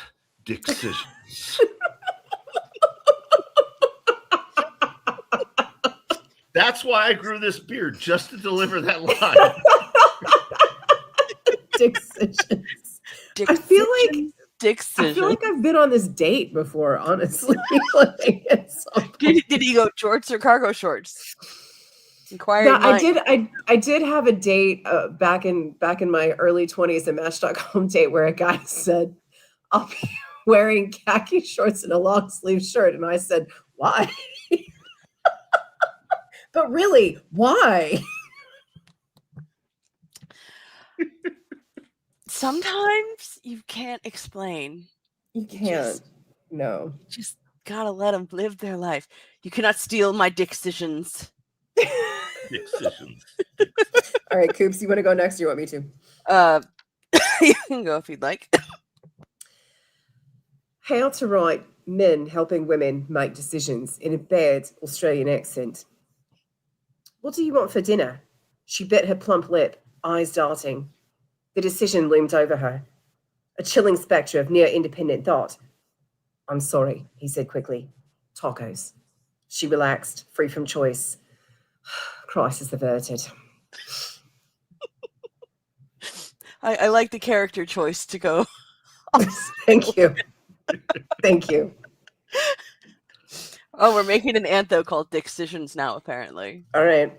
Kind of a little threatening, honestly. Is because it almost sounds like dick incisions or excisions. Mm-hmm. Lots of decisions you can make with these dicks. Mm-hmm. Dealer's choice. All right. How to write men being threatened by women. Easy, girls, he said. Her breasts strained against her tea like two pit bulls on a fraying leash. Her nipples followed him with laser precision. She was a double D for sure. A dangerous dame. One wrong move, and he'd be only a mammary.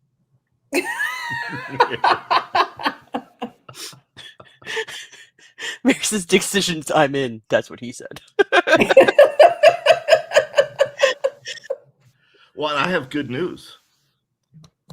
What is your good news? Threatening Wiley Young and Stephen Kozanowski with Laurel showing up to Mothman Carol them has us less than $10 away from $900. We are currently at $890.26. Nice. Yes. $10 will be at $900. We can do it, guys. All right. Our next author up is already here. He's in the room with us right now. No, I thought reading the men writing women counted as me doing the reading. You can just move on. Nope. Nope. The rest of us did it. All right.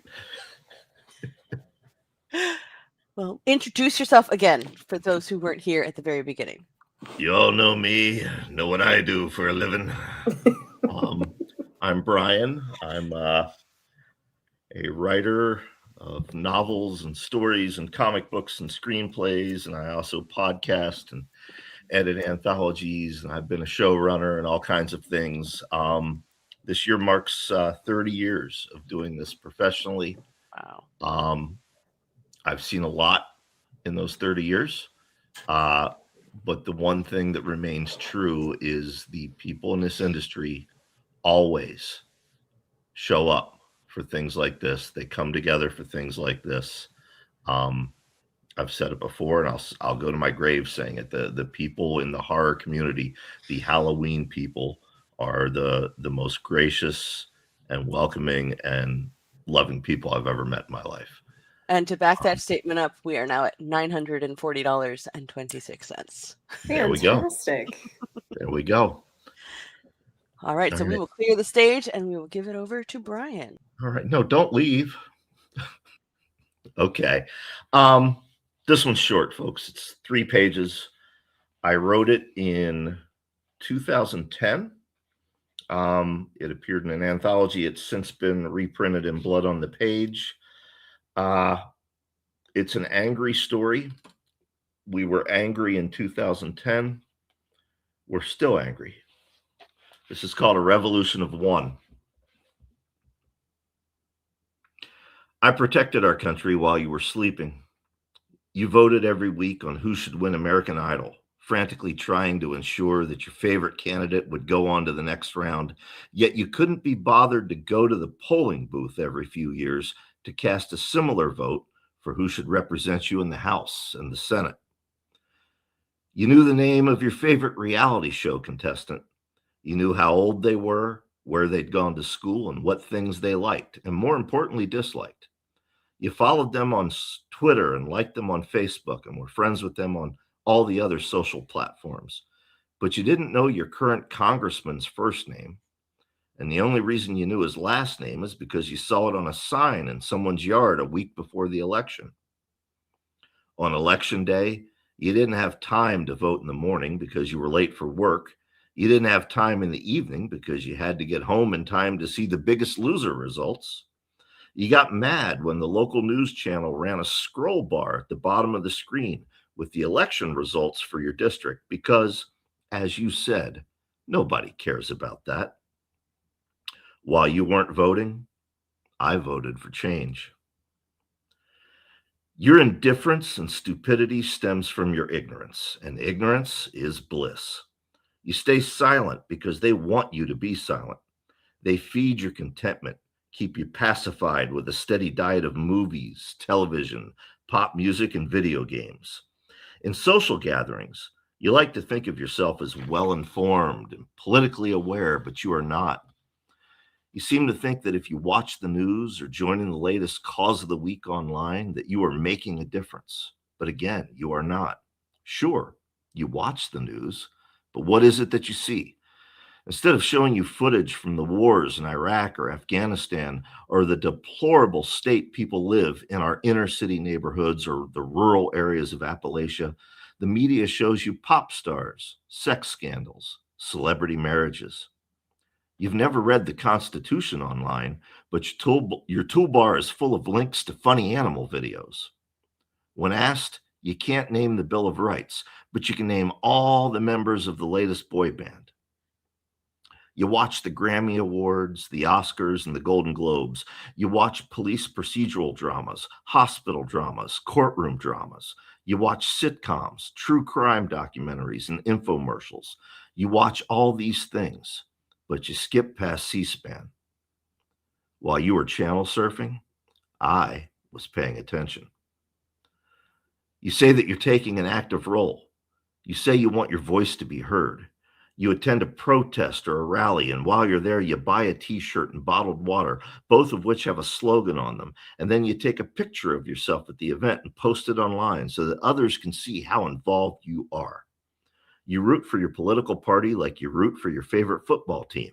But while the NFL has 32 teams to choose from, the American political process only has 2.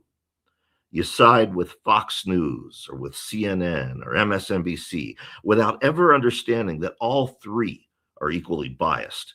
The media doesn't report the news because there's no money in it. Instead, on the rare occasions when they interrupt coverage of that week's celebrity funeral, they simply parrot whatever their CEOs, shareholders, and friends in the government tells them to report on. Our wars, our economy, our crime rate, our social mores, all of these are reported on as a series of press releases read to us by empty-headed, good-looking newsreaders.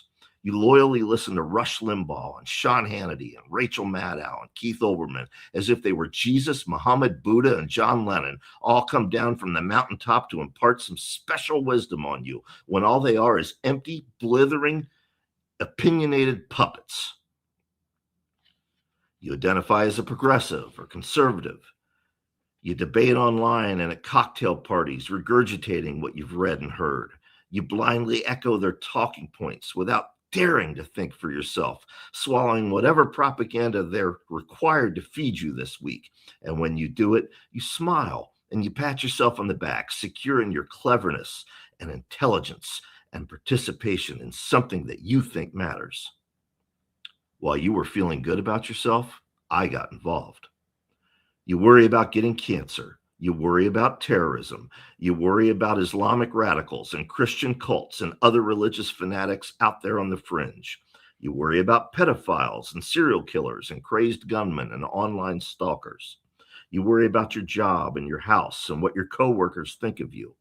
You worry about whether your wife knows about your affair with that old flame, and whether your husband knows about what you did with that guy you met when you and the girls were in Vegas for a weekend.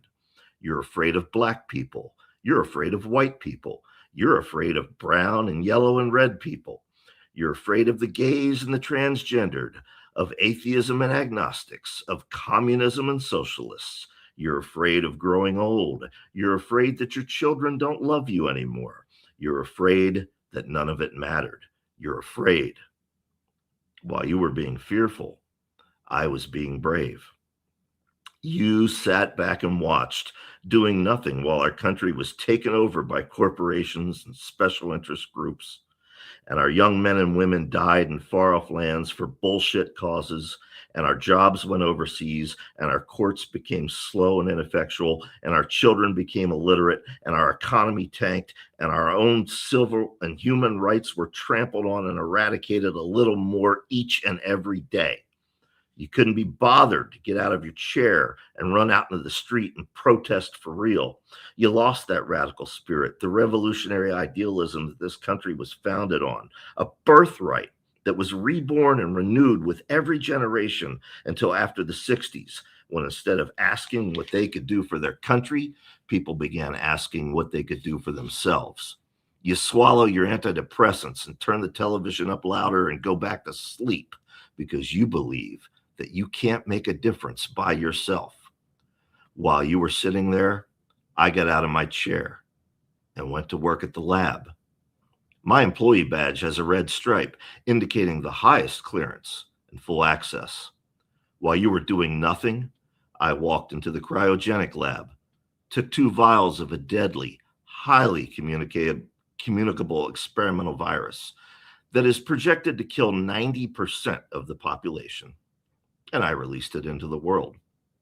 While you were part of the problem, I am the solution. I am a revolution of one. And I set my glasses down. I don't know where they are. There they are. Damn. Sometimes you feel like you need a revolution of one. That's how we used to do it back in the day. Back in my day, we had to walk both ways naked up a hill just to have a revolution. I guess that old story still has some legs. It does. It does. I was thinking it's kind of funny because it's like, you know, some of the talking heads you reference, like Rush Limbaugh and everything like that. Obviously, they're not, but it's just like, they're just even more fucking blithering now. Like back then, we just thought, how could someone that stupid be so everywhere? And now it's just even worse. And you're just like, Jesus Christ, like, how do you even draw breath? Yep. Well, thank you guys. I appreciate it. No, thank you for reading it. Damn, yikes, dang. Even Todd is saying, holy shit, bravo. You impressed Kiesling. That's hard to do. It is. Well, thank you, Brian. That was thank you, guys. Fantastic. Oh, as always. All right. Our next author is waiting in the wings. Are you ready, Paula? All right, I'm going to bring our next author, Paula. I'm looking forward to this. Oh, this story is. I'm looking forward to this. You should be. That's all I'm going to say. You should be. Hello, everybody. Can you hear me okay? Oh, yes. We can hear you, Paula. Okay, great. Awesome. All right. Thank you so much for joining us. Yeah, thank you so much for inviting me. I appreciate it. Of course, as everyone has said, this is a super important cause. I'm honored to be part of it and honored to be on this lineup. Some of my favorite writers are here, both as hosts and as readers, and I think a few people in the audience. So this is super rad. So I'm going to read a story called FAFO, or FAFO. And I'm hopefully my kid won't disrupt me, but there's a chance. So I just want to put that out there. She might, but hopefully she won't. So Yeah, so without further ado, this is Tell us a little bit about yourself before. Oh, my bad. I was I always forget that part. Yeah, sorry. My name is Paula D. Ash. I am a writer of dark fiction. I had a debut collection come out in 2022 called We Are Here to Hurt Each Other. And this story I'm about to read appeared in the anthology, The Book of Queer Saints, Volume 2. And yeah, I'm still working. I'm still writing. I'm dealing with some super gnarly imposter syndrome right now. So like I made myself do this to kind of like, I don't know, like to try and get myself back in that headspace. Like just write, shut up and write, Paula. I feel you. That's I'm really in what the I need to same hear. boat. So, you know, Same boat. so yeah. So as a way to show myself, like, yes, I have written, and you know, you will do it again. So, yes. Hell yes. All right, then Yeah. we will clear the stage if you are ready and let you build that confidence back up. Thank you. I appreciate that. I am ready.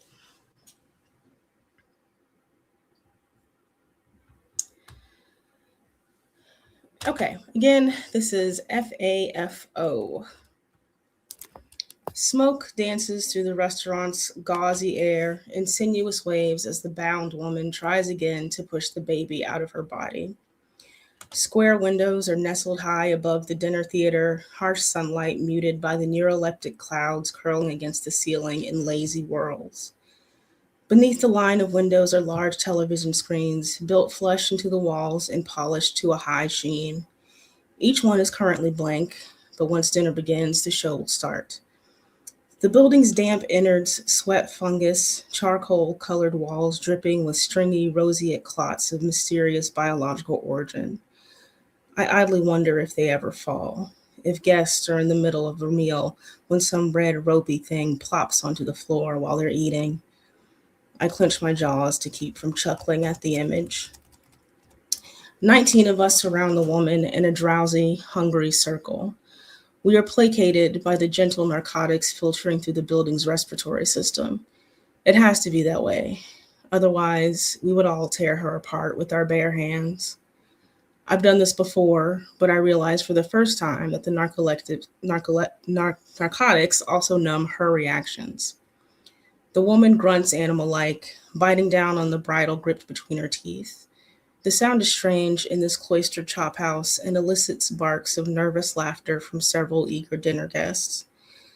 The woman's mouth is like a tooth gel advertisement, perfect pink gums and strong, bright incisors. The woman is white, with ashy blonde shoulder-length hair, dark, glassy eyes, and engorged breasts that sit bulbous on her ribs like stubby eye stalks. The skin of her full belly is taut and waxy like the flesh of a pre-deliquescent mushroom. The birth throne's restraint hold her arms out to each side and keep her legs apart, while providing resistance for her to brace against during contractions. The obstetrical stirrups glisten with a sharp sheen. Between her legs is a midwife, gray-clad and mirror-masked, their gloved hands delicate and practiced at the woman's aperture. The soles of the woman's feet are clean yet bruised, fading from a swampy green to a bilious yellow. The marring is particularly noticeable around the underside of her heels. A few of her toes appear black. She fought really hard, especially after her husband was captured. Beneath the teppanyaki table, my leg bounces nervously. What's wrong? Lenny's expression is blank, her hand still beside mine. I should be asking her that, not the other way around. I shake my head. You okay? Lenny smiles at me, and I have to stop myself from audibly sighing with relief. Of course. She glances around sheepishly, her voice slightly echoing through the mostly quiet chamber. There are security sentries throughout the darkened doorways and corridors of the restaurant. Self-monitoring is difficult when intoxicated. A few patrons give her withering looks. I tilt my head to reveal my collar and the twin iridescent bars that rest on it. A few people's eyes widen before they look away. Several blush. None will look at me during a ceremony. Sorry, her voice lowers to a whisper. This is just a lot to take in. Yeah, I nod. If at any point you want to leave, I don't. She glances at the table, the heat from the grill curling the addled air in waves like translucent fatback. I feel her hand rest on top of mine. The nubs of her amputated smallest and ring fingers feel slightly rough against my skin. A flush of anger sweeps through me, but a chemical calm falls over my inflamed brain like a fiberglass tarp. Her hand moves farther into mine, her remaining fingers curling into my palm until our digits interlink as best they can. It took us a while to figure out how to do so again, comfortably. It took a while before I was able to touch her. It took a while for her to want to be touched. I'm okay, she says, earnest and almost smiling. I squeeze her hand, grateful I'm high as shit or else I'd start crying. Her chin juts toward the theater. I think it's going to happen soon. I start to say something else, but the older man on the other side of Lenny leans over towards us. Good, because I'm hungry. He chuckles softly, and we can't help but join him. He's handsome, dark-skinned, wearing a tailored suit, silver stubble trimmed neatly into an impressive Van Dyke. He reminds me of one of my long-dead uncles. He catches me staring. Shit. They got me a long time ago, he whispers. Put me in a school where they tried to beat it out of me. I guess it worked for a little while. Lenny's grip on my hand tightens. I can almost feel her pulse quicken. I got out, technically, but you carry it with you, you know? I nod and look back to the theater where the pregnant woman's spasms have momentarily relented. She breathes hard around the bridle, designed to allow the necessary techniques for optimal oxygenation during parturition while adhered to the inner walls of her mouth. Lenny's grip goes soft, either because of the medication or she realizes the man's story is going in a different direction than she initially assumed. He has earned an audience, certainly, but I can't pretend like hearing those stories doesn't reopen fathomless wounds freshly scabbed. There it is. Clench in my throat, wave of nausea in my belly. I knew it would come, like it always does. I take a deep breath and close my eyes. I'm okay, and I'm safe. There's an end to it. I lived through it. If there's any place where I'm relatively safe from this deluge of personal misery, it is this place where every goddamn morning it's the same thing. Get in the car, baby. Yes, I'm sorry we missed the garbage truck, but you know what? It'll be back next week. Just get in the car. Emma, my God, I am safe. Can I help you? No, honey, just buckle your car seat. Yes, who wants to know? I don't think, Emma, stay in the car. I don't know what new law you're talking about, baby. Get back in the car. Okay, well, you can't, Lenny is safe. Emma, please. Citizens arrest my ass. You can't arrest me. You aren't even a fucking cop. It's okay, Emma. Lenny, take her in the house now. Seriously, are you going to shoot me in front of my fucking family? Emma is safe. Now, here, we are all safe. Emma is safe with her beloved grandparents for the weekend. Lenny is safe besides me. We all still wake up screaming sometimes. We all still prefer being indoors to outside. We all lost something. Emma was without us for 3 days, too goddamn long. It felt like a lifetime, but she is ours forever. Lenny's fingers were severed by their truck door slamming shut. I lost some pieces of my mind. I can admit to that. But it was one of the best fucking things that ever happened to me. Sometimes awful things are done to you and it doesn't make you stronger. It just makes you want to die over and over again. But sometimes, by some internal alchemy, the right fucked up thing happens and it sets you all the way goddamn free. I'm thankful I lived long enough to see the tide turn like this, the man continues. Never thought I'd see such in my lifetime. I smile at him, and I hope that he has someone waiting for him at home. I hope he loves someone and he has someone to love him without fear or shame. I hope he gets some satisfaction once the food is delivered. His eyes suddenly grow wide. He too has noticed the iridescent bars on my collar. He tilts his head towards the bound woman. You do this? He doesn't even whisper, just mouths the words silently. He knows the rules, even though they are much more relaxed here. I barely nod in response. Well, thank you, ma'am.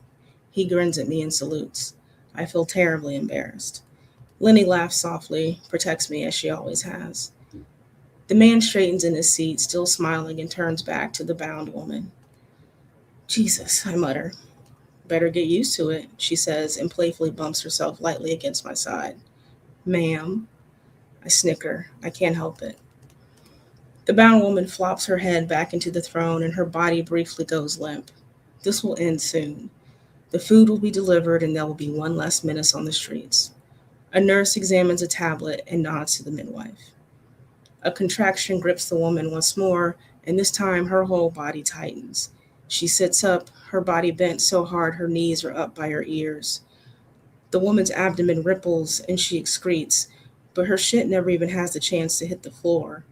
A nurse in diaphanous white robe swoops in like a manic nun and in one smooth motion gathers the feces into a rag, delicately wipes the woman clean, then carries the precious bundle away from the dining area and into one of the cavernous back rooms. The woman screams through gritted teeth, and movement from the midwife indicates she is crowning. 2 more nurses in white appear, pushing a portable tray of surgical implements, the other pushing a stainless steel bassinet. The air in the room changes. A sizzle of electricity bolts from one side of the semicircle to the other. Lenny presses herself against me, her eyes the color of dark green sea glass, bright with anticipation. I want to cry, but I blink them back. I don't want her to get the wrong idea. We are here, alive, together as a married couple and Emma's moms. We survived. We survived and we won. 1 minute the woman is groaning, and in the next the infant slips out of her, waxy and red and screaming. The child is in the midwife's gray-gloved hands, the 2 of them like strange aliens from 2 very different worlds. A nurse trims and cauterizes the umbilical cord movement from the edge of the circle. Another woman, topless and swollen, with skin like deep burnished bronze, approaches the midwife and the infant. The midwife hands the child to the new mother. She lays the naked infant against her bare chest, and the baby begins to quiet. The new mother is undeniably radiant as she wraps her arms around her infant, smoothing the vernix into her skin. Another nurse places a blanket over her back and shoulders, holds it to them as they exit the theater. The blonde woman is unconscious on the throne. I had forgotten about her somehow. The midwife selects a syringe from the tray and inserts it into a port in the woman's chest. Minutes tick by in an expectant silence. A bell chimes. The midwife nods to the crowd and everything cracks right open. We all stand and cheer. Lenny and I kiss and embrace, and then we both hug the older man in the nice suit who reminds me of my uncle. By the time we're all finished cheering and hugging and wiping away joyful tears, the tables are filled with various chopped vegetables and fruits, drinks, silverware. Okay, go upstairs. I'll be right there in 5 minutes. Go on. Okay. I'm in the middle of reading. I'll be right there. Go on stairs. I'll be there in 5 minutes. Go on. Are filled with various chopped vegetables and fruits, drinks, silverware, and in front of the searing table are our chef's steel utensils flicking in deft hands. The air grows brighter and the air feels a bit clearer. I think they've cut off the chemical mists. Above us, the line of televisions click on, displaying information about the woman who was in the stirrups. Some people watch intently, learning about her work for Moms for the American Way, an anti-queer, white supremacist homeschooling group and terrorist organization that decided to take matters into their own hands by citizens arresting queer parents and abducting their children. I had nightmares about her and her husband for months after they took Emma. Even after the police returned her to us, it was a hard time in our home. To give Lenny a break from me, I started walking late at night just to burn off the energy and to do something besides sit around feeling ashamed and powerless. It was on one of those walks that they found me. I look out at the people seated at the tables on either side of the dining hall, many close comrades I worked with underground for what seems like forever, ridding our communities of the unhinged bigots who threaten our families and our way of life. There are new faces too, folks who have heard rumors of us and those who have had loved ones return to them. Everyone is welcome, provided you can keep a secret. Slowly, we all sit down, our hunger stronger now than before. Lenny leans over and whispers to me, I want to be part of this now. I'm ready. I smile as a server brings a tray of pale fillets and sets it next to the chef, who begins tossing the meat onto the grill. My mouth waters as it sizzles. I didn't realize it before, but I'd been holding on to a fear ever since the blonde woman and her husband took Emma, and it didn't dissipate even once they brought her back. But now I feel it burn away. Lenny rubs my back as we tell the chef our order. FAFO special. He's, hey, there's only 4%. Okay, go upstairs. FAFO special, he says, coming right up. Mommy, just 4%. It's okay. 4%. Come on. Oh my God. 4%. Ooh, stop. Stop. I think there's Stop. 4%. Come on. Mommy.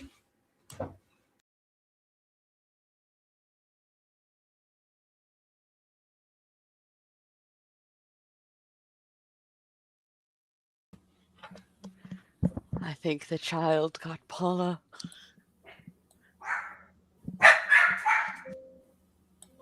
Did we lose her? I think the child got Paula.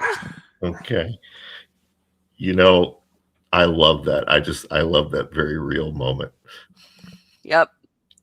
No, it's kids always come first, and it's just so funny to me that kids like, I don't care what you're doing. I don't care that you're important or that people are listening to you. I have needs. I always think back to a story Joe R. Lansdale told me early in his career. He had 2 kids, Casey and Keith. And, his deal with Karen, his wife, was, he would stay home and write, but he had to take care of the kids while she was at her job.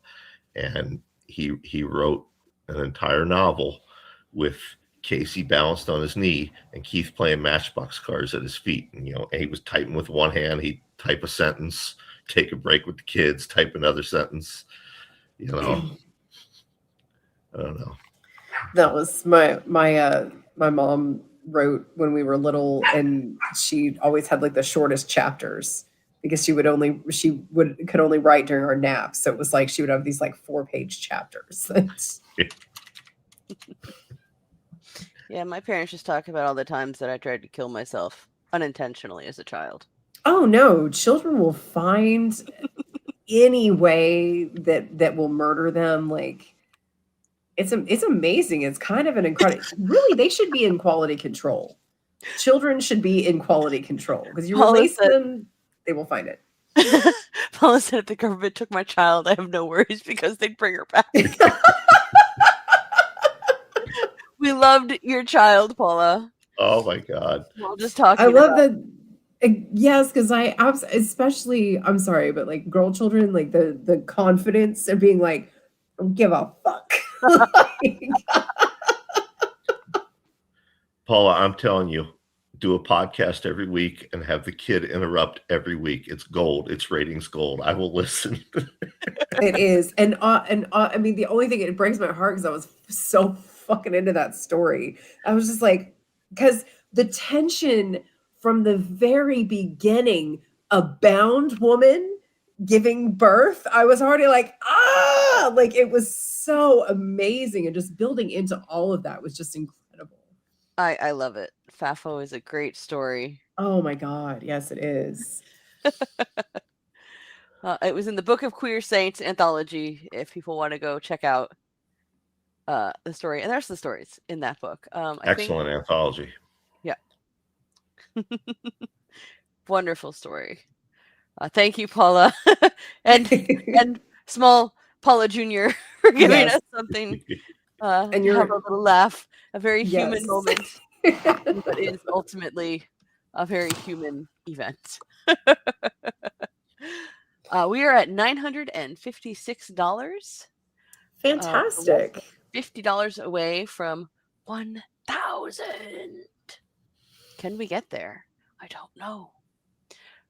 We do have 2 more authors this evening. However, they're going to be joining us a little bit differently. Unfortunately, Sonora Taylor and Bo Chappell were both unable to be here, but they did record some stuff for us to enjoy.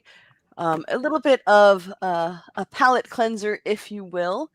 Instead of angry or grief or whatever else our stories have made us feel this evening, Sonora recorded 3 flash fiction stories that are Christmas themed because 'tis the season. So we have 3 flash fiction horror Christmas stories. Is that a Ruby Doo? That is Ruby having a Ruby dream. I Oh don't my know what she's doing in the dream. Sweet girl, it's okay. It's okay. Sorry. It's my fur child interrupting the live stream. Sweetie, it's okay.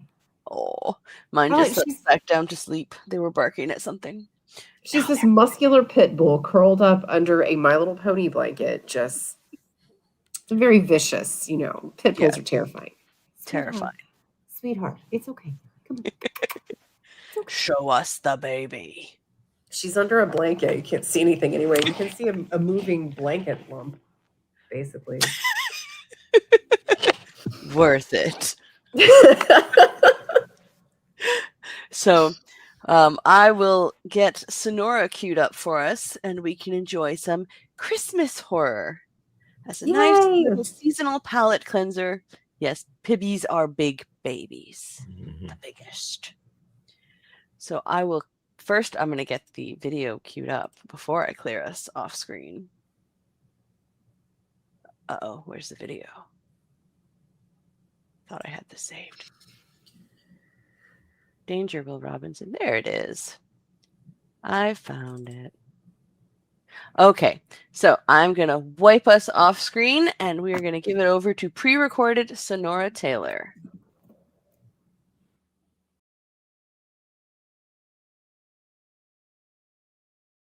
My name's Sonora Taylor. I'm really sorry I can't be here in person for Living the Scream 2025, but I'm very grateful for the opportunity to be able to record a reading for all of you. So first I want to thank S.H. Cooper for putting all of this together. Also shout out to Laurel Hightower and Brian Keene for co-hosting yet again.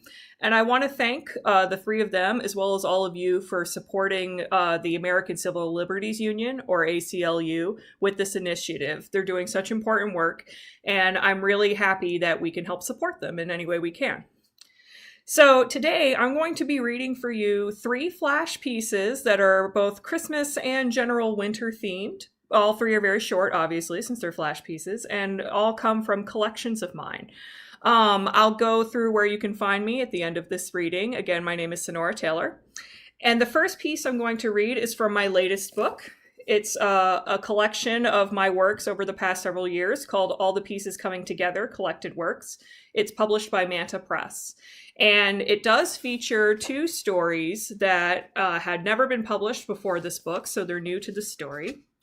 But the one I'm going to be reading for you is a very short flash piece about a very traditional Christmas called All the Trimmings. "Where does this ornament go?" Dean asked.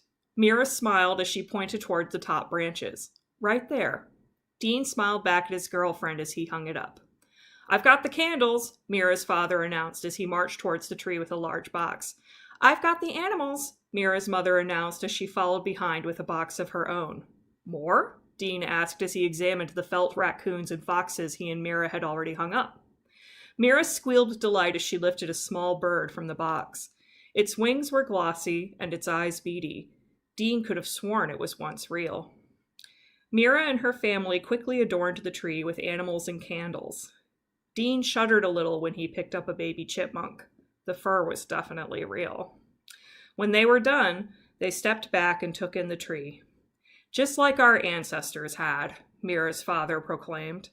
Dean set aside the reservations he had about the animals. The tree did look beautiful. "With one final touch," Mira's father added. Mira yanked up Dean's sweater, exposing his belly. "What are you doing?" Dean asked. Mira's father swiped a large blade across his torso in one clean stroke. Dean started to scream, then gaped in horror as Mira's mother pulled his intestines from his body. Mira and her father took the intestines and spun them around the tree in concentric circles. His guts and blood dripped from the pine needles as the last of his intestines reached the very top. "It's wonderful," Mira's mother exclaimed, grasping bloodied hands. Dean let out a gargled cry, then collapsed to the floor. "May Father Yule accept our offering," Mira's father said with a wide smile. "Merry Christmas." So that was a traditional Yule story. This next story that I'm going to read is from one of my more popular books, Little Paranoias. It's a book almost entirely made up of flash fiction, although there are about 5 regular length stories, but then several more that are 1 to 2 pages apiece. So if you're looking for quick holiday reads, especially to finish your Goodreads reading list, this is it. And it's available through all major retailers, as is All the Pieces Coming Together collected works. You can see I like to put skulls on my books.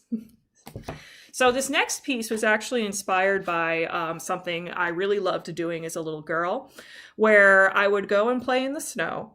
And I would make snow angels, but then as I was just kind of laying down in the snow and taking everything in, I could, it was just so quiet, and everything is so muted when it snows, and I could just hear my breathing. And, I didn't know it at the time because I was like 7, but it was very meditative.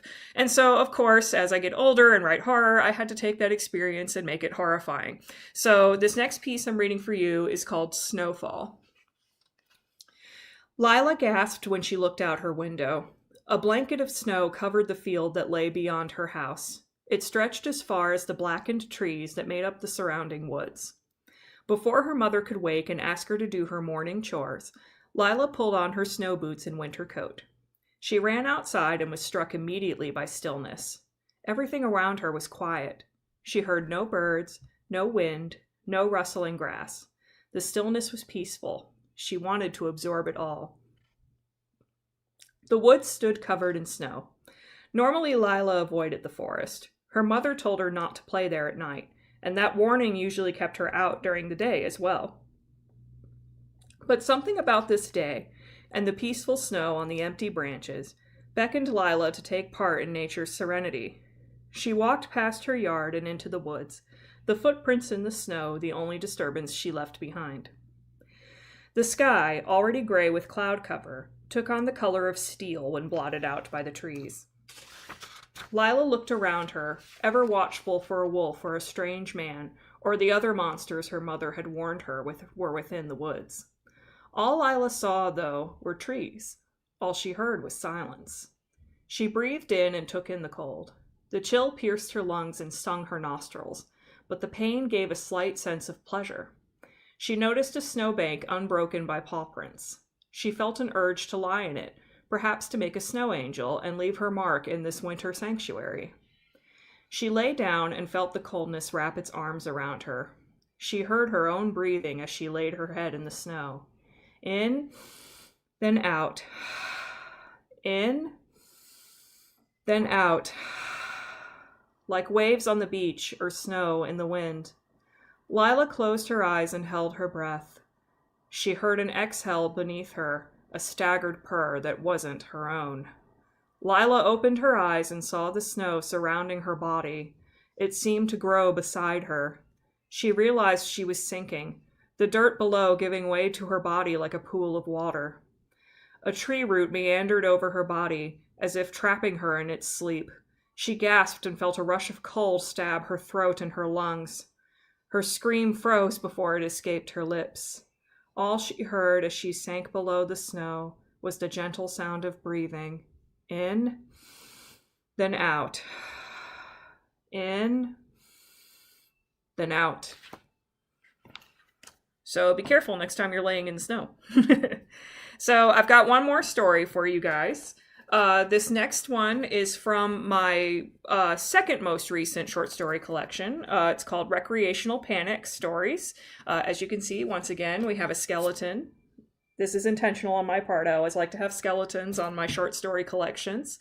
And this was put out by Cemetery Gates Media, also available wherever books are sold. And the short story I'm going to read to you is much more traditionally Christmas. It even includes some caroling. So this next story I'm going to read you is called Knee Deep. Oh, the weather outside is frightful. Carl grunted as he shoveled snow. That stupid song had been in his ears for days. He heard it at the mall, on the radio, and now at his office, where his co-worker Martha sang it at the top of her lungs. I just love the season, she'd said with a smile as he walked by her desk, even though he'd made it a point to avoid eye contact. I just want to wrap it in a box and gift it to myself. Probably the only way you'd ever get a gift, Carl muttered. What? She asked in a tone that said she'd heard him clearly. Carl sighed and sipped his coffee, but he could still feel Martha's grin and gaze drill into his back like an icicle. But the fire is so delightful. Heat moved up his arms and legs. The snow was knee-deep, and it wasn't getting better. At least it wasn't ice. Carl remembered walking across the icy parking lot at his office the day before. He'd fallen and hit his head on a patch that wasn't salted. He'd felt pain so sharp it felt like fire. Oh, you poor thing! Hands touched his shoulders, and through the throbs of pain, Carl realized the voice belonged to Martha. You gotta watch out for those patches of ice. Helpful, Carl thought with disdain. He was in too much pain to speak, and he didn't want to waste his precious energy on Martha, of all people. Let me help you, she said. She tried to steady him on his feet. The last thing Carl remembered before he passed out was that she hummed a Christmas carol under her breath while she lifted him. But since we've no place to go... Carl couldn't get relief from the snow. He couldn't go inside. The house beside him was cardboard. Cardboard! The bitch couldn't even give him a gingerbread house. He laughed. It was as bitter as the cold, and as shrill as Martha's singing beside his prison. He was in a dark room lit only by Christmas trees. Glass walls surrounded him, all the better to insulate him in cold air. A contraption blew snow into his prison, a fact he discovered when he woke up buried in flakes. When he'd woken up, he'd shot up, dusted himself off, and ran headfirst into a wall of glass. Careful, Martha had called. You don't want to make your concussion worse. Why am I here? Carl asked. Let me out. You need some holiday cheer. I decided to wrap you up and give you a gift. Merry Christmas! Let me out! Carl's hands were already red from the cold, and his legs felt like ice thanks to the growing mounds of snow. Not until you get into the spirit. And I'd start shoveling if I were you. That snow will only get worse, and men have suffocated in smaller drifts than what that box can hold. Martha had laughed and turned away. Carl held out as long as he could, then picked up the shovel and started to snow. He'd shoveled snow all night and most of the morning. Martha came down eventually, but not to let him out. She sat beside her Christmas tree, wrapping presents and singing to herself as Carl dug and dug. Let it snow, let it snow, let it snow. Well, that's all I've got for y'all. Happy holidays.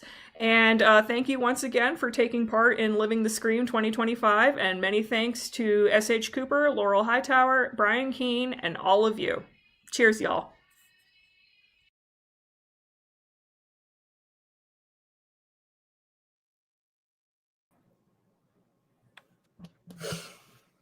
I'm being bullied in chat right now. That was lovely though. I like the little wintry mix going on there. Mm-hmm. Sorry, I'm old and it's late, so my eyes start leaking when I get tired, like an old lady. I'm just like, well, we only have. All right, you know what? Anyway. I hope it melts. I got it for you, Coops. And she just deleted you right off the screen. you and Todd taunting me with your snow because I'm in Florida. Now I got snow in my crotch.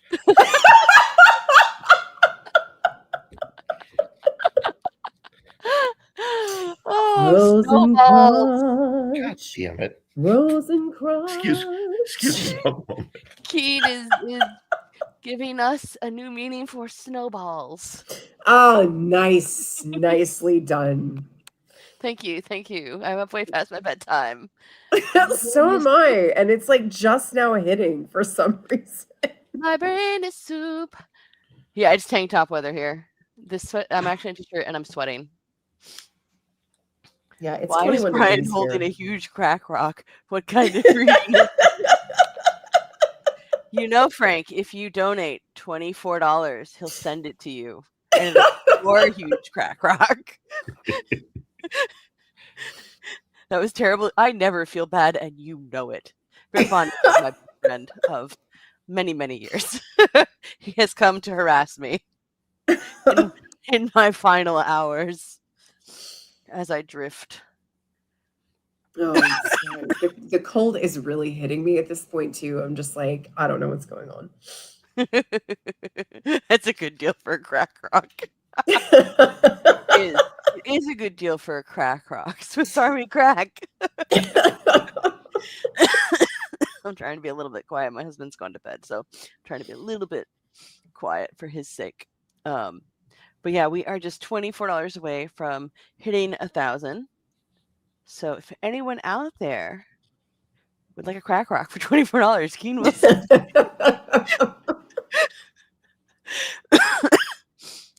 we have one more video this evening.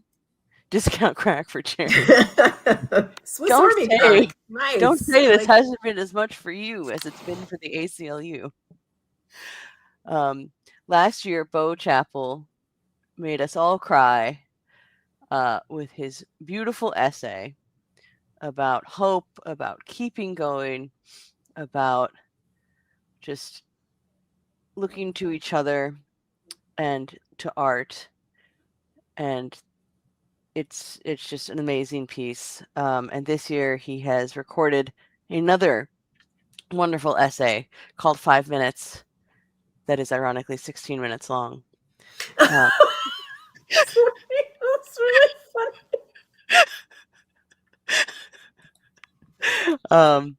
To end us. The blanket lump has awoken too. The lump. Look, Laurel is showing her lovely lady lump on stream.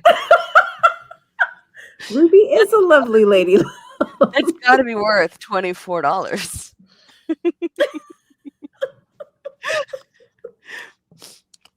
But yes, so if you guys are ready, I will wipe us off again, and no more snow talk. Or so help me God! That was I very threatening. Turn the stream around. More Golden Globes. I might have. I think we've gone through most of my How to Write Men, but let me see if I can find something that I have not had people read yet. Okay, the first one I clicked on is one. All right. This one was written in response to people being upset that sometimes women have muscles. How to Write Men judging athletic women. Hers was a physique of hard edges. Hourglass curves had given way to clock tower steel. The only washboard she ever worked on, her abs. His cock wilted. The delicate flower of his manhood repelled. Oh no, my phone went down. What is it repelled by? By its arch enemy, a woman with agency. Let's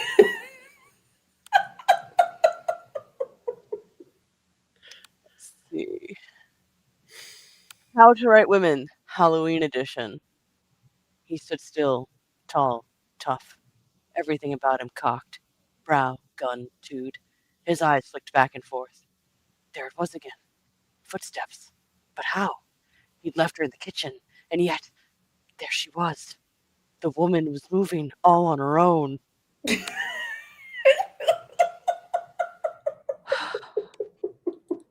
Decisions.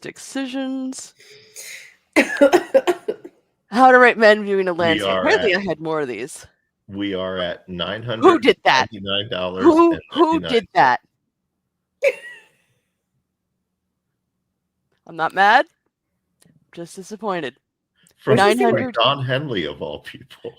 $999.99. Don Henley banned. Banned from the stream, banned from horror, banned. Why do I feel like that was my boyfriend? I don't know. I If feel it was targeted Frank, in that. banned. All right, how to write men viewing a landscape. Hills rose in supple curves along the horizon, lone pines sprouting with all the earnest of erect nipples in the chill air. Slashes of pink crossed the sky, the very shade of womanhood. No tree stood taller, prouder than his morning wood. This is how I spend my free time.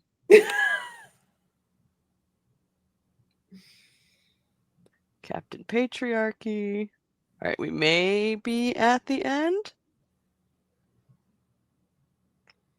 How to write men being emotional. We've done it! $1,000! $1,024.99.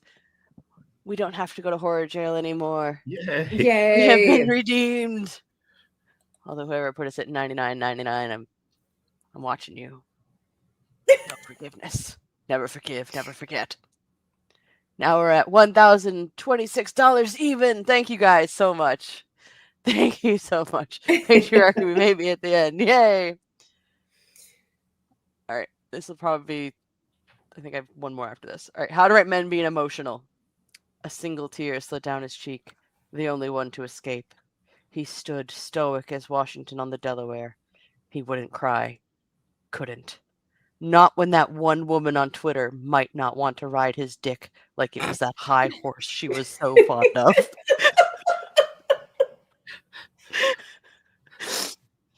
My parents are proud, let me tell you. Yes, they are actually, which is They part are of what I love. actually. They're very proud of me. I don't even know what this is. Oh, I guess this was in response to someone posted an excerpt from a work where a woman was outside in her yard working naked. So this is how to write men working naked. He wiped his sweat-dotted brow. His gut, subtle as a crescent moon on a cloudy night, vanished as he raised his arm. He could feel her eyes on him, watching. He turned, dick lifting like a dowsing rod towards water. A real man's thumbs up. All right, that is the last one. You don't have to suffer any longer. I like how we're going to transition directly to Bo's like uplifting now. 16 minutes. And now we have a very heartfelt, very lovely essay. She said heartfelt, by the way, not hardfelt. Heartfelt, not hardfelt. Yes. Real man's emotion. Real man. All right. Only because you're my bestie, Bear Phonics. What did you just write? I'm afraid. I am afraid. Giggity.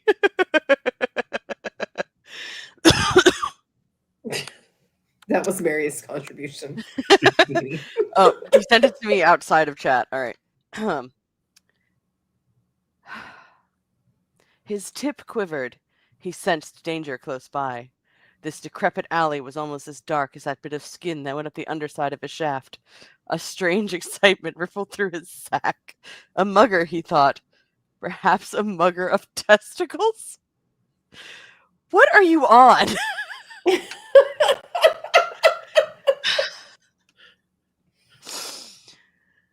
Pal! I would like to point out he is Scottish and it is 5 a.m. It's like Spidey sense, but it's balls. The testicular tingle.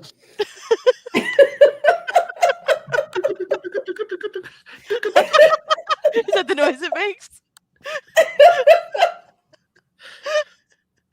Oh my god.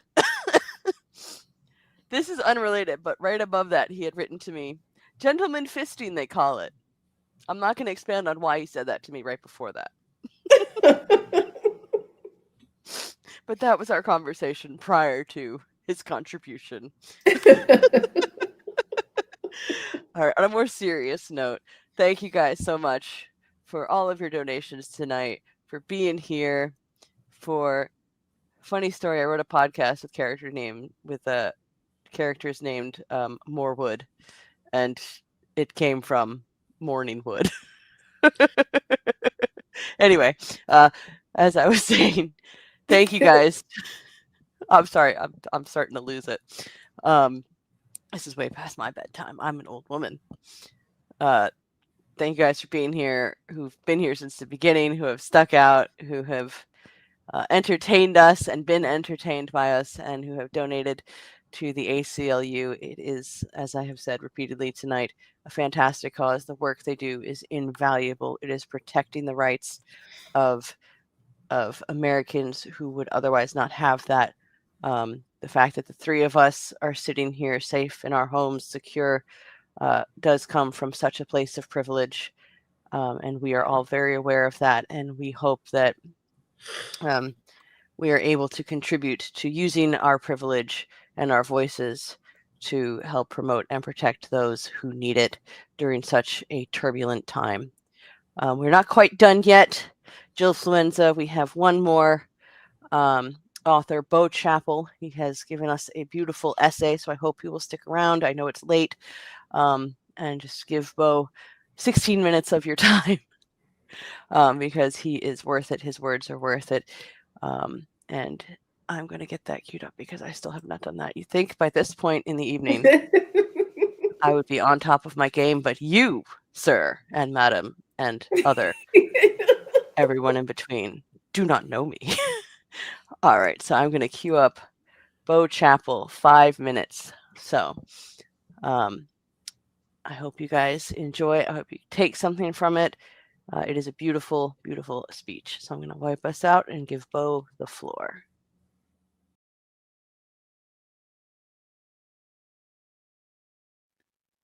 Hi, I'm Bo Chappell. I should be looking there. Sorry. Hi, I'm Bo Chappell. Sorry I can't be there live and in person. I'm sure as Coops has informed you, I could not attend due to car trouble. So please forgive me. But through the miracles of pre-recorded video, I'll try and put an effect on that. Thanks to the miracles of that, it allows me to be there without being there. And after I'm done with this, I'll probably go ahead and record any future awards that I won't be able to attend that I'm going to win. And you know what? If I got time, I think I'll knock out my manifesto that I'm going to deliver to the authorities. What's it about? Stay tuned. But in the meantime, I hope you'll forgive me. I'm going to be reading off of this. Anyway, here we go. Last year, when I spoke to you guys, I had offered up some words of encouragement that turned out we kind of needed to hear. I didn't realize how significant and important it was going to be, given the year that we had. So naturally, given that we only have, let's take a look at the clock here. Oh God. And this is, well, anyway, roughly that long left. The Live in the Scream group naturally wanted to come back together again this year on a mission to make horror fiction again. It gives us writers an opportunity to do what we do best, which is use our words to instill thought and inspire thinking that, one would hope, lead to positive action. You know, when the group got to planning again, people started wondering, oh, what are you going to do this year? Are you going to do like you did last year, deliver an essay? And, I said, I don't know yet. But in reality, I was thinking, oh, fuck. Like, how am I supposed to top last year in a moment that its impact was both genuinely unexpected. It's lingered with me throughout the whole year, and somehow made a best-selling author cry live on the internet. Again, sorry about that. But no pressure, right? What compounded this anxiety was that, honestly, this speech that I'm doing now, currently, has been the first thing that I've written in months. Technically this year, if you realize that the only things that predated it were polishes on releases from earlier this year. By the way, Devil Dancers and Our Biggest Fears is available right now from Acid Rain Press. Get it this holiday season.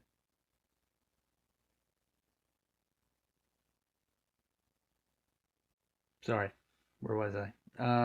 All right. Anyway, my first reaction was to politely bow out because I'm sure, like a lot of you, I just haven't felt anything lately but sadness and aggravation.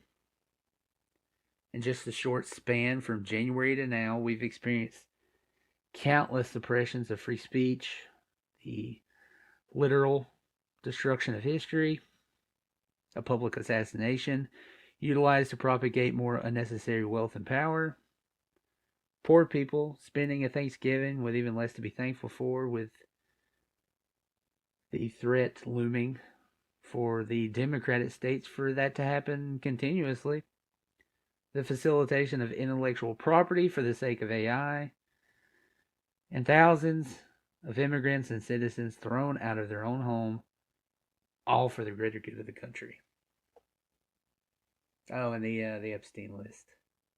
I mean, that's still a thing, right? You take all that and you add my, in comparison, insignificant troubles to the pile. I simply didn't feel like writing anything.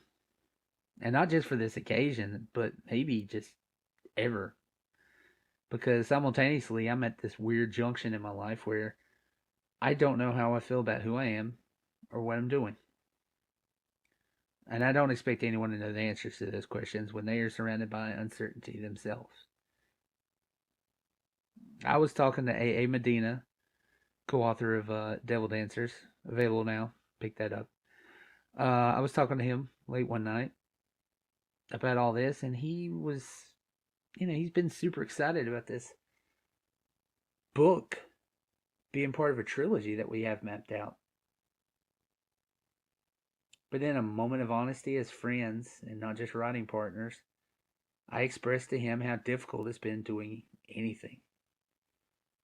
Even my hobbies that I enjoy zoning out on have become windows to where I view my existential crises. I told him I felt like a clenched fist punching wildly in the darkness, hoping to accomplish something.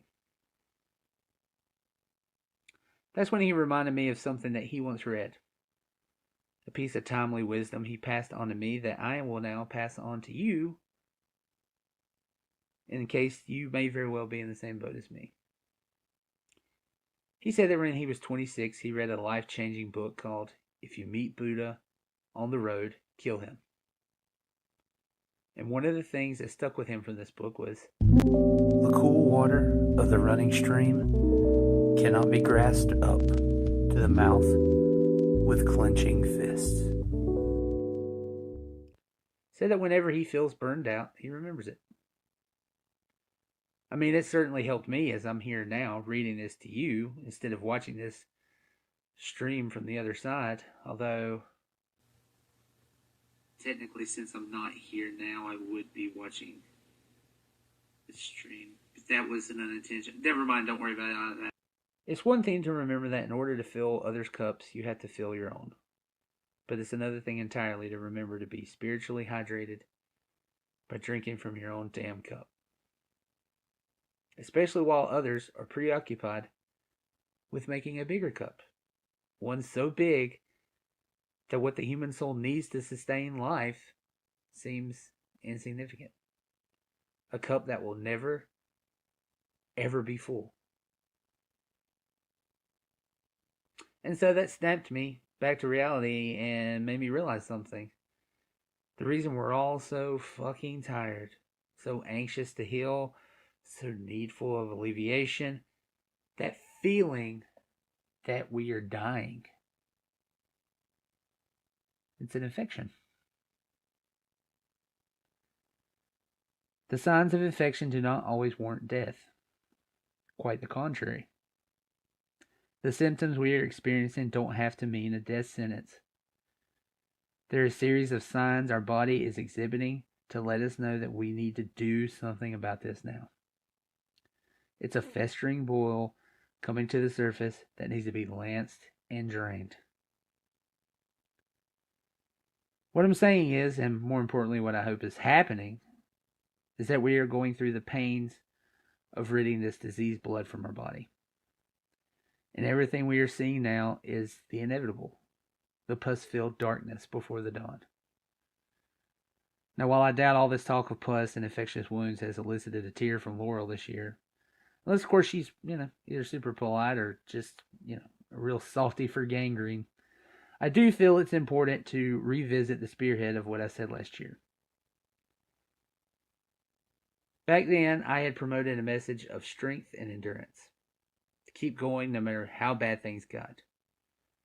And boy, did they ever. I mean, a year later, I'm sure we all find ourselves needing to be reminded of that. Whenever people ask me how I'm doing these days, I inevitably answer, I'm going. It's the best I can offer. But what I found is that it keeps my spiritual feet moving. To be honest, in my discomfort, but still devoted to living. Because between here and the moment my soul does depart for whatever's next, I'd hate to think of what moments I could miss. The moments that make the pain cease just as much as the pain makes stupendous.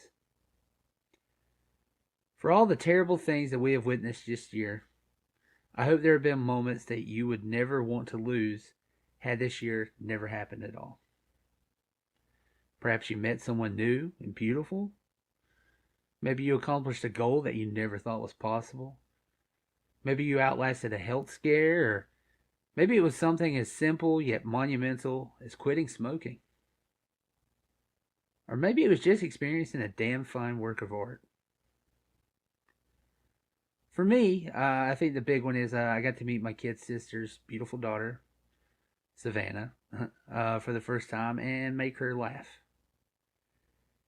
And she's not even 1 yet, and I've already bought her this, spoiler alert if you're watching this, Angel, says, look away, don't spoil the present that I'm about to spoil for what I got her. But I bought her this collection of stories to grow up reading. And as hard as it can be to live sometimes in such an unjust world, I know it's a world where justice does exist, because people like her, and people like everybody that's on the stream, and people like you that actually care.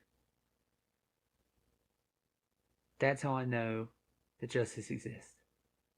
Because you wouldn't be here. And for that, I hope I can see my niece grow up in a world where she knows that too.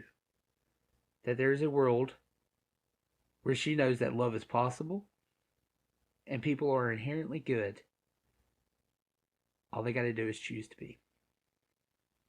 But I have to keep going in order to see that. And that brings me to my ultimate message this year, which may seem counterproductive at first, but I hope you'll understand. I think we need to wait just a moment longer. I don't think any of us legitimately felt like we'd make it this far into the year, especially with this godforsaken advent calendar that gives us a new kick to the groin every damn day. But it's funny. Well, not haha funny, but like holy shit funny. I've noticed that social media, which the powers that be tried to utilize to mentally enslave everyone, has been weaponized by the younger generation who, as an old friend of mine so succinctly put it, are immune to being memory hold. As fast as information moves now, it doesn't go away with them. They absorb it, they retain it, and distractions don't work. Much like how farm tools became weapons in the hands of the lower class before, the internet has been used to bring all those who feel isolated in their fears, and they've put them on a unified path. And along the way, they have memed the absolute fuck out of the U.S. government, taking power and glory away from every single action that they make. Their bubble is shrinking, and it's about to burst. How do I know this? Look at this. And when we know the solution to our problems, but know everything can't happen all at once, in that moment of dire need of alleviation, that's when the anxiety is capable of consuming us. So in moments like that, I'm asking you, just wait 5 more minutes. Anything can happen in 5 minutes, and the only surefire way to miss those miracles is to give up on their possibility to exist. So if you can't take one more step, can't keep moving forward to face the next event because the horizon is filled with uncertain silhouettes, just wait 5 more minutes. The brain can trick you into thinking stopping and quitting are the same thing. But the heart knows the value of a moment of silence. And more often than not, we can't hear that. So just wait 5 minutes. 5 minutes is more than enough to recognize the significance of being here. 5 minutes is more than enough to look back for just a moment to see how far you've come. 5 minutes is long enough to see new paths, new people, old friends. 5 minutes is more than enough time for the builders of your obstacles to completely self-destruct. 5 minutes is long enough to fill your cup again with reminders that humanity is capable of getting this right. 5 minutes is more than enough. And so are you. So, with that, I will turn it back over to the host. Again, forgive me for not being there due to the... Thank you for calling. Our offices are now closed. I apologize. Yeah, I think I'm just gonna skedaddle.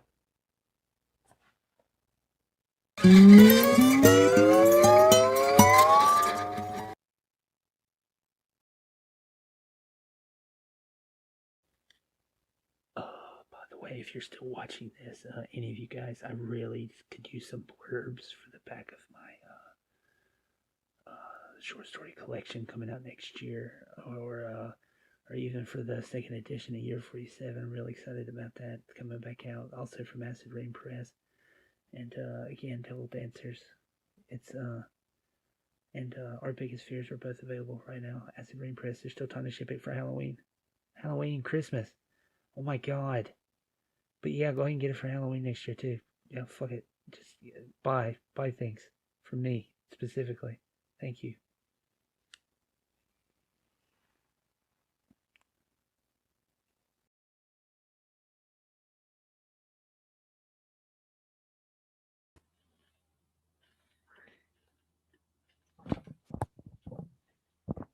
You're muted, Laurel. Yeah, that was a roller coaster, man.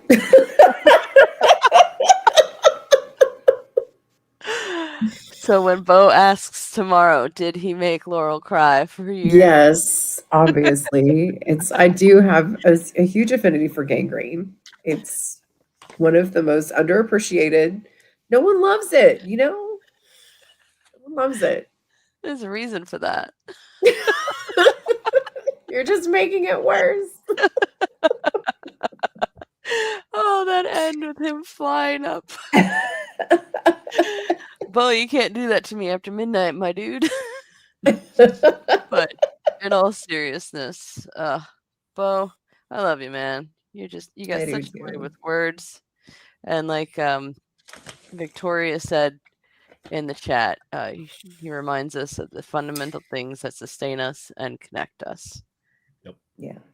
Um, which is us, you know. Ultimately, that's us.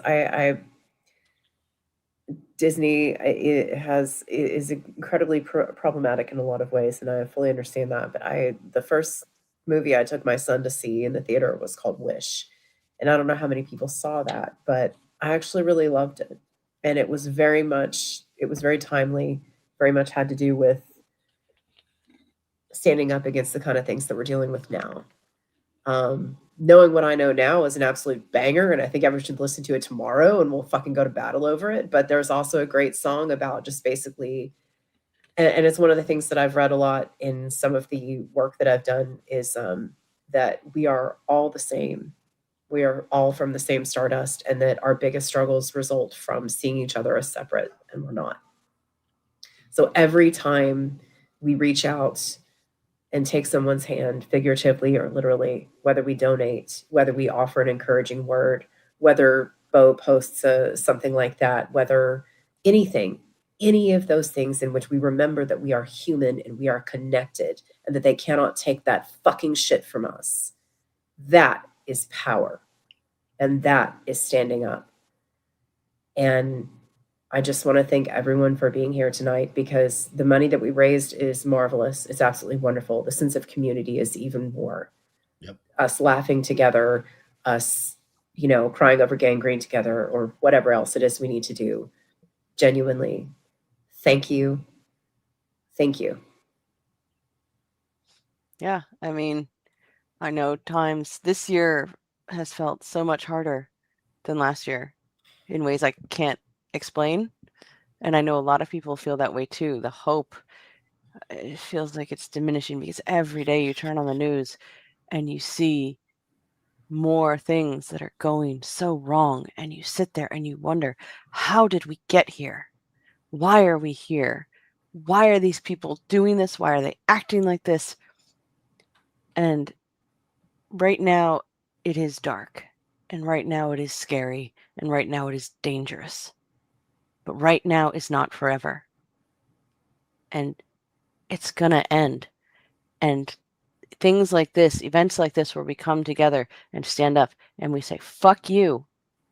We don't want you. We want the immigrants. We want the LGBTQ plus community. We want the people who don't speak English as a first language. We want people with melanin in their skin. We do not want some orange fuck and those people stuck so far up his ass they're popping out his mouth. We don't want them. We want our neighbors. We want our friends. We want our families. And no one is going to take that from us. And that is what tonight is about. Not fear, not hate. It is about coming together and showing them that ultimately we are going to stand up to them as a community, as a group, and we will not be scared, and we will not back down, and they can go fuck themselves. And maybe you're watching this stream right now. Maybe you don't think you identify with us. Maybe you are the quiet conservative in the chat, or maybe you're watching this a couple weeks from now. This shit better matter to you too, friend, because the ACLU doesn't just fight for people on the left. It fights for everybody. And if you'd like proof and evidence of that, man, I can give you links to all kinds of news articles and case studies and histories, because I've studied that to counteract some programming in the life of somebody I care about. The ACLU fights for Americans. And even if you are on the other side, you think you're on the other side of that fence, you're still an American. You still know what it's like to feel love. You still know what it's like to have your heart broken. You know what it's like to have a puppy dog lick your face. You know how a newborn baby smells. Those are common human things that we all share. And your rights are in danger too. And I'm fighting for your rights the same as I am everybody else's. So it's not too late. And if you think you're unwelcome because of decisions or thoughts that you've had, you're not. It's never too late to realize that that love can extend to you and that you can extend to other people. Yep. Mm-hmm.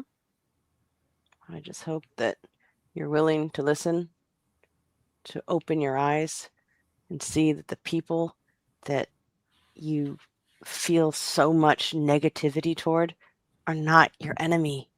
They're not here to hurt you. They want to live their lives. They want to raise their families. They want to love. They want to have a good time. They don't want anything to do with you. They just want to live. Just let them live. That shouldn't be a controversial statement, but it is. And that is so sad. And I really hope that at some point we see people starting to wake up and realizing that the hatred that has been imbued in this country and that is so rampant right now and making things so dangerous for so many people right now is not the way to live your life. It shrivels you up inside and out.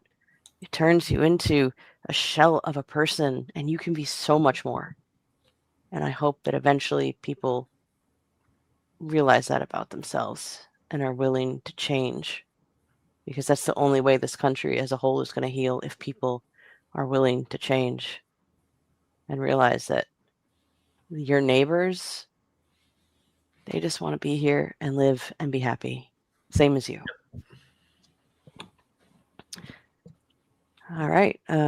Well, I got to be up in 3.5 hours. Oh my God, Oh, dear Brian. God. All right. All right. On that note, we are kicking Brian out. And we are leaving. Thank you all so much for joining us for year 2 for Living the Scream, for your donations, your time, and for just being here, as the ticker says, in every sense of the word. We appreciate it immensely. So yeah, year 2 is in the books. We are done. We are tired. We are going to bed separately. Love you both, and love you all in chat, and love everybody watching this, and love everybody.